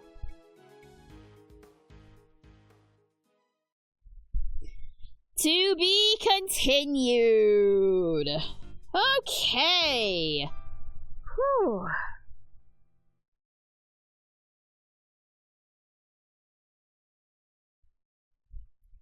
All right. Well, we will go ahead and save our progress. Whew. Okay. We've been going for about what, 4 hours now?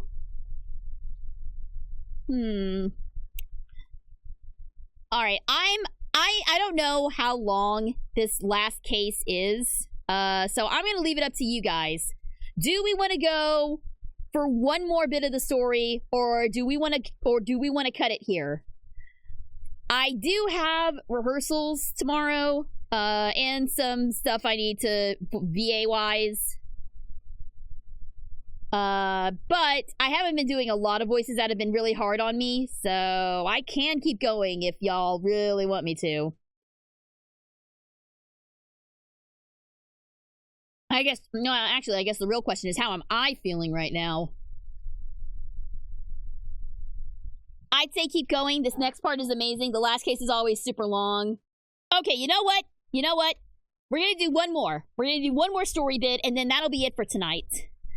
Cause I'm actually feeling alright. So, plus I still have snackies, to keep me energized. Alright, one more story beat, and then that'll be it for tonight. So, if everyone's ready, let's keep this story rolling. April 6th, 11:23 a.m. District Court, courtroom number 3.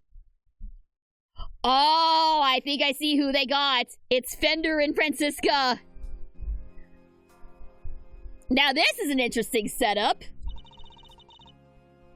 Oh, this is gonna be an interesting setup. It's been a while since we've seen an actual proper courtroom. And it looks like Fender is defending Lagarde. Yeah, looks like that's who they got. I mean, if Phoenix just showed up, I would have lost my mind. I know that's not gonna happen. Is the defense ready to proceed? You bet. Bring it on, Big G. The prosecution has been ready for some time.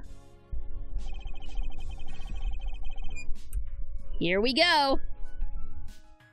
The original attorney in this case, Rosie Ringer, was murdered, while the original prosecutor, Eustace Winner, has disappeared. So Fender and Francisca have taken over in their places. Very well. Let me begin by apologizing for the delayed start to these proceedings. The crime we are here to adjudicate took place in the prison. Blah. The crime we are here to adjudicate took place in a prison, an institution of the judiciary. What's more, the fact that the defendant was the warden of said prison carries grave implications. These two factors combined caused pre-trial preparations to take more time than usual. And then, the unfortunate passing of the attorney in charge, Rosie Ringer, delayed the trial yet further. But now we are ready to begin at last. Mr. Fender, Miss Von Karma, the court thanks you both for stepping in at such short notice. Hey, no sweat. Rosie was your pal, right? And this was her last case. Couldn't exactly say no, could I? You'll have to bear with me though, gang. Didn't exactly get a ton of time to read the paperwork. How about you, Fran? Anything cool over on your side? It's hardly ideal for the prosecutor in charge of the case to have run off and abandoned it. But justice can't sit around waiting for him to grow a spine. The evidence has been just handed to me, so yes, I'm ready. Thank you both. Very well. Bring the accused, Miss Fifi Lagarde, to the stand.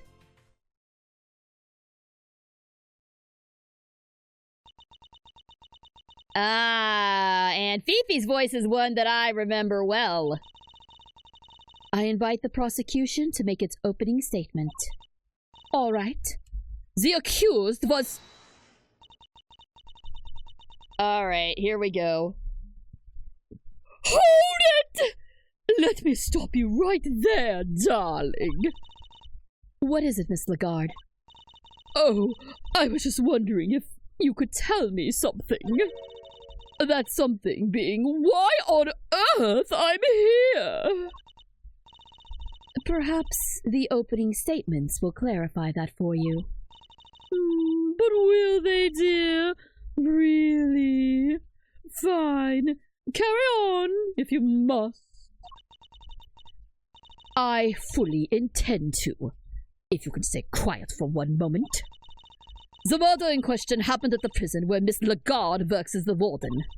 The victim, one Bronco Knight, was being held in the detention center But the prosecution's case will show that Miss Lagarde took him from the holding cells and murdered him. And she did so with this knife. Huh? Is something the matter, Miss Von Karma? How can that... Oh, the evidence! Hey, what gives, friend? Everything okay? It's a murder weapon. It's not here! And neither is Botti Hamakanis' chisel! What? Say it ain't so! Okay, that's not good. Silence! Silence! Miss Von Karma, explain yourself. I wish I could, Your Honor. No murder weapon? Then what exactly are we all doing here? Really, darling, you shouldn't volunteer to prosecute a case. Whoa, why did it go dark? Really, darling, you shouldn't volunteer to prosecute a case if you can't even keep the evidence safe. I can only work with what the previous prosecutor gave me! Little boy winner strikes again. Hey, G! What is it, Mr. Fender? Guess we know where this is going, huh? Let's get this one down the road a little further, shall we? The court hereby denies the defense's request. What? Hey, don't be like that! What's the dealio? She's absolutely right, of course. We simply can't have any more delays. Let's get on and show everybody how wonderfully innocent I am, shall we? Objection! Innocent? I'll thank you to take this seriously. Objection! Oh, but I am, darling. And you don't have any evidence. You just said so yourself. In the courtroom, evidence is everything. Haven't I heard that somewhere before? And without any, you can't charge me with anything. Isn't that right, Verity, darling? It is. What? What? Without the items in question, the prosecution's case against the defendant cannot proceed. As such, this here... Whoa! So just like that? As such, this court hereby declares the accused Fifi Lagarde not Whoa! Hold the phone there, hasty pants! You can't go dropping a verdict just like that! Forgive me, but why is the defense objecting to its client being acquitted? Hey, don't be cute, kiddo. You know as well as I do that little Miss Warden over there is guilty as all heck. And as for the murder weapon, you were right there when we found it. Mr. Fender, it is incumbent upon this court to see that fair judgment is afforded to all. And as the instrument of the court, I cannot allow my experiences or opinions to interfere with my work. You must think of the Judge Gavel who was present when the murder weapon was found, and the Judge Gavel you see before you in the courtroom today as two entirely different people. Are they actually two different people? Gee, you're killing me here. I have no choice but to pass judgment based on the evidence available. And we have that evidence! Just not here! Give me some time, just a little, I'll find it, I swear to you! The prosecution hereby requests a recess!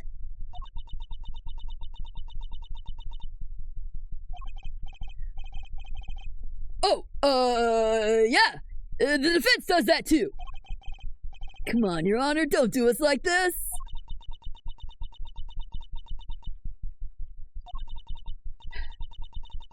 Very well. The court accepts the request. Oh, really, Verity? You won't help anyone bowing to pressure like that, you know. There will be a 15-minute recess. I suggest that both the prosecution and the defense use the time well. Understood. Whew. Saved by the bell, huh? Very well. We will reconvene in 15 minutes. Oh boy! That was dicey. Playing as Von Karma? No, not quite. But hello, Spartan! Welcome, welcome! Thank you so much for tuning in. Glad to have you here. Quick snack break here.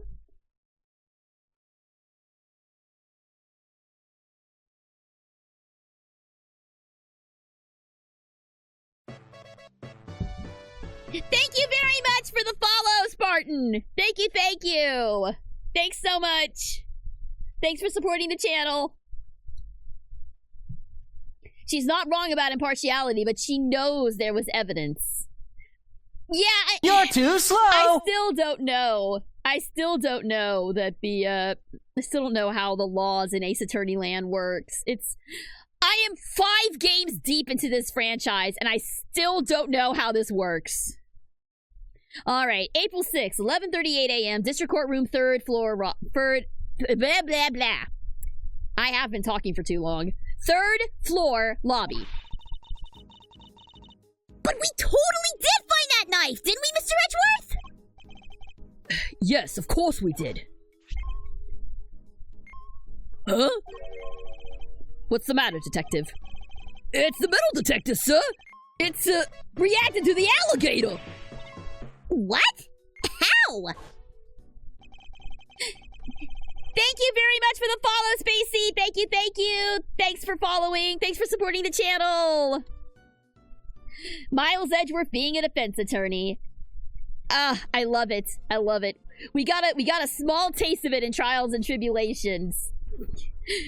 And the whole time, I bet he was thinking, dear God, is this what Wright goes through all the time? oh, I love it. I love it. The metal detector was reacting to something inside her after all. Your Honor, I'd like to remind you of this piece of evidence. The chisel?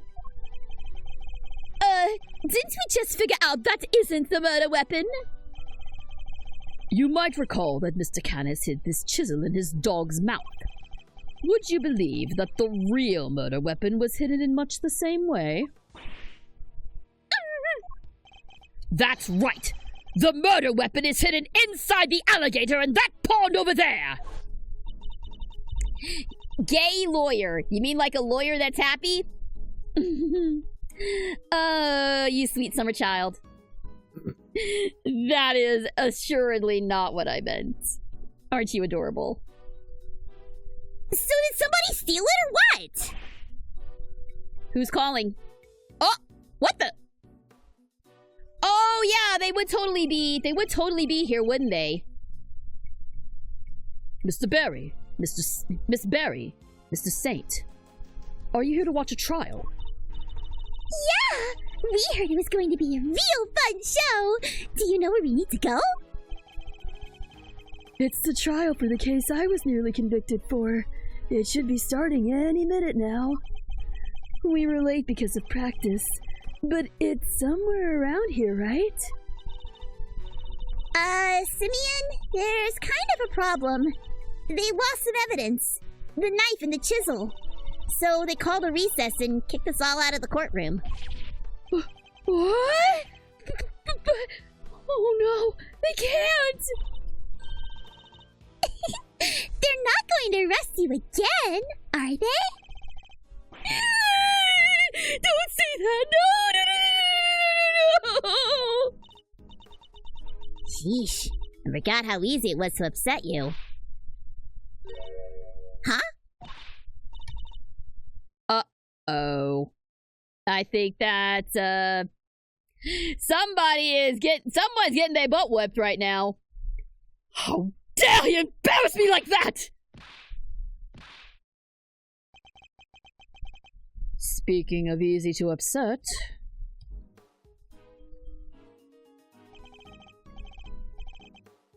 Whoa, whoa, Francisca, Franderella, chill, okay? Just chill. Come on, put the whip away. That's it. That idiot of a so-called prosecutor! I'll find him, and I'll make him eat whip for breakfast, lunch, and dinner! And he is out of there! Milester, you gotta calm her down. Kid's gone cuckoo! I guess I'd better at least try. Do we really want to talk to her, though? Let's talk to Fender first. Hey, K-Meister!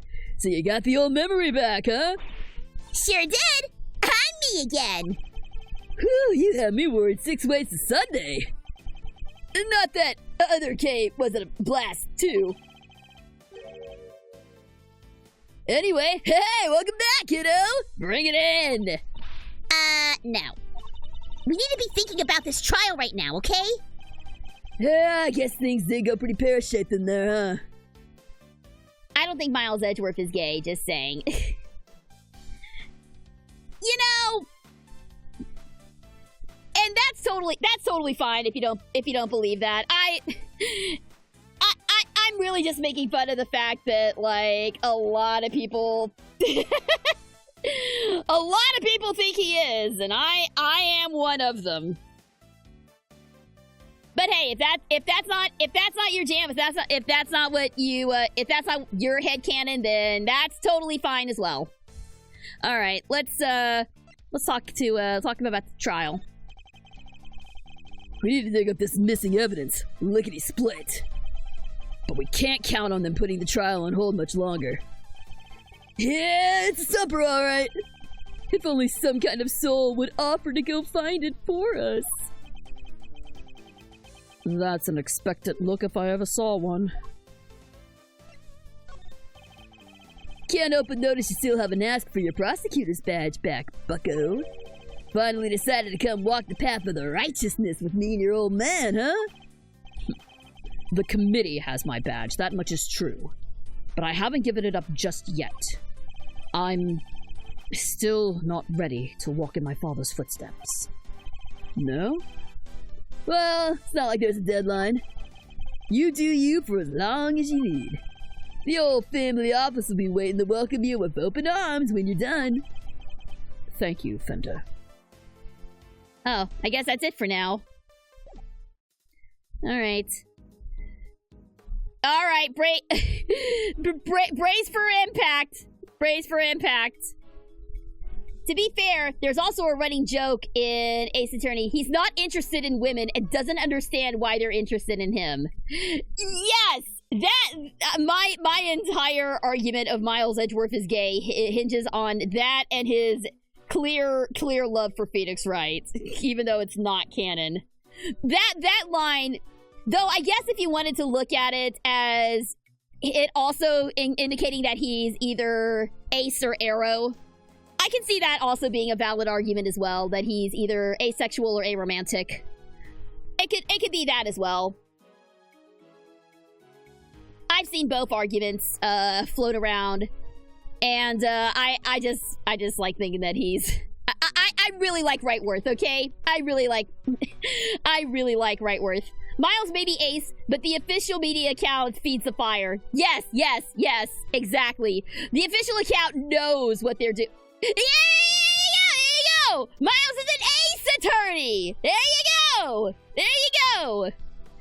I am 100%. I'm on board with that. I will stand Wrightworth till the day I die. But I'm on board with that.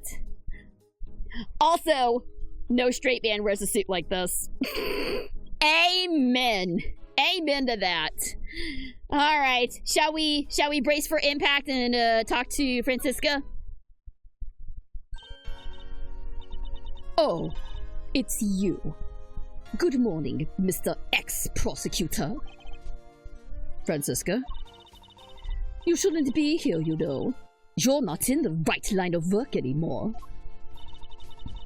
You should be at home, planning whatever it is you need to do with the rest of your life. Ooh, yeah, she's pissed. What are you going to do, Francisca? You only have 15 minutes. Don't you think I know that? And wipe that infuriatingly reasonable look off your face! You're like a news anchor calmly reading the news or something! And it's utterly exasperating! It's probably better that I don't rise to that. I never imagined you would be the one prosecuting this case, Francisca. Nor did I. But what a case. The murder of a presidential bodyguard.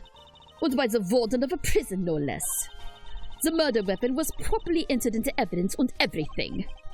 And yet when you went to present the knife to the court, it wasn't there. That imbecile! Not only did he abandon his case, he made me look like a total fool! The next time I see that little coward, I'll whip him into shape if it's the last thing I do! You go ahead and do that, but quit taking it out on the people around him! Yeah, if only somebody would go sniff out that evidence for us. Puppy dog, cute puppy dog eyes.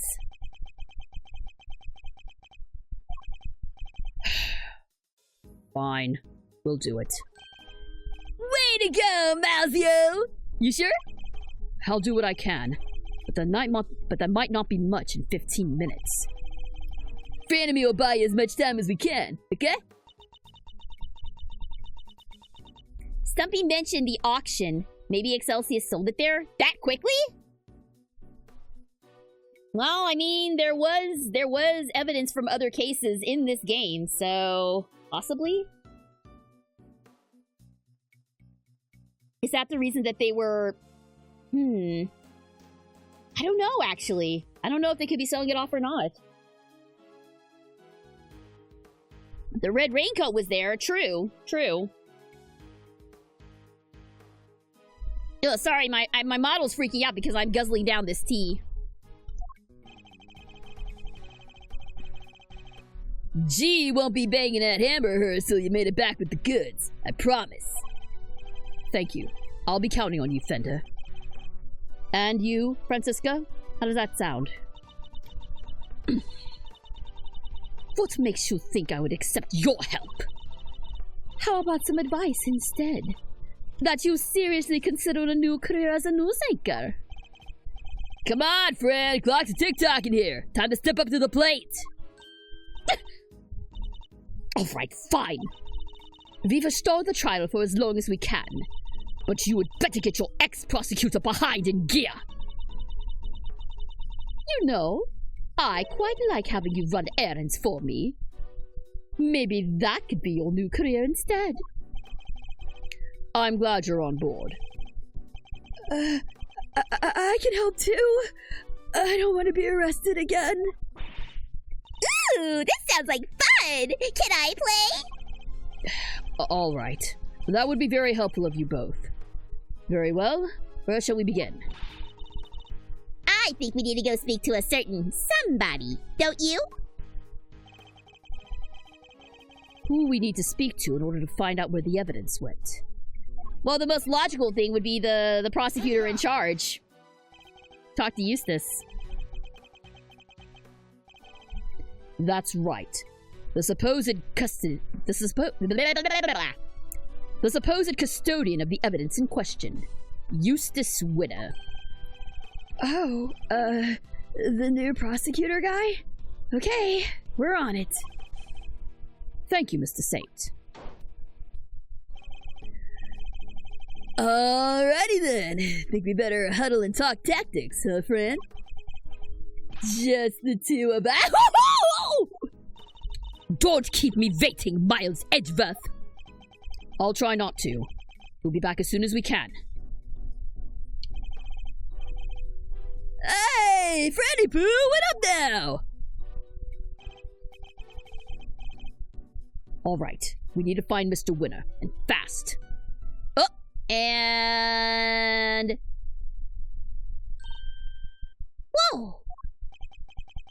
Judge Cavell. Mr. Edgeworth, a pleasure, as always. A pleasure? How is it a pleasure? And what was all that about just now? Kay, stop it! But Judge Cavell knows that horrible woman is the killer! Why the heck would she... Evidence is the only language that the Goddess of Justice understands. My own personal thoughts and feelings do not come into it. Is this all Judge Verity Gavel is? You may believe my way of thinking to be heartless, but it is my way. To be this hard and unforgiving? There's something I'd like to ask you, if you don't mind. Please, go ahead. What were you doing on the roof of the big building 2 nights ago? The roof? You met the president up there, didn't you? We've seen security footage of the 2 of you. And is there something wrong with that? Only that his body was discovered this morning, right next to the very same building. What? I think you understand what I'm getting at. You're considered a suspect. What happened between the 2 of you? Nothing. We simply talked for a few minutes. And when we were done, I left. I took the elevator back downstairs alone.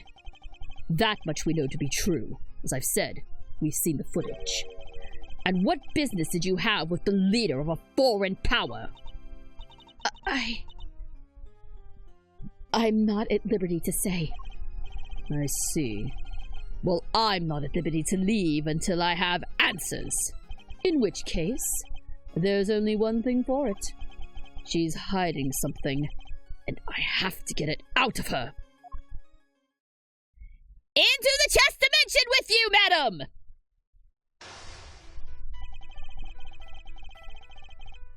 Okay, so since we got a couple of fans in here, show of hands.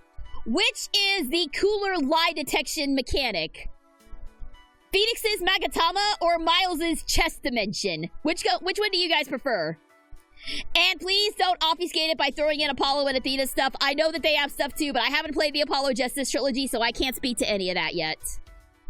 But between the Magatama and Mind Chess, what do you guys prefer? Judge Cavell met with the president of Zheng Fa the night before last.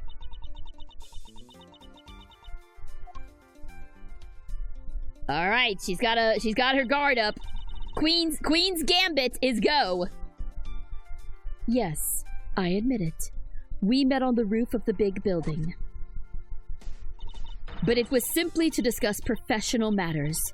Matters that I am not obliged to discuss with you.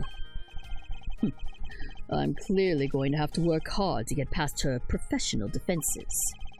If she puts up too impenetrable a facade, I'll probably be better off biding my time. I should start by asking what she meant the president to talk about. Mind chess! Commence! Alright, rook to e3. I don't know chess notation, so I'm not even gonna try. I like both equally. I feel I prefer the Magatama since the unlocking of the truth is more visually interesting. I love them both. Mind chess is a little more exciting to play.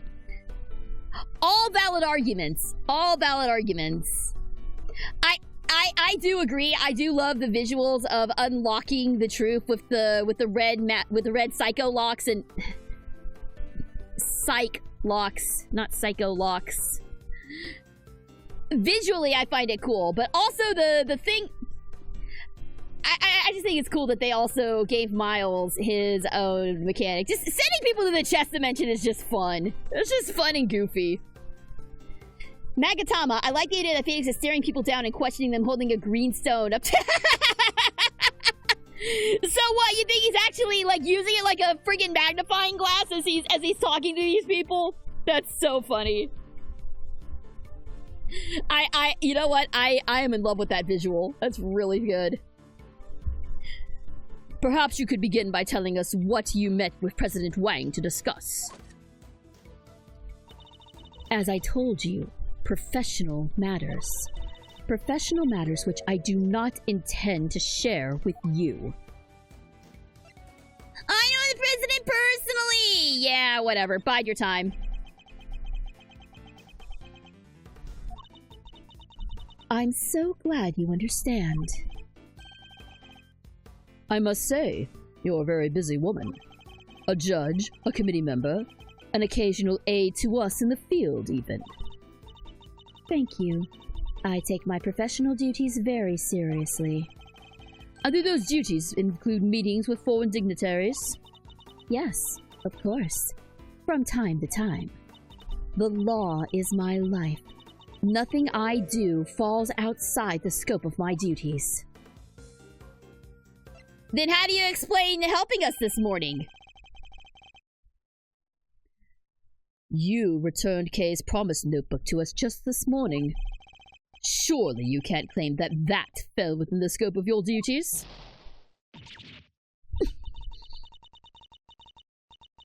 I am not yet a perfect servant of the law.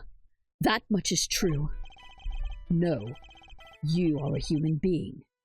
And that was an act of simple human kindness. You have feelings, Judge Gavel, and you are allowed to have them. About the president's death, too. I can still hardly believe it. If I may ask, how did he die? He was crushed to death by the head of a monster known as Taurosaurus. Forgive me, I should probably explain. Is that true? He died on the set of the movie? He did. Interesting that you should even know what Taurosaurus is.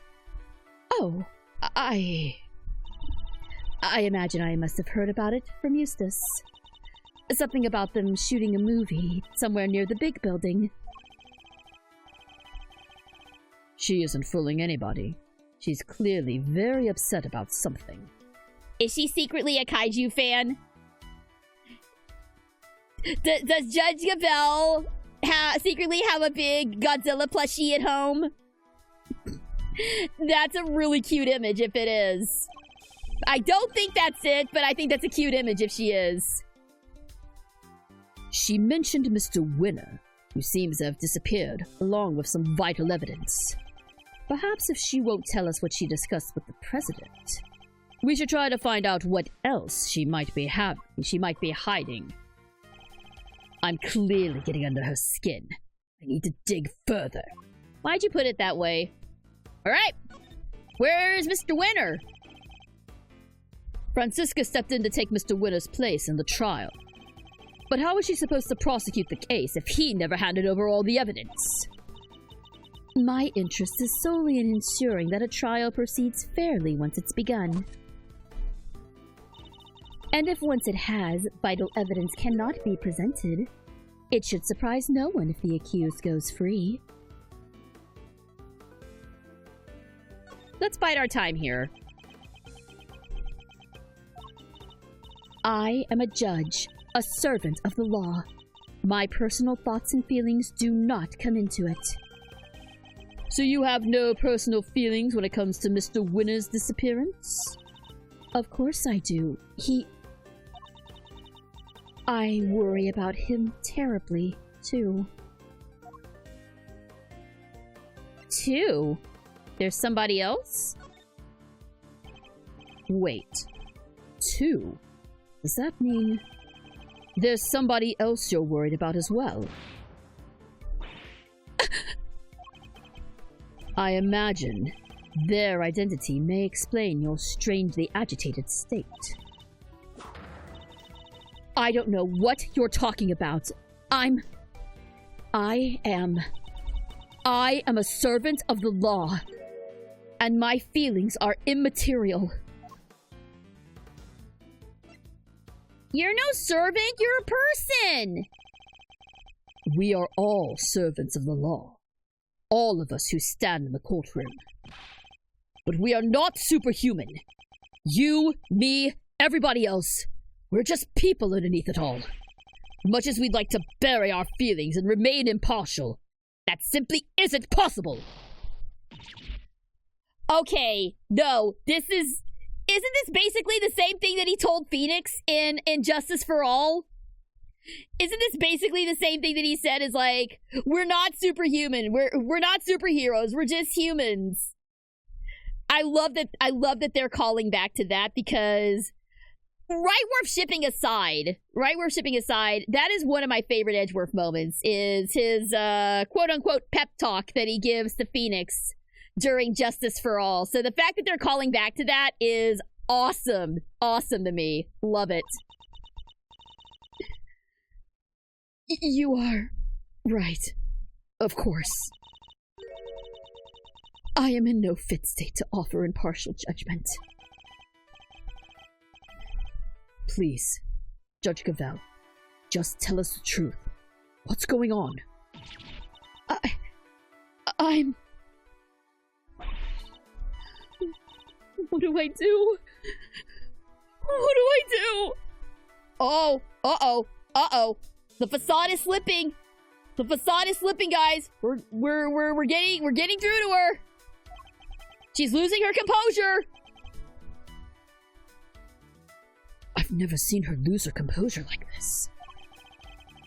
I should ask her who this person is she's so worried about. Her professional mask is finally beginning to slip. Perhaps now I can get to the human being underneath. Alright, worried about torso. Oh my god, really? We're gonna ask? Well, let's rule out the other options first. The person you're so worried about. Is it Mr. Winner? He has not been seen since he discovered the truth about his father. Of course I am worried about him. But this could also be a valuable test for him.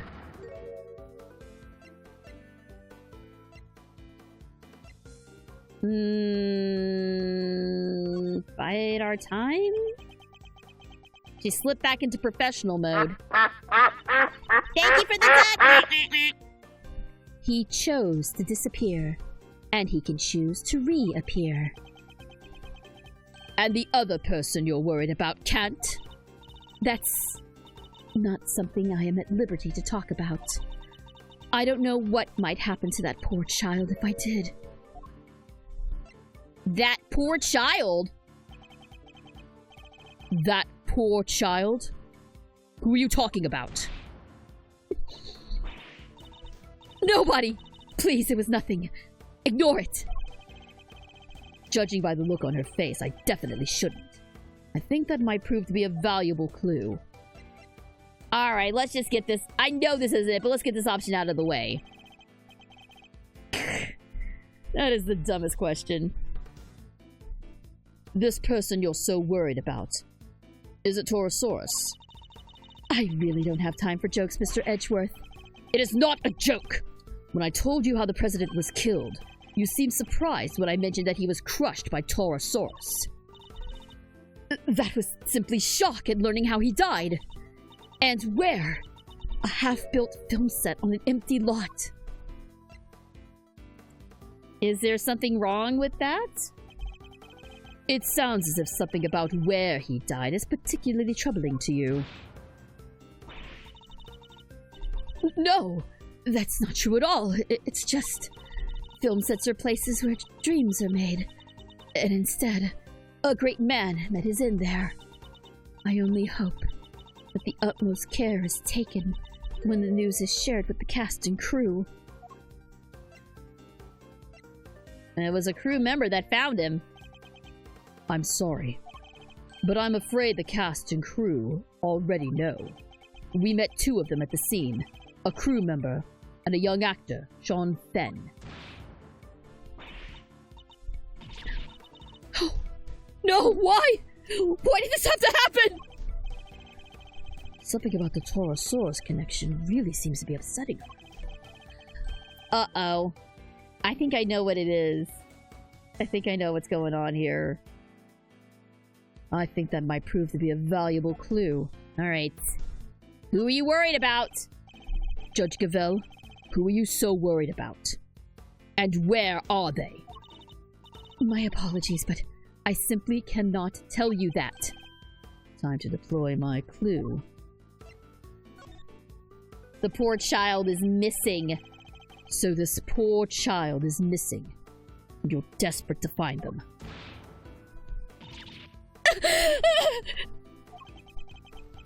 And since you say child, I suppose we're right in assuming that this person is a minor. I can't answer, and I won't! It has no bearing whatsoever on the murder of the president! I think I know who it is.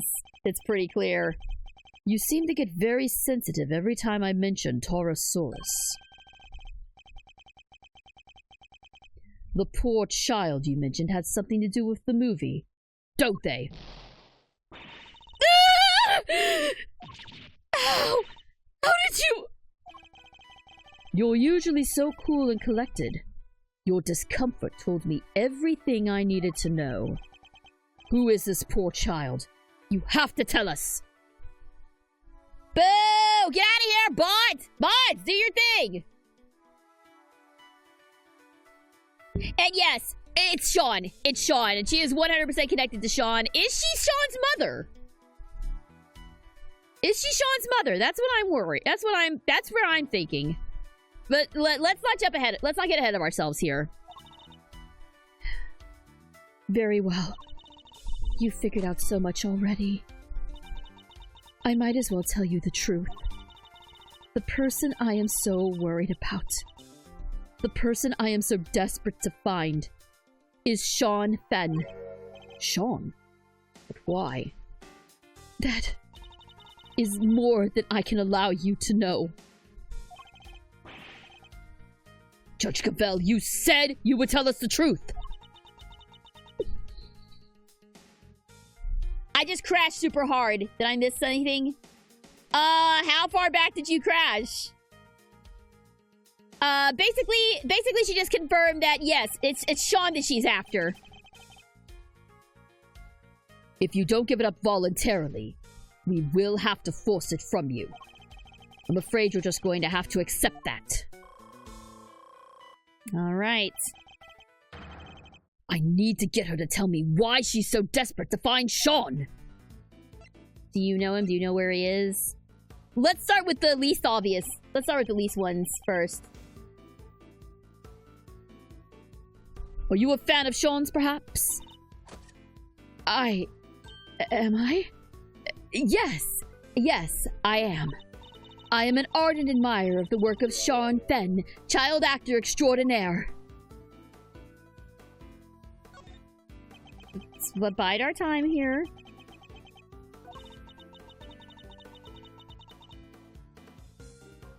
I heard that You're a little late with the autos, but thank you. I heard that he was filming near the big building. So I made it my business to learn where the set was and some other important details. I see. I suppose it makes sense. As a fan, you'd want to know such things. I imagine you would also have tried to learn when he was supposed to be on set. Yes, of course. He said he would be filming there all day today. Did you hear that from Sean himself? You make it sound like you heard that from Sean himself. So she has been in contact with him. I don't think he would be sharing his schedule with a mere fan, do you? No, I misspoke. Ignore me. Every slip of the tongue she makes seems to do with Sean. And now we know she's spoken with him. That is an important clue. Alright, just tell us straight. Do you know him? Do you know Sean personally? He is famous. I doubt there are many people who do not know him. I certainly didn't until today. Then you clearly need to be better informed. Perhaps I could teach you a few things. There is almost nothing I don't know about him. Oh, Now that's interesting. Forgive me. I allowed myself to get a little carried away. That seems to happen quite a bit when the subject of Sean comes up. Look, I do not know him personally. I simply know a lot about him. Nah, you definitely spoke to him. I can understand you're being worried about Sean, but you seem a little too worried. And you implied before that you had spoken to him, which must surely mean that you know him personally.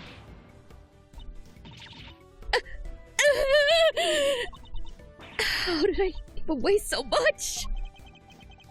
So the two of you are acquainted. This is surely an important clue. Alright, you know where he's at? We're trying to find Sean too. Do you have any idea where he might be? Why would I have any idea about that? The two of us aren't connected in any way at all. You're very much connected! I don't know what exactly the connection is between you and Sean, but I know for certain that it exists. You're as good as told as it does! I mean. Please, Judge Cavell, you have to help us try and find him. Help you? That would never be allowed. By whom? The goddess of justice. By the one person who knows where he is. The person who kidnapped him!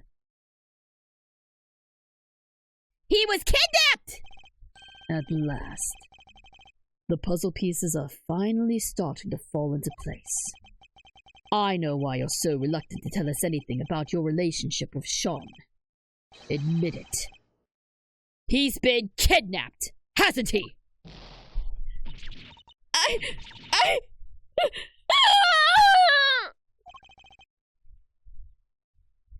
Judge Cavell, I need you to tell me the truth. All of it. Very well. This time, I will tell you everything. Your intuition was correct. Sean has been kidnapped. I knew it. But why does that have anything to do with you? Sean is... I called it! I called it so hard! I knew it! I knew it! I knew you were his mom! I knew it!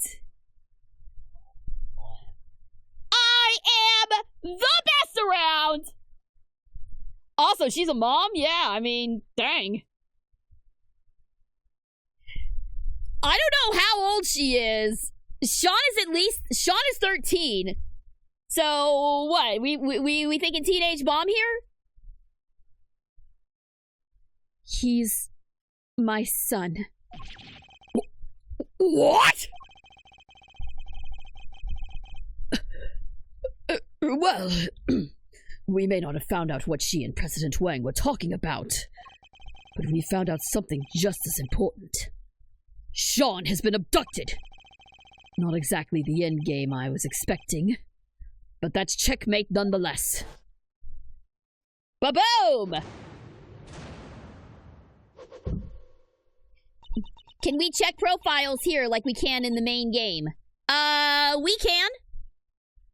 I'm assuming you want to know how old Gavelle is.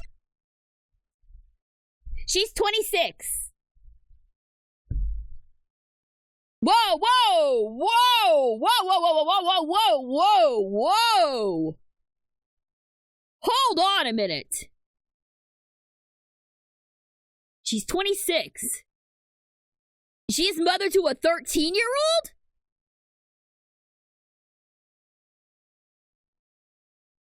Either Sean is adopted, or there are some really awful implications here.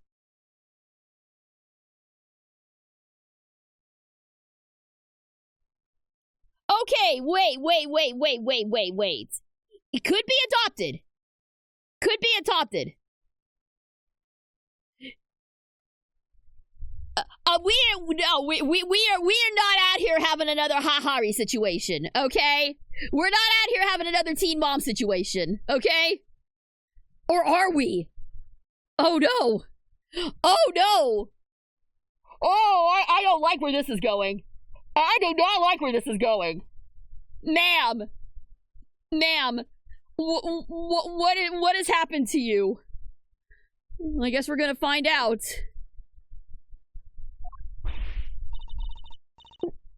What? You're Sean's mom, Judge Cavell? No way! Come on, you're too young! It's true. I am Sean's mother. Look.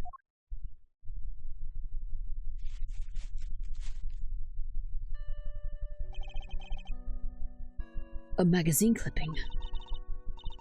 It's an article about Sean. You always carry this with you? Yes. Everywhere I go. I guess you could call it a kind of talisman. That certainly speaks to the bond between them.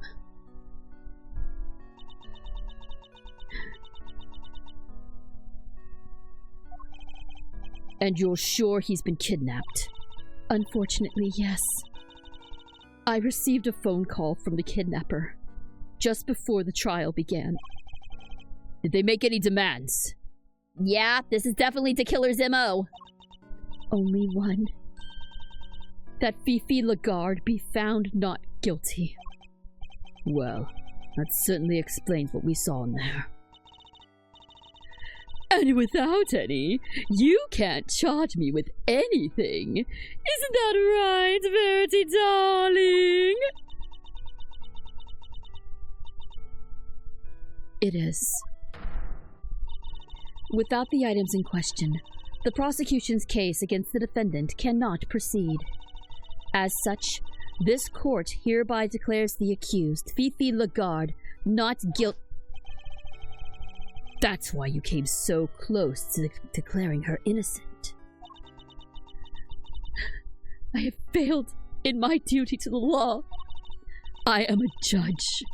If I cannot arbitrate with impartiality, I make a mockery of justice. And yet, I've tried to force through a ruling based on nothing but my own self-interest. Judge Cavell, the goddess must be furious with me. But I just couldn't do it. I couldn't sacrifice my son on the altar of justice. I couldn't remain impartial when it mattered most. Objection! Of course you couldn't! Are you crazy? Okay. No parent could just give up on their child like that! If that makes the goddess of justice mad, then I'm sorry, but she's wrong!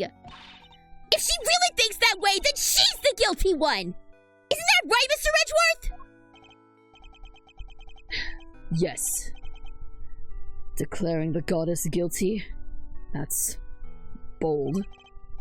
Kay is right. As I've told you, though we all serve the law, we are also only human. And none of us could, or should, be expected to sacrifice a child for the sake of a verdict. Thank you. Both of you.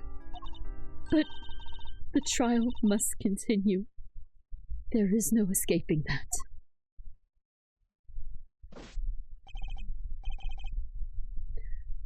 Your Honor! There you are!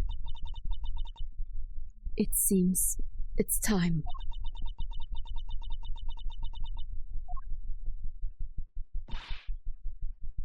Judge Cavell! My dad was a prosecutor. He was? Yeah. He used to work in a courtroom just like you do. And I was thinking about what he would have done if he was in your position right now.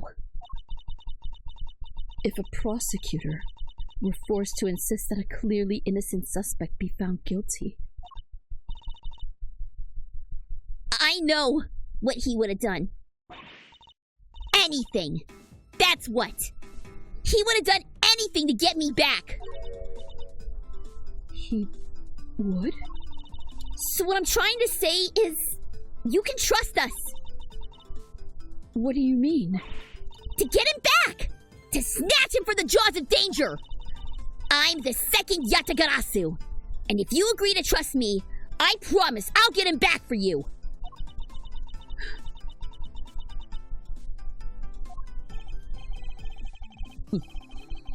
The thief who steals only the truth.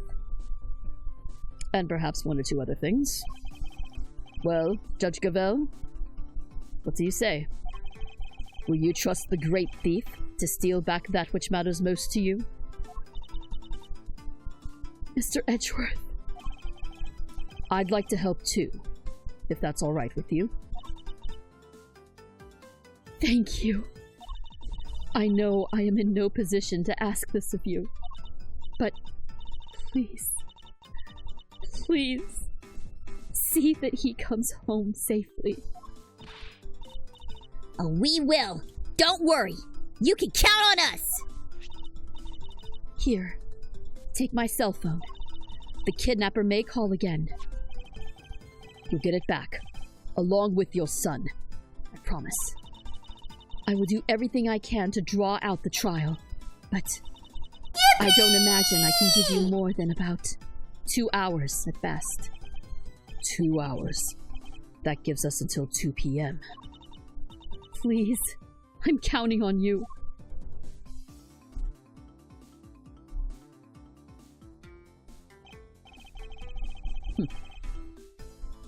And here I thought the great thief was on sabbatical. Well, hold on to your hat, because she's back in business. All right, let's do this. My first commission. I can't afford to mess it up. In that case, we'd better start looking right away. Where to begin? Where the heck did he go? Maybe he just went home. You're right. They won't be doing any filming today after all. Sure. Or maybe he went on the lam. Perhaps we should see if Sean left any clues behind at the big building. Hey! What are you doing giving orders? This is a great thief operation. I'm in charge now. Is that so? Then what am I? You're my assistant. First assistant to the great thief Yatagarasu. Talk about an honor. I've been relegated to thief's assistant. All right, let's get to work. Team Yatagarasu, move out. Oh, somebody needs to get him a little pin. Someone needs to get him a little Yatagarasu pin that he can wear. He can have that instead of his prosecutor badge. He's so cute. All right. I think we got an investigation coming up. I'm probably gonna call it when we get to the start of the investigation, and we'll save that for next time. Cause I've been going for about 5 hours now. It's way longer than I normally go. But I think this is a pretty good stopping point. So if it's cool with y'all, I'm gonna go ahead and save my progress here. And we are going to call it here for now. We will pick this up again next week. It will be at a earlier time. I may actually try to pump it up to noon. Because I will have rehearsal on Sunday. So I may try to bump it up to noon so we can try to get even more of it done. But I also don't want to tire myself out before my rehearsal, so we'll see. Keep an eye on my socials. I will have my schedule posted tomorrow. Coming up this week, we've got more Digimon Story Cyber Sleuth on Tuesday. We've got more Elden Ring on Thursday. We've got Sonic Adventure 2 on Saturday, and of course, more Gay Lawyer Sunday next Sunday. So, for now, we will go ahead and cut it here. Thank you guys so much for sticking with me through an extra long stream. We will get this done before the end of the month, I promise. We have to. I can't be away from this for 2 months and then come back to it and still be expected to remember everything. So that's gonna do it for now. Thank you guys so much for tuning in. This is SGG signing off. Stay super, and I will see you guys on Tuesday. Bye, everyone!